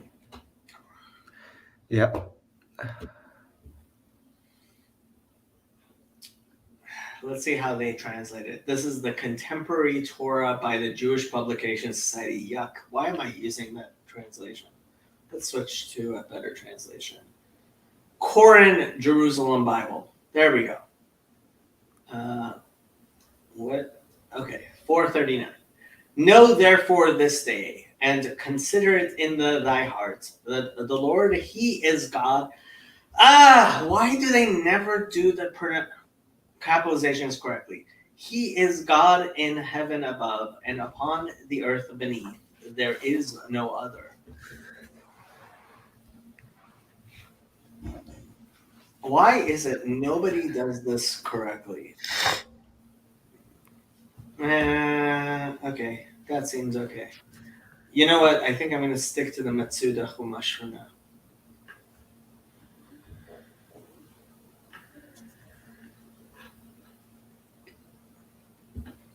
Chazi, you must have stuff to say. Hello, Charlie.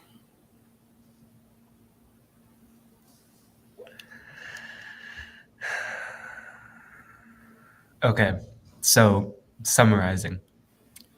God's a hypostasis because we know God by hypostases, and it's all hypostases are, well, everything is according to God's essence.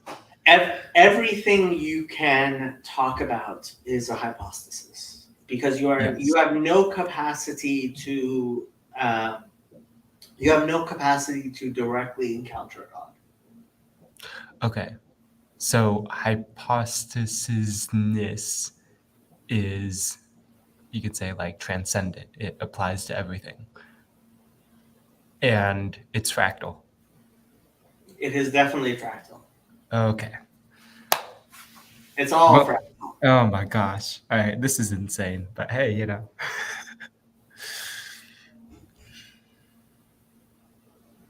But there's a kitty right there. And Yeah. that's really cute. Mm-hmm. And that's important.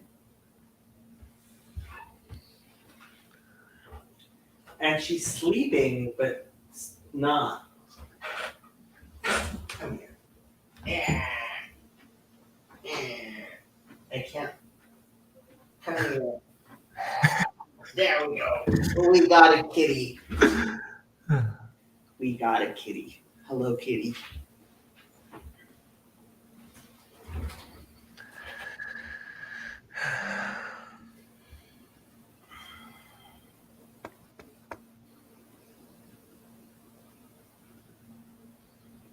The whole world is looking at you. You know, today's National Corgi Day. National what day? Corgi Day. Corgi Day? I do not have a corgi. You have a corgi. Yes, sir. Did Hallmark come up with National Corgi Day? I wish, but no.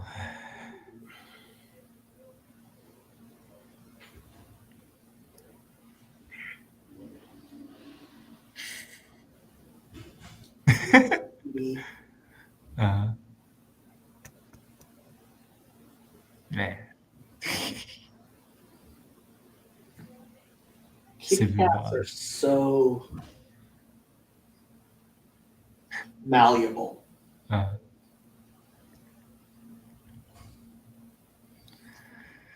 She's still shaved from her spank. Although she's getting more now. She's getting more hair on her belly. And I think the scar is mostly healed. Hezzy! How's it going, Hezzy? Hello, Andrew. Hello, Jacob. How are you doing, Hezzy? Good morning. How am I doing? I am doing well, thank God. I heard Jacob. It's funny when I see you like reading out 10 minutes worth of like Hebrew text. Then to see the people. 10 minutes? It was only one chapter of Tanya. Come on. Yeah, it's all good. It is curious, though. I understand your point. When one makes you wonder when you read those things, or when you read, like you just said, like in Acts, where the confusion starts. But at some point, things got a little crazy. I was also listening yesterday, about Andrew becoming a deacon, but he's not 6 years old, but he's old, but he knows more than the priests, but he's tall. They think he's the priest. You have to understand. You have to understand. Like, okay, all these people are short Egyptians, right? And he's like this really tall guy, and he's like taller than the entire congregation by at least a head, right? Like everybody comes up to his shoulder, and yeah. Yeah. So he must be the wise man. He must be. He must be. Except actually, the priests, like the official. What's his role? What's his? He has a thing other than just priest, right? He's the hegemon. He's a hegemon. Yep. Mm-hmm. Hegemon. Mm-hmm. So the hegemon is also very tall, but like Andrew and the hegemon are the two tall people, and unlike most people, Andrew just hugs the hegemon as opposed to kissing his hand. You should not hug the hegemon. Yeah. You see, the problem is that, like, I think, during COVID, they all made like whatever half measures to kissing the priest's hand, right? So like they tap the hand and then like you bring it up like this, right? That's older than COVID. That's older than COVID. We have similar things in Sephardic synagogues because in the old country, people actually bowed down and kissed their hand, and now the priests, the rabbis and the priests, all bring their hands up, so people don't have to bow very hard, right? Mm-hmm. But you'll notice the old people, when the priest is sitting down, they will still bow all the way down and kiss the priest's hand. Mm-hmm. I was actually paying attention when I was at your church. Yeah, it's very similar to what I've seen at synagogues, at Sephardic synagogues.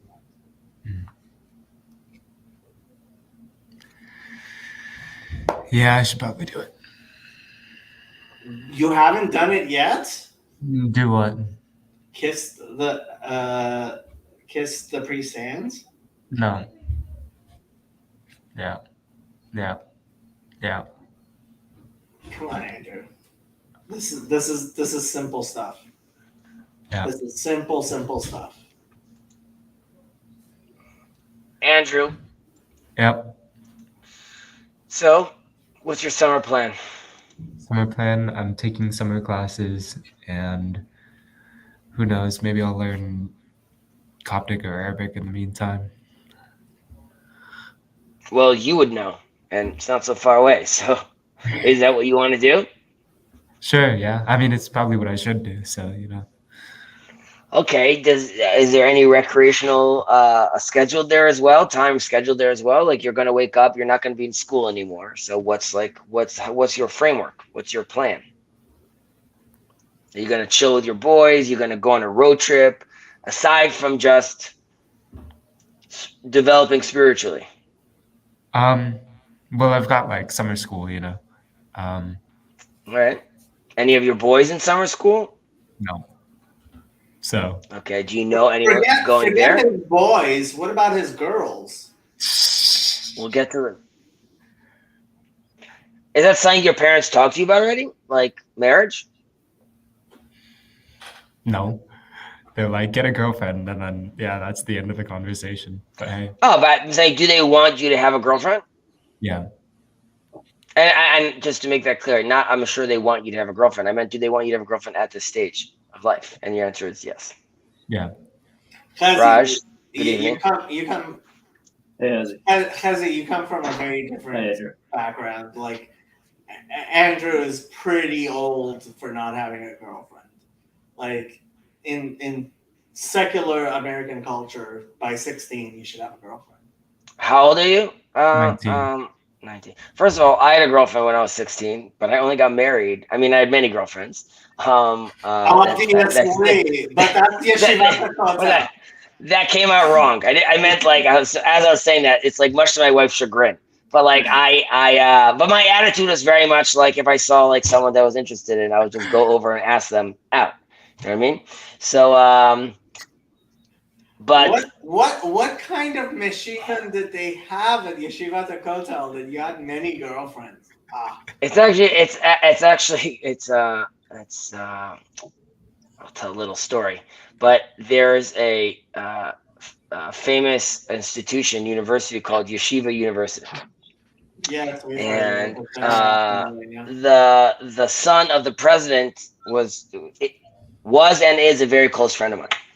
And he was one of his years in Israel. He was studying also with me in the same institution, and he would have we were very close, but he would have a hard time that at 10 o'clock at night, I would 10 o'clock, 11 o'clock, I would leave the study hall after spending all day studying and learning and teaching, and then I would go meet my friends that grew up in Israel, that some of them are secular, some of them didn't go to these institutions, and I would meet them at a bar. I don't drink any alcohol, but I would meet them at a bar. I like to dance. Sometimes there'd be dancing involved. Mixed dancing? this one time. Dancing. So this one time. Dancing. No, it was separate dancing. Okay. Yes, it's mixed dancing, and Hashem Yerachem Aleinu. And then I'm dancing, and I just feel like someone's watching me, and I turn around and I see the president's son is sitting there, like looking at me, and he's just like in shock. He's like, I don't understand. He's like, you're giving a class tomorrow morning. I'm in your class. Like, how are you here? Mixed dancing. But I explained to him just like it was awkward. It was awkward, and this is obviously it's difficult to balance these things. Okay. And some would say I obviously. You guys have heard the famous joke told in modern Orthodox Jewish circles. You know what's wrong with premarital sex? It can lead to mixed dancing.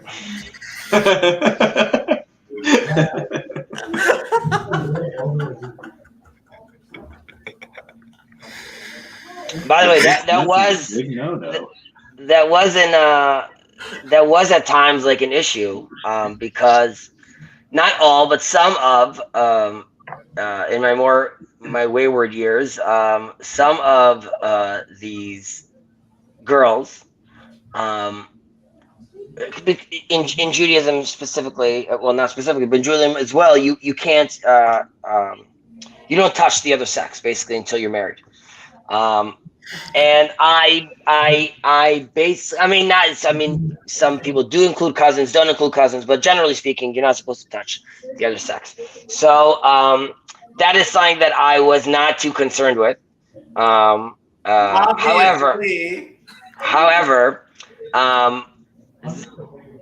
during my dating period, there was a lot of confusion, not for me so much, but for my partners, because there was definitely things I wasn't going to do. Like I wasn't going to have sex before I got married. And that was very confusing sort of for someone that is like dancing with me and being very intimate with me. And at the same moment, like I stop, I'm like, well, I got to go soon because I need to do like, my midnight prayers right now. And she's like, what are you talking about? I'm like, oh yeah, all those things are still true. I need to go teach right now, but this was fun. So I was a little more promiscuous, and to myself, I tried to like create some balance where like I'm still learning and I'm still doing, but like I'm still experiencing this, but I'm doing it within some sort of framework. These are little lies that we tell ourselves. Sometimes are for our benefit, psychologically speaking. But I'm a fan, Andrew, of putting yourself out there. This is all just to say, put yourself out there, go out, talk, express yourself. There's a wonderful world out there. And I am not aware of anything that says mixed dancing is prohibited to Gentiles. What about mixed dancing and stuff? Doesn't everybody dance together? Good point. So at weddings, you have this different version. So you have, let's say if it's an Orthodox wedding, there's going to be a separation in the middle. The question is, what is that? Really? Now, okay, so some people will start light. Some people will just have like a few bushes, like little like ferns, basically in the middle. It's just decorative. It's more of like here are the women. It's let's say imagine a massive rectangle. Split in the middle, there's like these ferns, and then there's men and women on the other side. Now you could see each other, everyone sees each other at this point, but like they're all doing their own dances. Version 1. Version 2 is that you have like a more serious divide in the middle, like sort of like a curtain in the middle, and it just stays over there. More intense version is it's basically like a C shape, and it's fully covering the whole women, as in like even if the guy's going to the bathroom or so, like you will not see the women dancing at all. Now, let's say in my wedding, the ferns was my mom was fairly. The ferns, the light version. So if you're thinking Orthodox, so in my wedding it was like these ferns, and it was separate.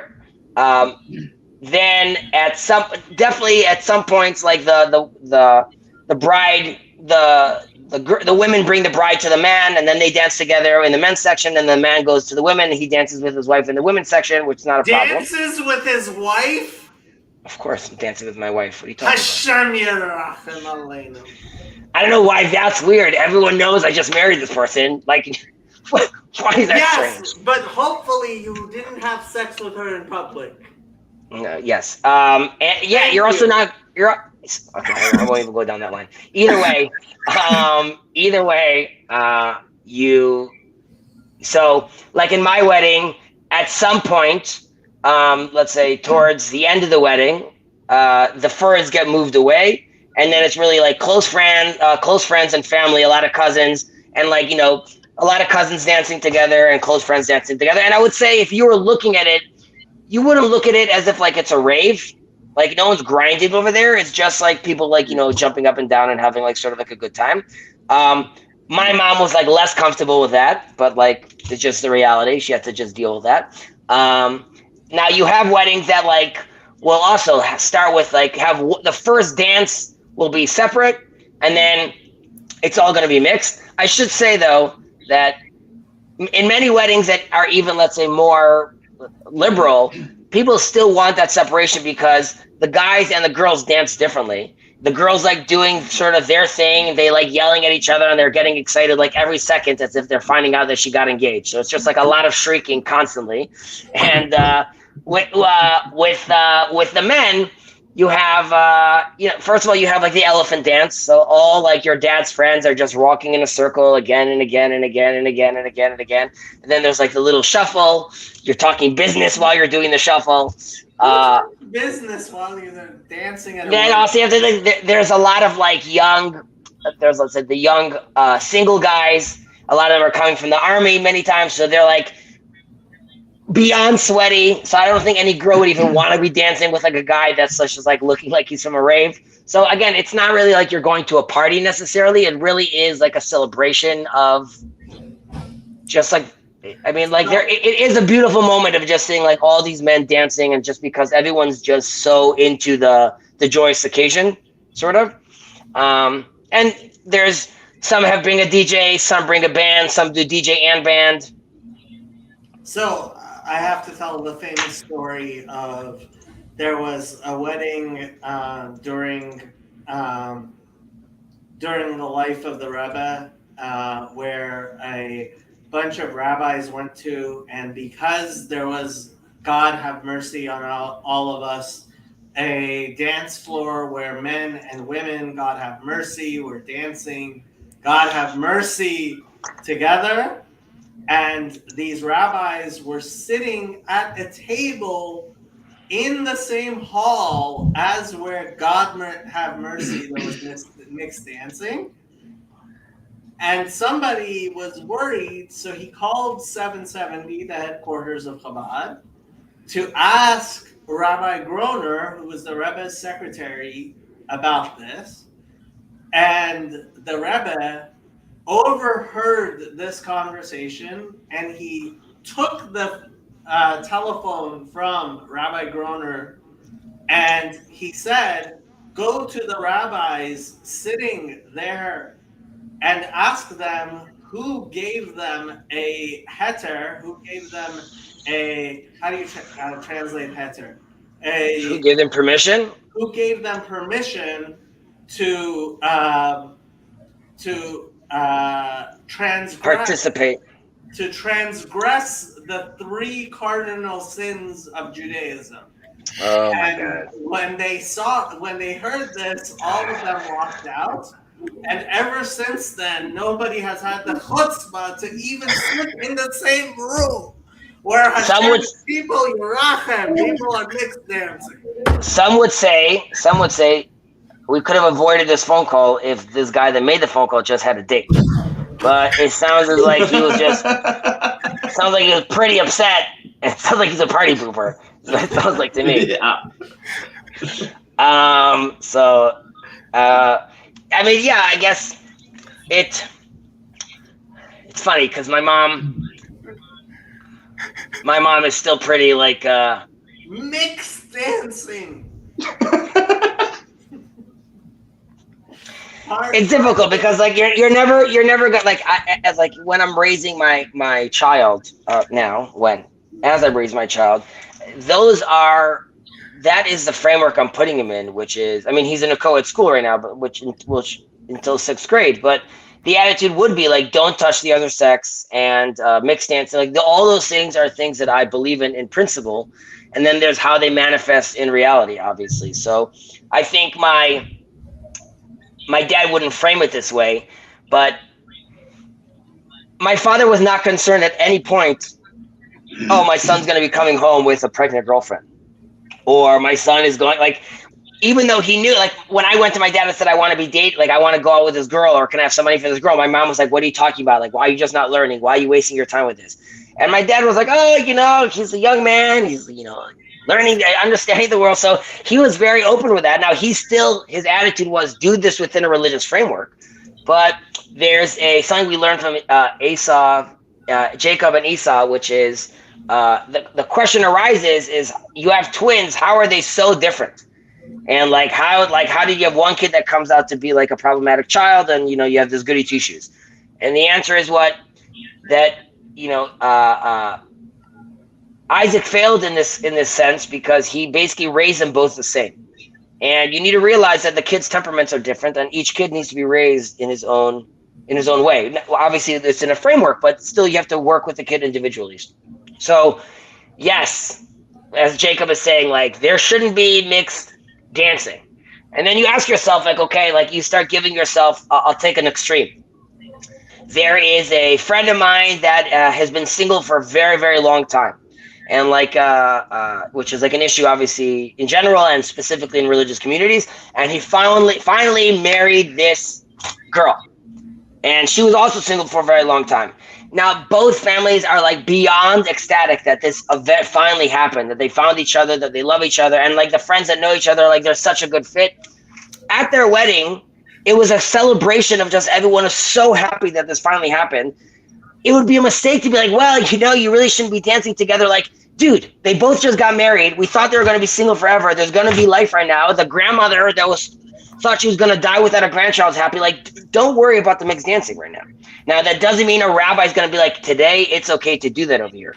But I think the rabbi would be mistaken to like make a big issue out of that in that case. And it's a case-by-case issue. And obviously, again, you're never going to hear a decree, someone coming out saying this, let's say publicly, but sensitive and hopefully inspired community leaders / rabbis are sensitive to those kind of things and to the community. Jacob, you could tell me now they're all going to hell. Mixed dancing? No, I know. Exactly. That's all nice, Chazi, but still, it was Footloose is loosely based on my life. It's become kind of a joke, and it has. But you have to understand, like, mixed dancing, like, it's a public reputation of halacha in general, because there's clearly no halachic, like, if you're going to do something in your home that is against Jewish law, that's like, okay, like everybody knows, different people have different standards, right?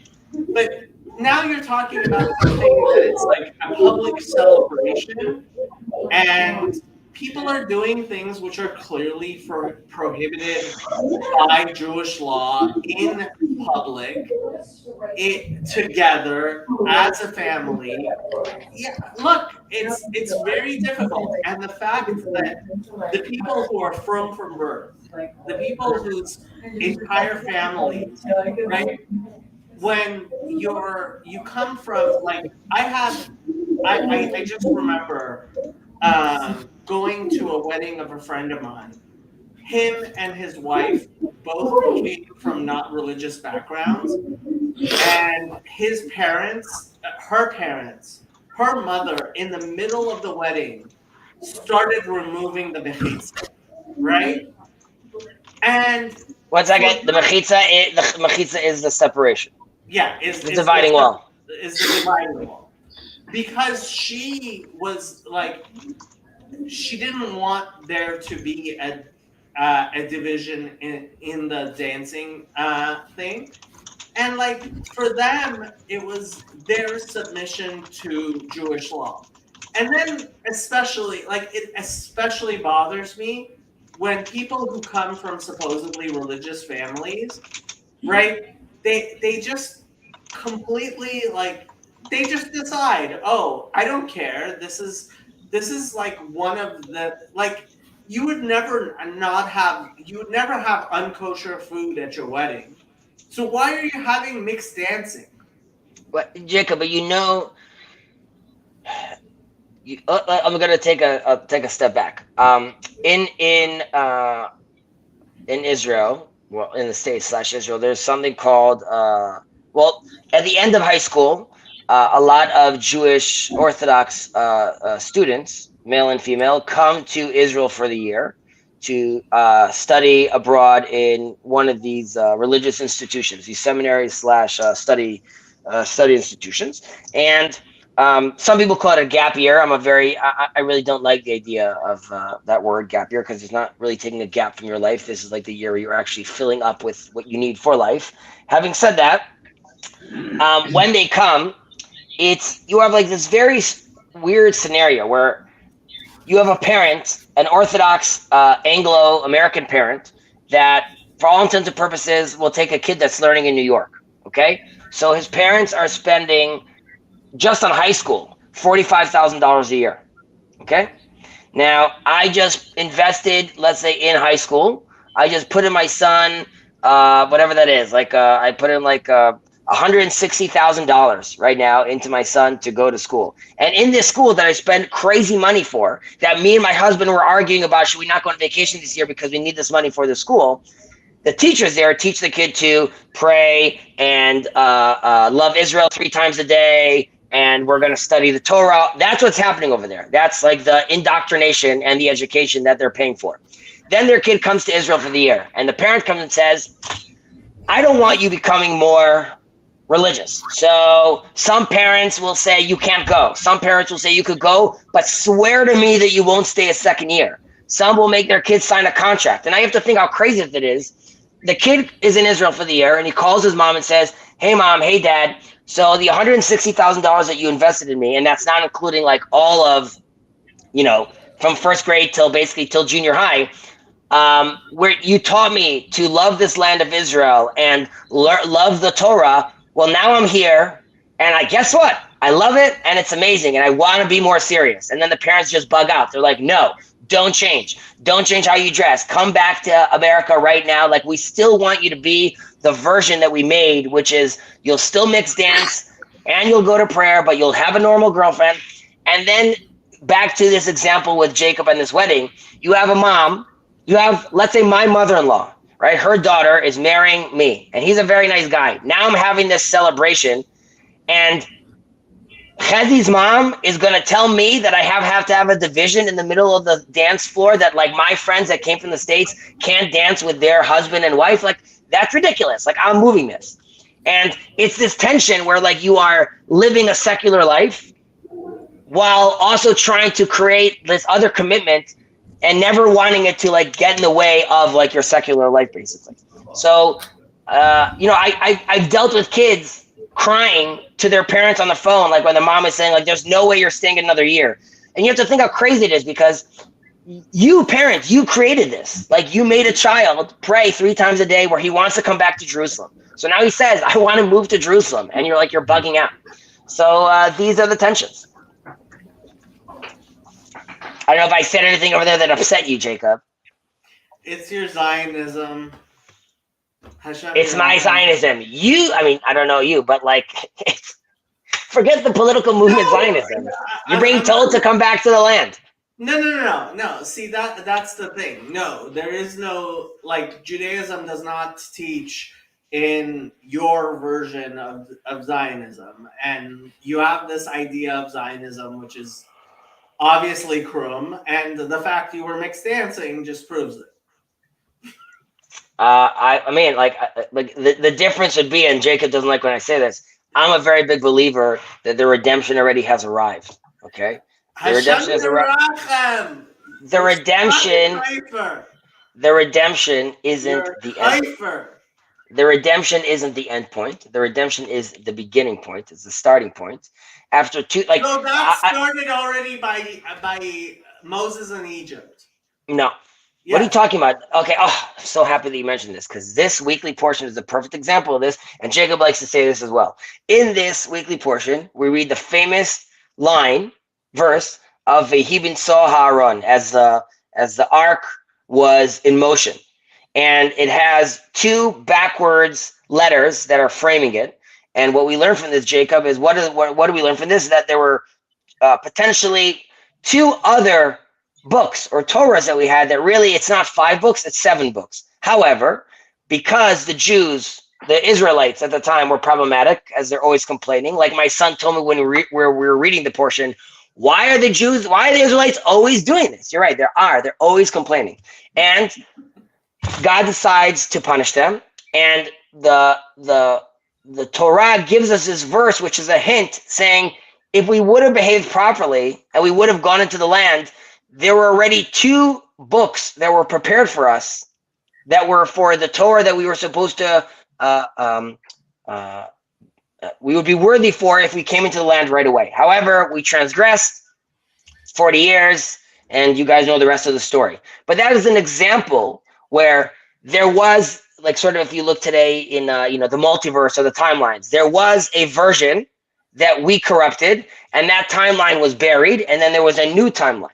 But God is flexible. And then again, when Ezra comes back, and the Talmud tells us this as well, the Bible was written in Hebrew until Ezra comes and puts it in a different language, and now that's the language of the Bible, because that is what the reality, that is a new timeline that sort of reaches out.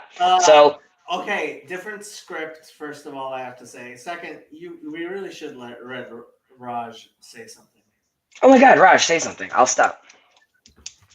Well, the idea of there being 2 additional scrolls reminds me of a scene from A History of the World by Mel Brooks, where Moses is coming down with the tablets, and there's 15 commandments, and then one of the tablets broke.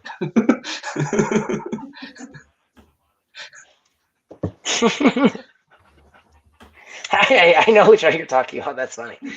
Exactly. By the way, so I mean, in that sort of in that vein, but like there were different options. Same thing also when Moses goes to the Israelites and says, the Israelites were aware of that God promised Abraham that he promised them a land, basically.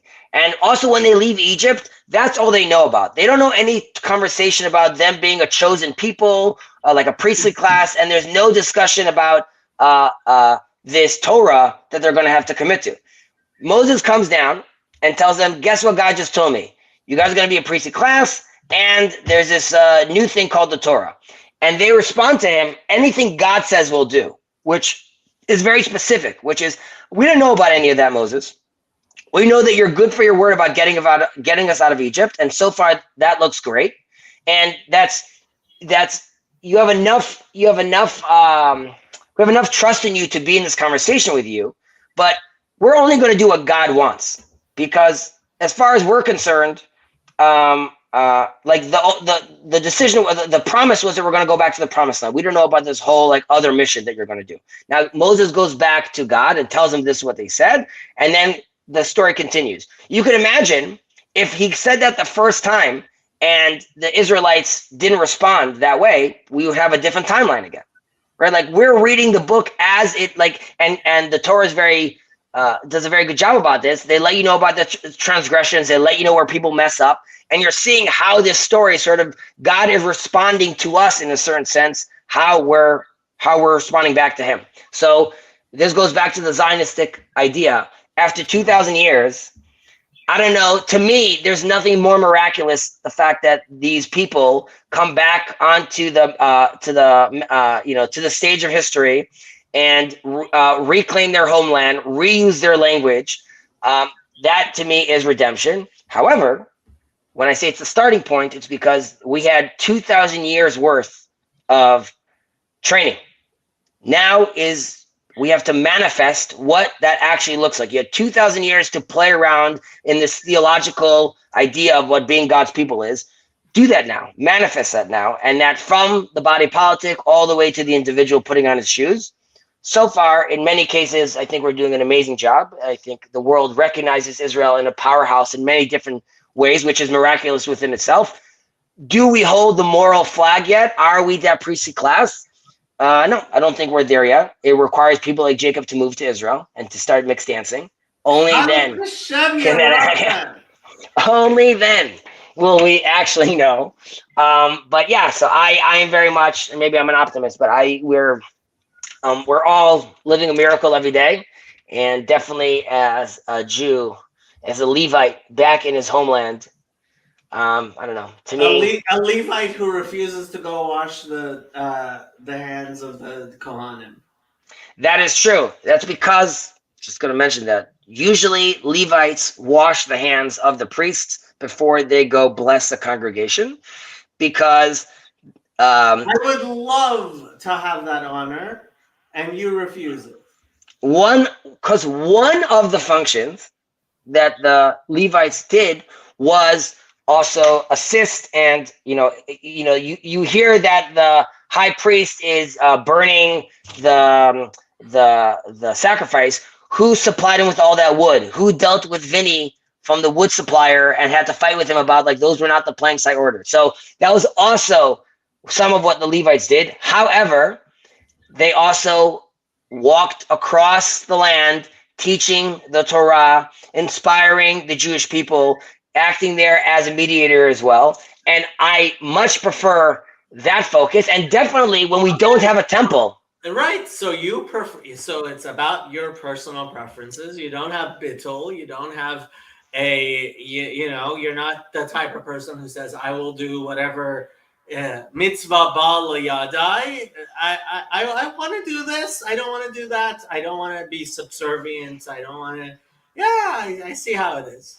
That's one framing. Another framing is when my son sits next to me while the priests are praying, and I tell him, look how amazing this is. Look how amazing the fact that you get to be part of this as well. And your job is, yes, those people went to go wash their hands. Your job is to stand here during the blessing, accept the blessing, realizing the responsibility you have on you.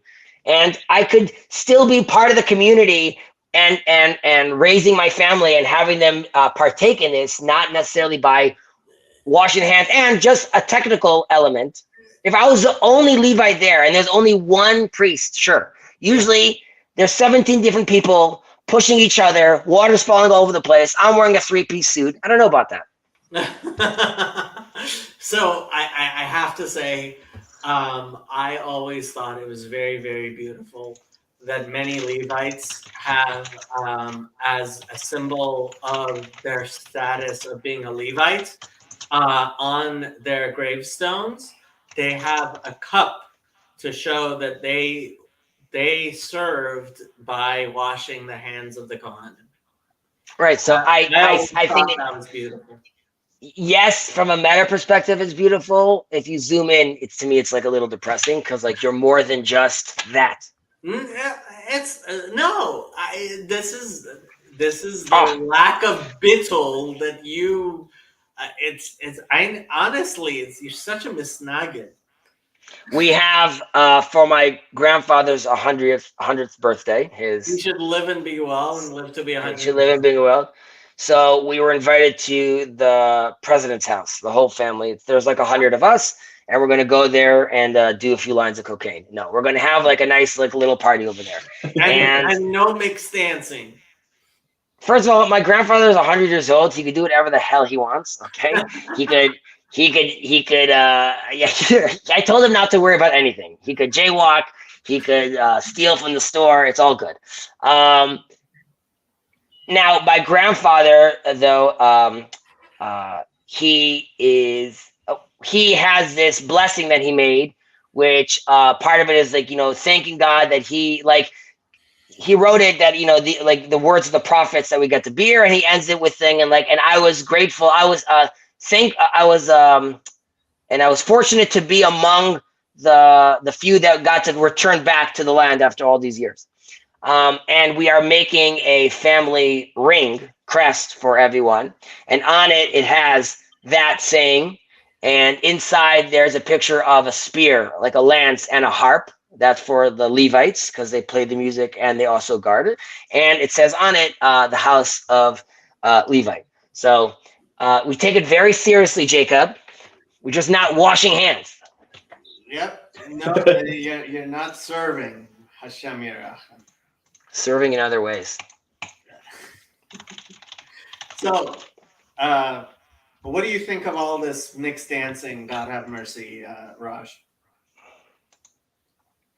Well, at all the weddings I've been to, there's been mixed dancing, but it's everyone dancing with everybody. Like the grandmas are out there, and the young boys. Everyone's out there together, and then there will be periods where, just the women will predominantly do their thing, or just the men will predominantly do their thing. But it's never been an issue in my family. There are some Sikhs who say you shouldn't dance at all. Really? But, dance at all? Yeah, but I've never been. Yeah.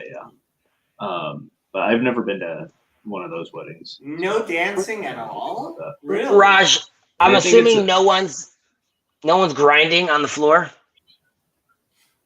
at these weddings. There isn't like, but sometimes, especially recently, you might the bride or groom might invite some friends from outside of the community, and then everyone's the foreigners. Scandalized.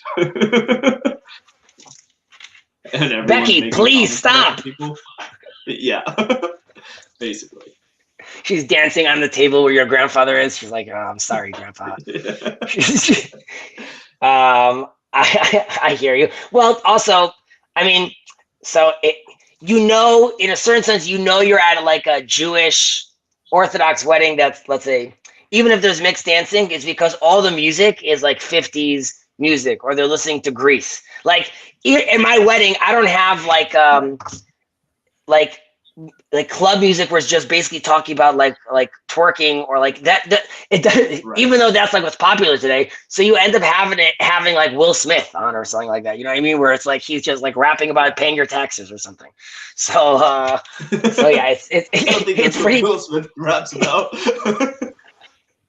I'm saying it's very PG. Talking about Will Smith is not like he's not like DMX. He's not like barking at you for killing the police. I don't know. Like it's just parents just don't understand. Also, I mean, so in synagogues, some of the families I go to, like the men and the women will sit at different tables for dinner. Oh, you have some like you got that the seating is separate. Yeah, that's awesome. By the way, and then people complain. I'm not understanding. Why is he not dating anyone? Maybe you completely cut off any interaction he has with the other sex. He can't sit with her. He can't dance with her. He can't talk like this. So when does he get to? When he goes on a shidduch. By the way, very healthy also to meet the first time you have an interaction with a girl. The pressure is like maybe you need to marry her, and then it's after 4 dates you're really gonna know if she's the one for you. 4 dates? 4 dates? Why do you need 4 dates? What's the status of arranged marriage in Judaism? Okay, so the halacha is that according to Jewish law, nobody can be forced to marry anyone else, and everyone has to see the other. So both he and her have to see the other person and approve before they get married. So, for example, I was yesterday telling my friend about this other friend I have, who he met his wife at Rosh Hashanah, and by Sukkot they were engaged to be married. So next week, the second date, he asked her to marry him, and they're married. And Baruch Hashem, I think they have 2 kids. Wow. In Hasidic things, basically, you get set up on dates, and you go and meet the person. And if the person seems okay, you marry them. And maybe you don't like the first person or the second person or the third person, but usually by the 4th person, whoever it is, you marry. And then you hope, obviously, that there's like no hidden mental health issues, and then like he Why can't would like. there? No. Excuse me. It's not like you're meeting someone in a bar. Your Right, they get the whole family and family their input. family and their Great. One second. So 1 second. I know that my son has insane temper tantrums, but Okay. I also want him to get married. Am I going to tell the Coens, by the way, when my son doesn't get his way, he really he loses his shit. Now, does he stab anyone? No, but he starts yelling. Guess what? The first time the wife and husband are going to have an argument, she's going to be like, "What? What just happened?" Chezi, Yeah.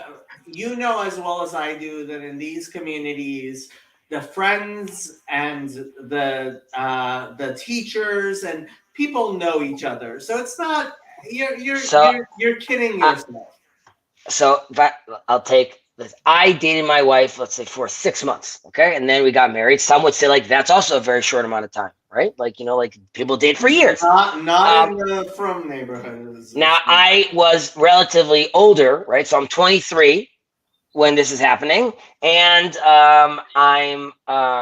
and I've dated other people, so I have some sort of sense of who am I, what is it that I'm looking for, what is it that she's looking for, how do I want to address this sort of scenario. I'm not saying there aren't successful marriages in our community that are successful in that process. However, there is a learning curve. There are relationships that don't work out because of that. So there is absolutely zero evidence that this form of date for several months is more successful than you know what? People who actually know them in their communities set them up and they get married. And if it doesn't work, chas v'shalom, it doesn't work. But generally, it actually works much better than this secular silliness. I would say, though, what I would say is that many of these marriages are I will say successful, as in they remain intact, is because the level of commitment that both parties have. Okay, so which is beautiful. Yes. However, the concept of intimacy and love many times develops later on, which is natural always. It's always developing in a relationship. However, you could sometimes have a mismatch over there where you'll have someone married to, and she'll say he's a very nice guy, and I'm committed to this marriage. Could it have been different? Potentially. But there's zero evidence. This is the romantic thing, which Solomon talks about. What romantic thing that Solomon talks about? I don't know. To me, in Song of Songs, it's pretty romantic. It's not it doesn't sound to me like a one day. Romantic. He's running in the halls. I can't find you. Right, knocking on the door. If I was her dad, I'd be like, buddy, you gotta calm down. Okay, you're knocking on the door. It's midnight. Okay, she doesn't want to see you right now. Where she her? Her breasts are like mountains. I get it. My daughter's really nice. Just relax, dude. Okay. So I'm just saying, he was excited. By the way, also another example of doing extracurricular work. King David, man, this girl, she looks great.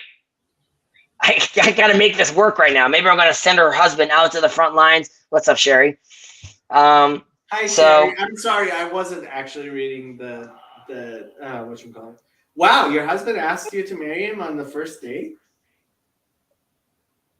Nice. Well, sometimes you have individuals as special as Sherry that he just knew. It was so clear, so it wasn't an issue. But by the way, to be fair, also, even Jacob, when I was mentioning that I was dating when I was younger, I was an odd duck because even then my intentions were really. You has an odd duck? You're always so normal. I mean. I all the From guys I know wear plaid pants all over the place. I would tell girls would be turned off if I would start talking about marriage and family and God and kids, but my attitude was very much the same person that's dancing with you on the dance floor right now also loves talking about God and also wants to talk to you about what would our kids look like, and for an 18-year-old, 17-year-old girl that's dancing, that's not really like, not all, I'm not trying to generalize, generally speaking, that wasn't really the conversation they were looking to have. So these relationships were never very long lasting. Again, I think you could, like Sherry's husband just saying, he saw her and he said, I want to marry you. But Sherry, how when he said that, if you don't mind me asking, and at any point you could, it's none of our business, how long did you guys date for? We had never dated. What does that mean? He just asked you out at the first date? So what happened was, I was friends with the wife of a married couple. He was friends with the husband, and never the twain had met, so to speak. And then we hung out a few times, the four of us, but it was, I was there as her friend, he was there as his friend. It wasn't, nobody was trying to get us together or anything like that. And we had he decided to walk me home from the evening that we had together. And I had been praying and asking God for a husband. I was a single mom at the time. Okay.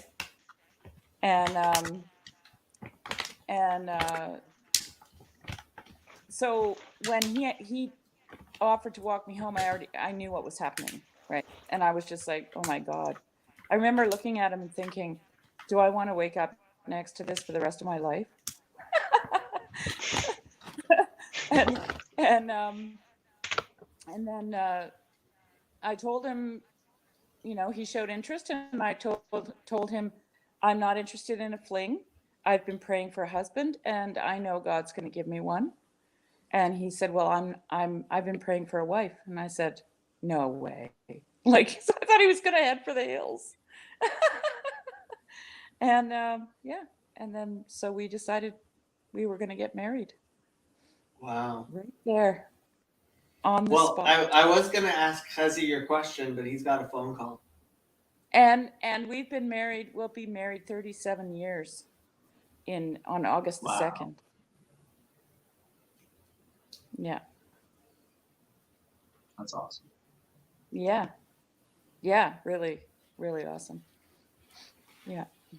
So, Roger, I wanted to ask you, is it traditional in Sikhi to have arranged marriages, or how do they view that? Because I know it is for Hindus, but I don't know how it is. Yeah, so arranged marriages were very much the norm throughout all the history, except for the last, 30, 40 years being in the West.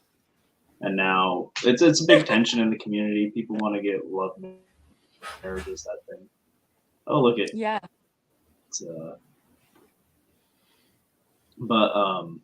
so like right now, I dated, and then now, and I was dating with the intention of finding a wife a couple of years ago, and I was dating someone for a while, and that didn't really work out.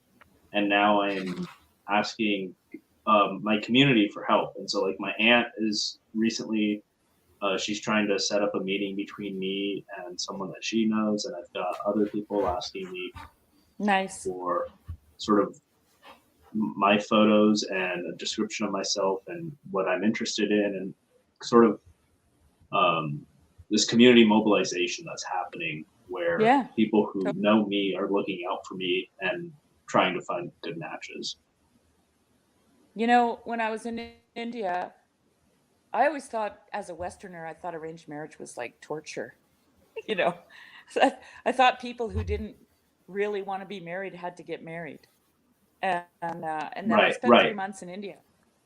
And I mean, I met people who had filing cabinets, like, full of prospective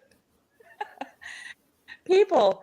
And the idea that their parents got involved was so interesting to me, because I, as a parent, there's things that if you're a good parent, I mean, I'm sure that things can go terribly wrong if you have horrible parents, and that's always a possibility.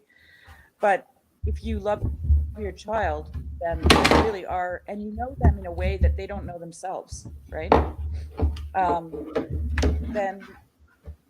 Then you actually have a really great advantage if you have your parents or like an aunt and uncle or whatever input, right? Mm-hmm. Yes. Because they're gonna see things in your partner that they're gonna be super complementary to you that you would never know, and you couldn't know because you're not on the outside, right? Looking in, you're inside it. So yeah, no, I grew to appreciate arranged marriage. And I went to arranged marriage weddings in India that were both Christian and Hindu. Mm-hmm. Mm-hmm. And they were my parents had an arranged marriage, and I remember when I was younger. So it's like what I've gotten to witness, and I'm sure this is also the case for people who have love marriage, I guess you would say. Although I don't like that dichotomy, but I've gotten to witness my parents fall more deeply in love with each other as the years have gone on. And it wasn't necessarily like, I'm sure they had their puppy love stage at the beginning of their marriage before, like I didn't get to witness that. Well, I think that's normal though, Raj. Like if you know, if you're committed to your partner, perhaps in an arranged marriage, you have a deeper, you have a more, you could have a more utilitarian commitment, right? But there's nothing wrong with that. Like, honestly, in agricultural communities, people had utilitarian reasons for being married. You know, you couldn't work the farm if you didn't have a partner. And honestly, being on a farm has saved my marriage. If I lived in an apartment and had my own income, there would be no reason for me to not walk out the door at certain times. Right. So at Andrew's baptism, I went up to one of the senior deacons and I said to him, so you're going to set him up with a nice Coptic girl, right?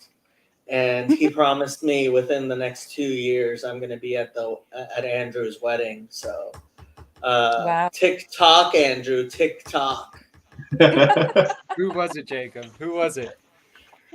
I told you which deacon I talked to.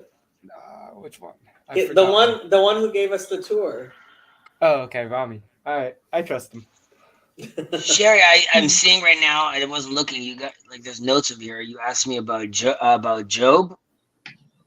Yeah. What do you think? Chazi is affirming my stereotypes. That wasn't you. What do you reckon, Chazi? What would be the significance of Job being the advisor to Pharaoh? Oh wow, I haven't thought about that in a long time. There are three that are advisors to Pharaoh: Jethro, Job, and Bilam. Bilam dies because he agreed. Jethro gets saved because he runs away. He leaves Pharaoh's side, and Job gets punished because he was silent.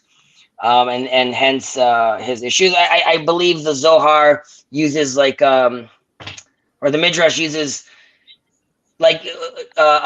Job was very wealthy, and that's why he was connected to the royalty. Like he was in their circles because of his wealth.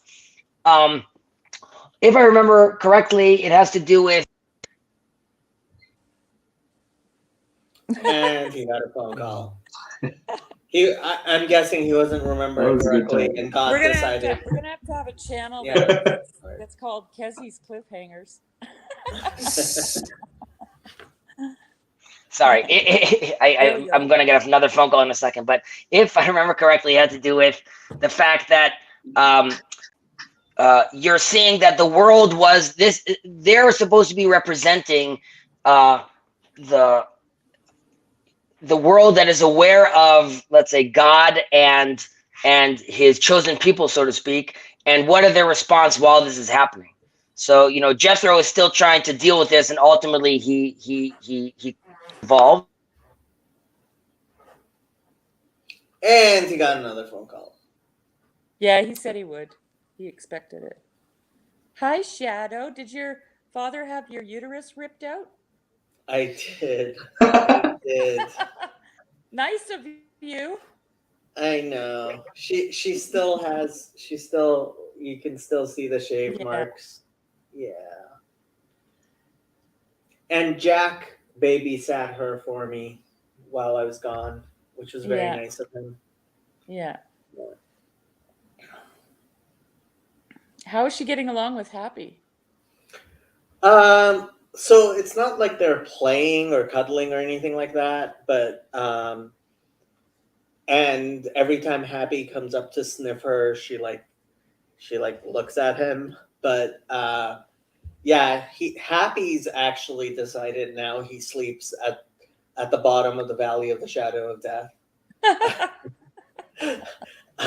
He sleeps under her little tree here. So cute. yeah, Keep an eye on her.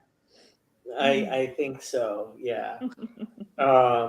And he plays with some of her toys, which she doesn't seem to mind, which is good. Yeah. And yeah, they're doing okay. I mean, they're not the best of friends, but they haven't had any like altercations or anything like that. Well, they will be. They will be. Best of friends? Yeah, I think so. I think they just need to get used to each other. Sorry. Okay, Kezzy, continue on. I'm still listening. Any more? I'm literally like switching from like talking to someone complaining about like that they got the wrong color rose gold to like, okay, now Joe. Okay, so and I had to answer him. Rose gold? What? The person was telling me it looks like copper. I was like, no, it's rose gold. And back to Job. So yes, it's supposed to represent people that were already. I'll take another step back. There's a midrash that says that right, the wizards. How would you translate Khartoumim? The magicians. Magicians is how that's usually translated. The magicians, the Egyptian magicians, they tell Pharaoh, we're looking in our constellations and we see that there's going to be this chosen child. Okay? And then Pharaoh decides to get rid of every firstborn son, basically. That's a reaction to what they told him. Then there's another midrash when Moses finally meets Pharaoh. He tells him, I'm coming in the name of God. And Pharaoh says, like, I don't know this God. But there's a midrash that says, like, his magician said, this is the God that was like that Bnei Kedem talk about, that like the elders, the ancients talk about. Like we're aware of this God. He was on the scene once and he sort of disappeared. So having that in mind, zoom now into Job, Bilam, and Jethro, supposed to be representing the people that are aware of, like, they know what's happening behind the scene. They know Pharaoh is not really a god. They know that this is like a political thing happening. And now this is the first time they're seeing this challenge again, which is Pharaoh is saying, like, I don't recognize this God. And you have to imagine Jethro, Bilam, and Job looking at each other, being like, oh boy, like, we remember this guy. Job knows him because Job, I think the words, in the verse it says like he was God-fearing, and then like in the verse in Numbers it also says God-fearing, like he was aware of this tension already. Jethro, obviously it's too much for him and he runs away, and Bilam goes the other direction. He eventually realizes that he himself also can't curse the Israelites, as we learn later on when we're told about the whole story with him and the donkey. But Job decides to sort of just walk away from this. I can't be involved in this story right now, and I'm bouncing and I'm going to my own world, which highlights more the idea of him giving those sacrifices every day at the end of his kids' parties, because he knows there's this tension. I know I've witnessed where like God got it got involved again and said like, these are my people and I'm doing something over here. And while this is happening, I'm in the background over here doing my own thing and my kids are partying, but really I know this is for naught. Like this isn't the real because I've witnessed what the real was trying to do already. And now I'm living like my old thing. And comes Satan and says, great that your guy Job, you've created a little human, a little test tube in a bubble where nothing bad happens to him. So of course he's not, you've took him out of time, so to speak. Bring him back into the real world. Let him witness what the Egyptians had, all the famines that they had, and see how quickly his heart changes, so to speak, right? Mm-hmm. So I would say that's the context, but I could have botched that up. It's been a while since I thought about that that example. And Jacob, if you disagree, you could. I don't remember anything. So the reason I'm asking is because Yosef mentioned it in a private message and said I should think about Job in that context, but I don't know what the context is.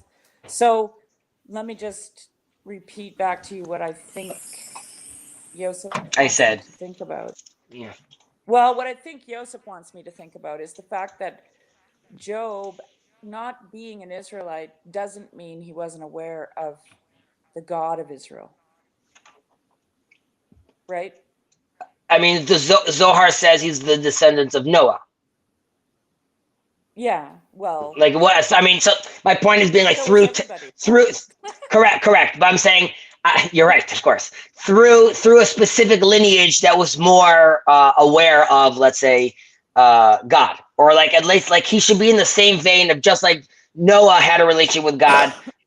Job himself also has a relationship with God. So is what Yosef saying to me then in more modern terms, he's Israel adjacent? So what he's trying to get at. Yeah, he's Israel adjacent. So yeah. Okay, because he's aware of this ancient God, right? He's aware, correct. He's aware of the ancient God that is like, that returns. In contrast, Jethro was actually more confused about that, right? The Midrash has like Jethro worshiping every single, in his garden, he had every single version of idolatry because his attitude is like, I know there's...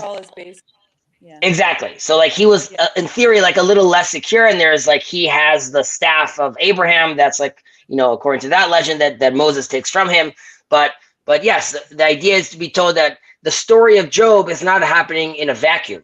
Rather, it's happening in like a backdrop of either being written by Moses and everything that carries, or it's being written, which still has its Egyptian context in as well, or it's a real character that is being woven into our story regardless. As in a certain extent, it's demanding the world recognize this story, which you see again in the story of Bilam, because the whole story of Bilam, there are no Israelites in it. We're being told about a conversation that this prophet is having with this other king about how they're going to mess over the Israelites. And Moses gives us that story. I've mentioned this in the past, and I'm sorry, which is he's like, hey, Israelites, recognize there's you guys are living the Israelite story.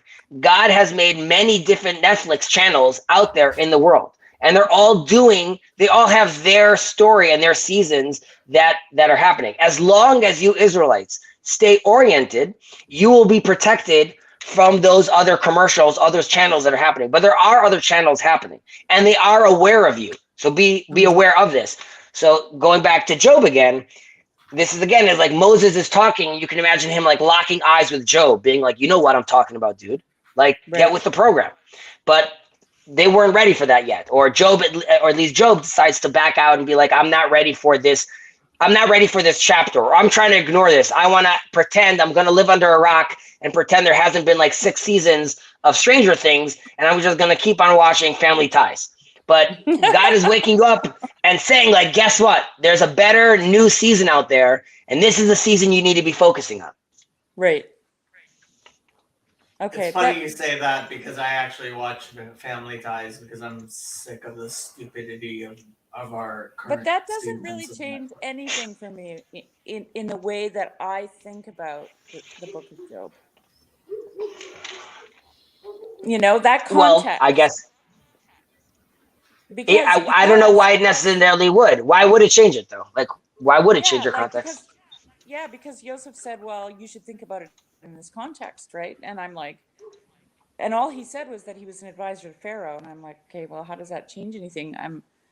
Because I had made the point that he wasn't a Hebrew, right? Like that the story is not one of an Israelite. It's a story of a man, just a guy.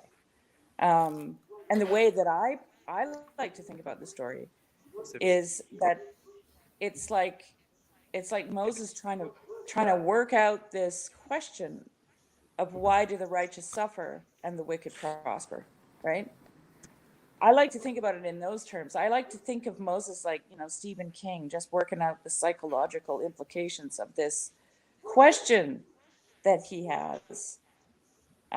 Because what the Book of Job does is flip that question, right? They start out with the righteous prosper and the wicked suffer. And Job goes, well, wait a minute, the wicked aren't actually suffering. He makes these realizations throughout the book. So anyway, Well, I would just share the context there would be though that you have Job. Like I tend to agree with your understanding of this being sort of like a psychological insight that that Moses is handing over. However, I think what Joseph is trying to say, that Job must be very aware of like how the righteous are suffering, because that's happening to the Israelites, right? They're suffering right now, and they're playing, and they're not. Yeah, but unless he's like every other human being who if they're not suffering, they don't really notice the suffering of others. Although Job is, the way that he's portrayed in the beginning of the book is he's a very caring and compassionate man, right? Correct. But it's a little too late. Care about, huh? But imagine the context of Egypt is going down, right? It's one of the plagues is hitting, and Job decides to bounce. Okay. Yeah. Enter him going to his kids. They're partying. He's looking at this. He's like, okay, oh my God, I just saw this ancient God that I have a relationship with, or I thought I have a relationship. He just like leveled up right now. There's a new thing happening over here, and I just saw that like I have on my ivory tower. What's good? What's wrong? I just saw people of slaves right now that I thought were nothing. Really, my whole context is off, because these are the chosen people, and the God I love was very angry about how they were being abused and took them out right now. So I now turn to looking at my kids partying right now. He's like, I'm screwed. Like I haven't been aligned properly. They're not doing this right. I need to start taking care of this right now. I'm starting to give these sacrifices right now. I'm just gonna get on the right on the path, on the straight and narrow. I'm telling God, I'm sorry. It's all for you. And like then that's context, which is you can still, yes, the wicked and the righteous, but he's looking at it from an understanding of himself, his family, and like I was reading this wrong. I might have been like a good dude. I might have been a nice guy, but unlike Enoch, right? That it's a good dude, and God's like, this was fun. You're a great partner. You're coming back with me right now, because there's nowhere where that story's going. Here in Job, the stress is the Satan comes and says, this is another Enoch. There's nothing to come out of this. It's sterile. The kids they're not continuing on. They're not having more kids. They're not, unlike Abraham that you chose because he's going to push on and continue and teach his kids. This line ended over here. The guy's done. And you gave him all these presents. He doesn't even see you anymore because of all the wealth you have. And you created this thing over him. So do you want to see if this guy is still like, do you want to see if the Gentiles understood the message? Because we know Pharaoh didn't. And Jethro is like, putting Jethro aside because he's involved with Moses. Let's see, God, if Job as an individual is learning the message that you were trying to teach Pharaoh right now. Do you understand what's right, what's proper, what's not proper? And that you could say that's the context where that's happening. The problem I see one little hole in that narrative that you're talking about, because this is the big problem.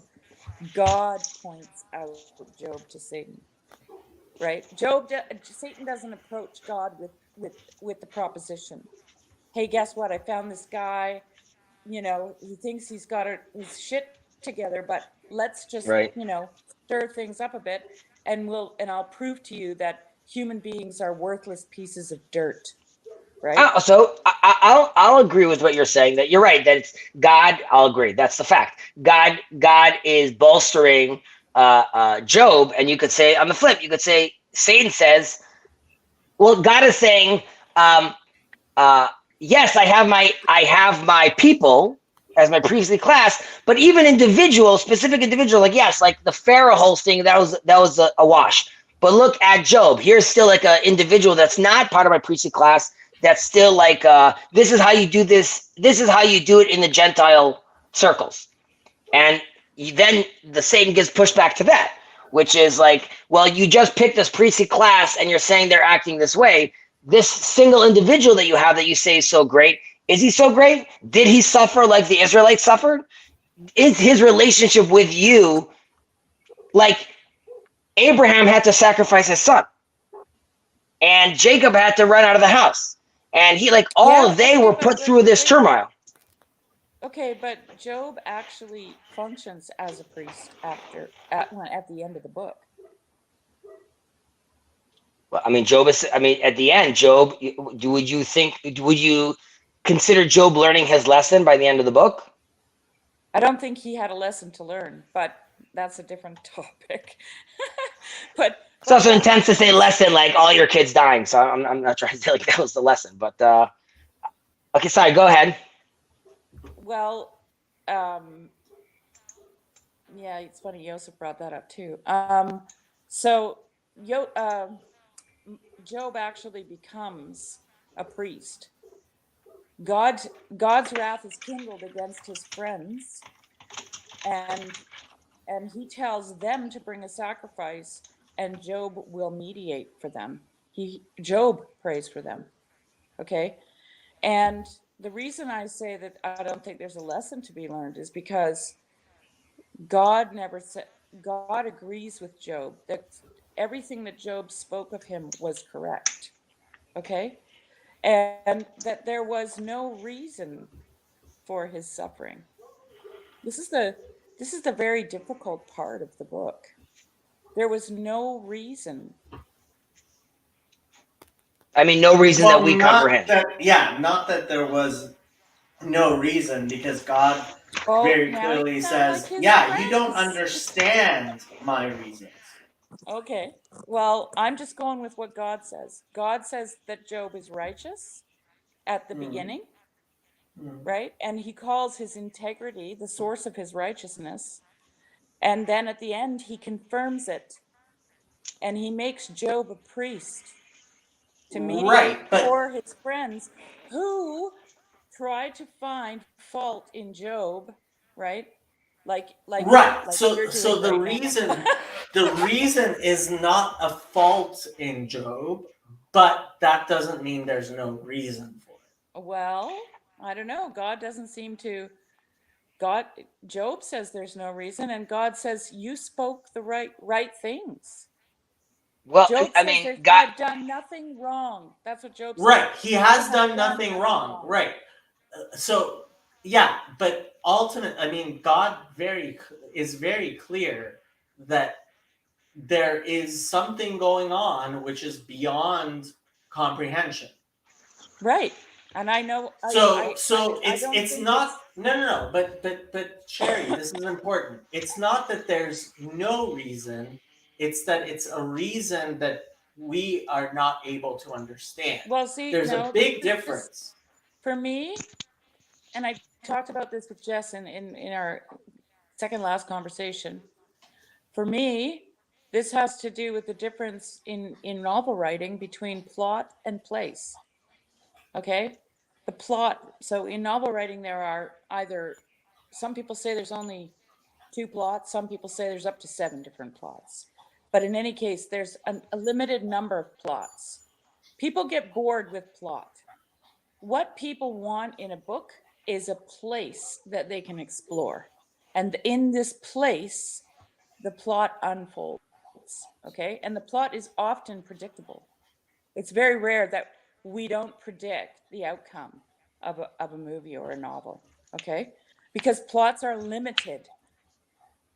So what God does in the speech that he gives to Job at the end, which is his answer, which is a non-answer, is he gives him a place.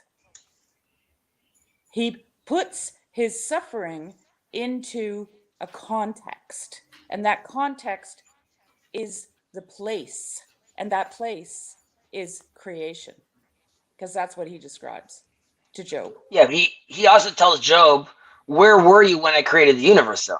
Like when you're trying to comprehend what I'm doing, like there's only so much you're going to be able to comprehend. However, well, one is why these bad things happening to him. Again, one version is because you were silent by when you were working for Pharaoh, right? So hence these things happen to you. But let's look at that more in a pattern Pageauian attitude, right? Which is, we know there's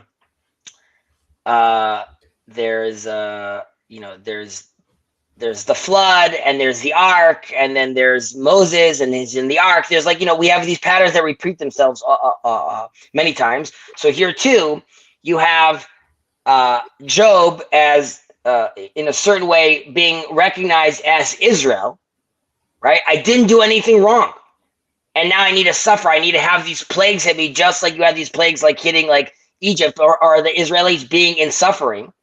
And then it ultimately concludes with, and it requires the death of a generation, just like the Israelites lose a whole generation in the desert. They all don't get to see the promised land. That gets cut.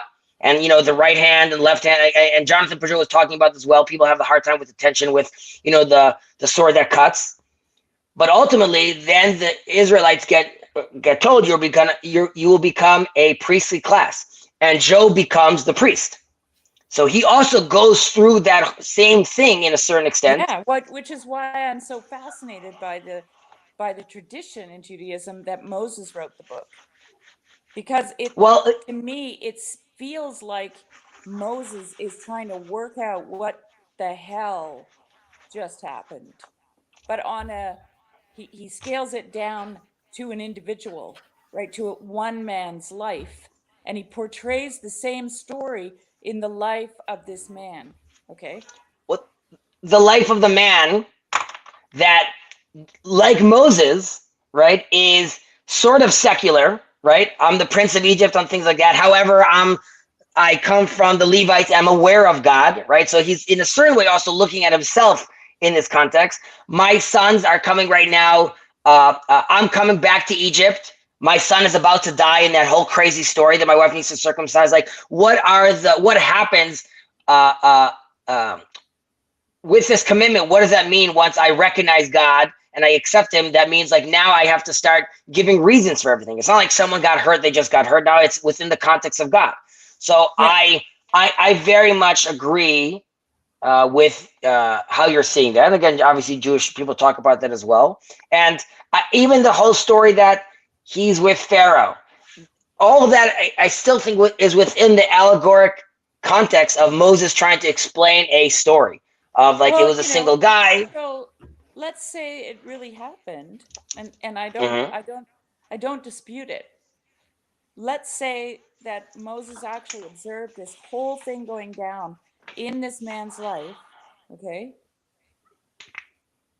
He would automatically in his latter days, right, at the end of the years of wandering in the desert and not getting into the promised land, he would automatically remember. God would remind him of that story, of that man. And he would see the parallels in that story to the story that he just lived. Okay. So I'm just saying I'm not saying that Moses made up a character and wrote a little little book and tried to work out his frustrations. It could have been that way, but it also could have been real, and God could have showed him through the actual life of a human being what just happened. But because I either think way, it's fractal. Okay, I think it's fractal. Right, but Sherry, either way. 1 second, Jacob. Let her just finish. Yes, Sherry. Okay, I'm you actually think it's gonna go to fractal? bed. I'm gonna go. Good night. But either way, God had a reason. I think the story is telling us we don't know the reason. Okay, good night, people. Good night. Good night, Yaakov. I think that it's a fractal story, right? I also think that the children of Israel is a fractal story.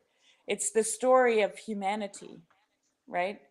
It's the story of what it means to be cast out of the garden and into the thorns, and what it means to be made into a human being. I've always posited the idea that because in the scriptures, Genesis is a creation story, right? And the other creation story is found in Job, in God's speech. So I've always had the thought that Genesis is the creation story from God's perspective, right? Let us make man in our image. And then God did this and God did that, right? But Job is the story of creation from the human being's perspective. What does that being made of the dust of the earth and having the breath of God breathed into your nostrils, what does that actually feel like? And I think that's the story that the book of Job is telling. Well, and where we learn that Moses writes this story, or where this happens is in the cleft of the rock, right? When he asks God to, right? So you can't see my face. You could see the back of me, and God passed over him, right? So you also have to assume that is sort of like almost like a narrative, like a story, like from beginning to end, like he passed over him, and he says that, and you could see my back, as in there was a beginning, and then there was something that moved past me, and then I saw the back, as in I didn't see your face, I couldn't see you coming, but I could understand you in retrospect. I could see you now from behind. So, and then he gives a story of Job, and he's the reader, he's pulling you through that as well, which is like at the beginning, you're like, I don't have, like, in the passing through, you can't even see my face and live. You're not going to even be able to comprehend what I'm talking about when you're in like the grips of the boils on your skin. And at the end, when he becomes a priest, is like, can you see me now in the back? Can you see me on the other side? So I, I'm very sensitive to that. I mean, I'm very open to that interpretation. And if anything, I think, again, I have to understand exactly where Yosef, in what context exactly he was saying this, but if anything, I think the story that Job was working for Pharaoh is just trying to put it within. I think that's just another example of bringing it. But it's bringing it closer to Moses. Yes. I think you're trying to explain, like, why would Moses make this story up? He must have known this guy named Job that was in this courtyard. And I'm saying, like, maybe he did, maybe he didn't. But like the idea is to push you like this is happening through, like, Moses is involved over here. He's seeing this, he's witnessing this, he's dealing with this. So I'm very sensitive to that. And on that lovely note, Sherry, I got to bust a move. Me Get too. to work. Andrew, can you shut this off, or should I shut this off? Up to you, man. Are you staying on? Yeah, probably.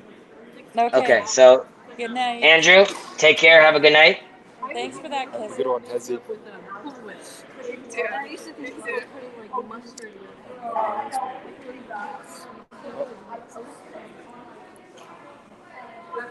It's just me. I'll turn it off. Okay.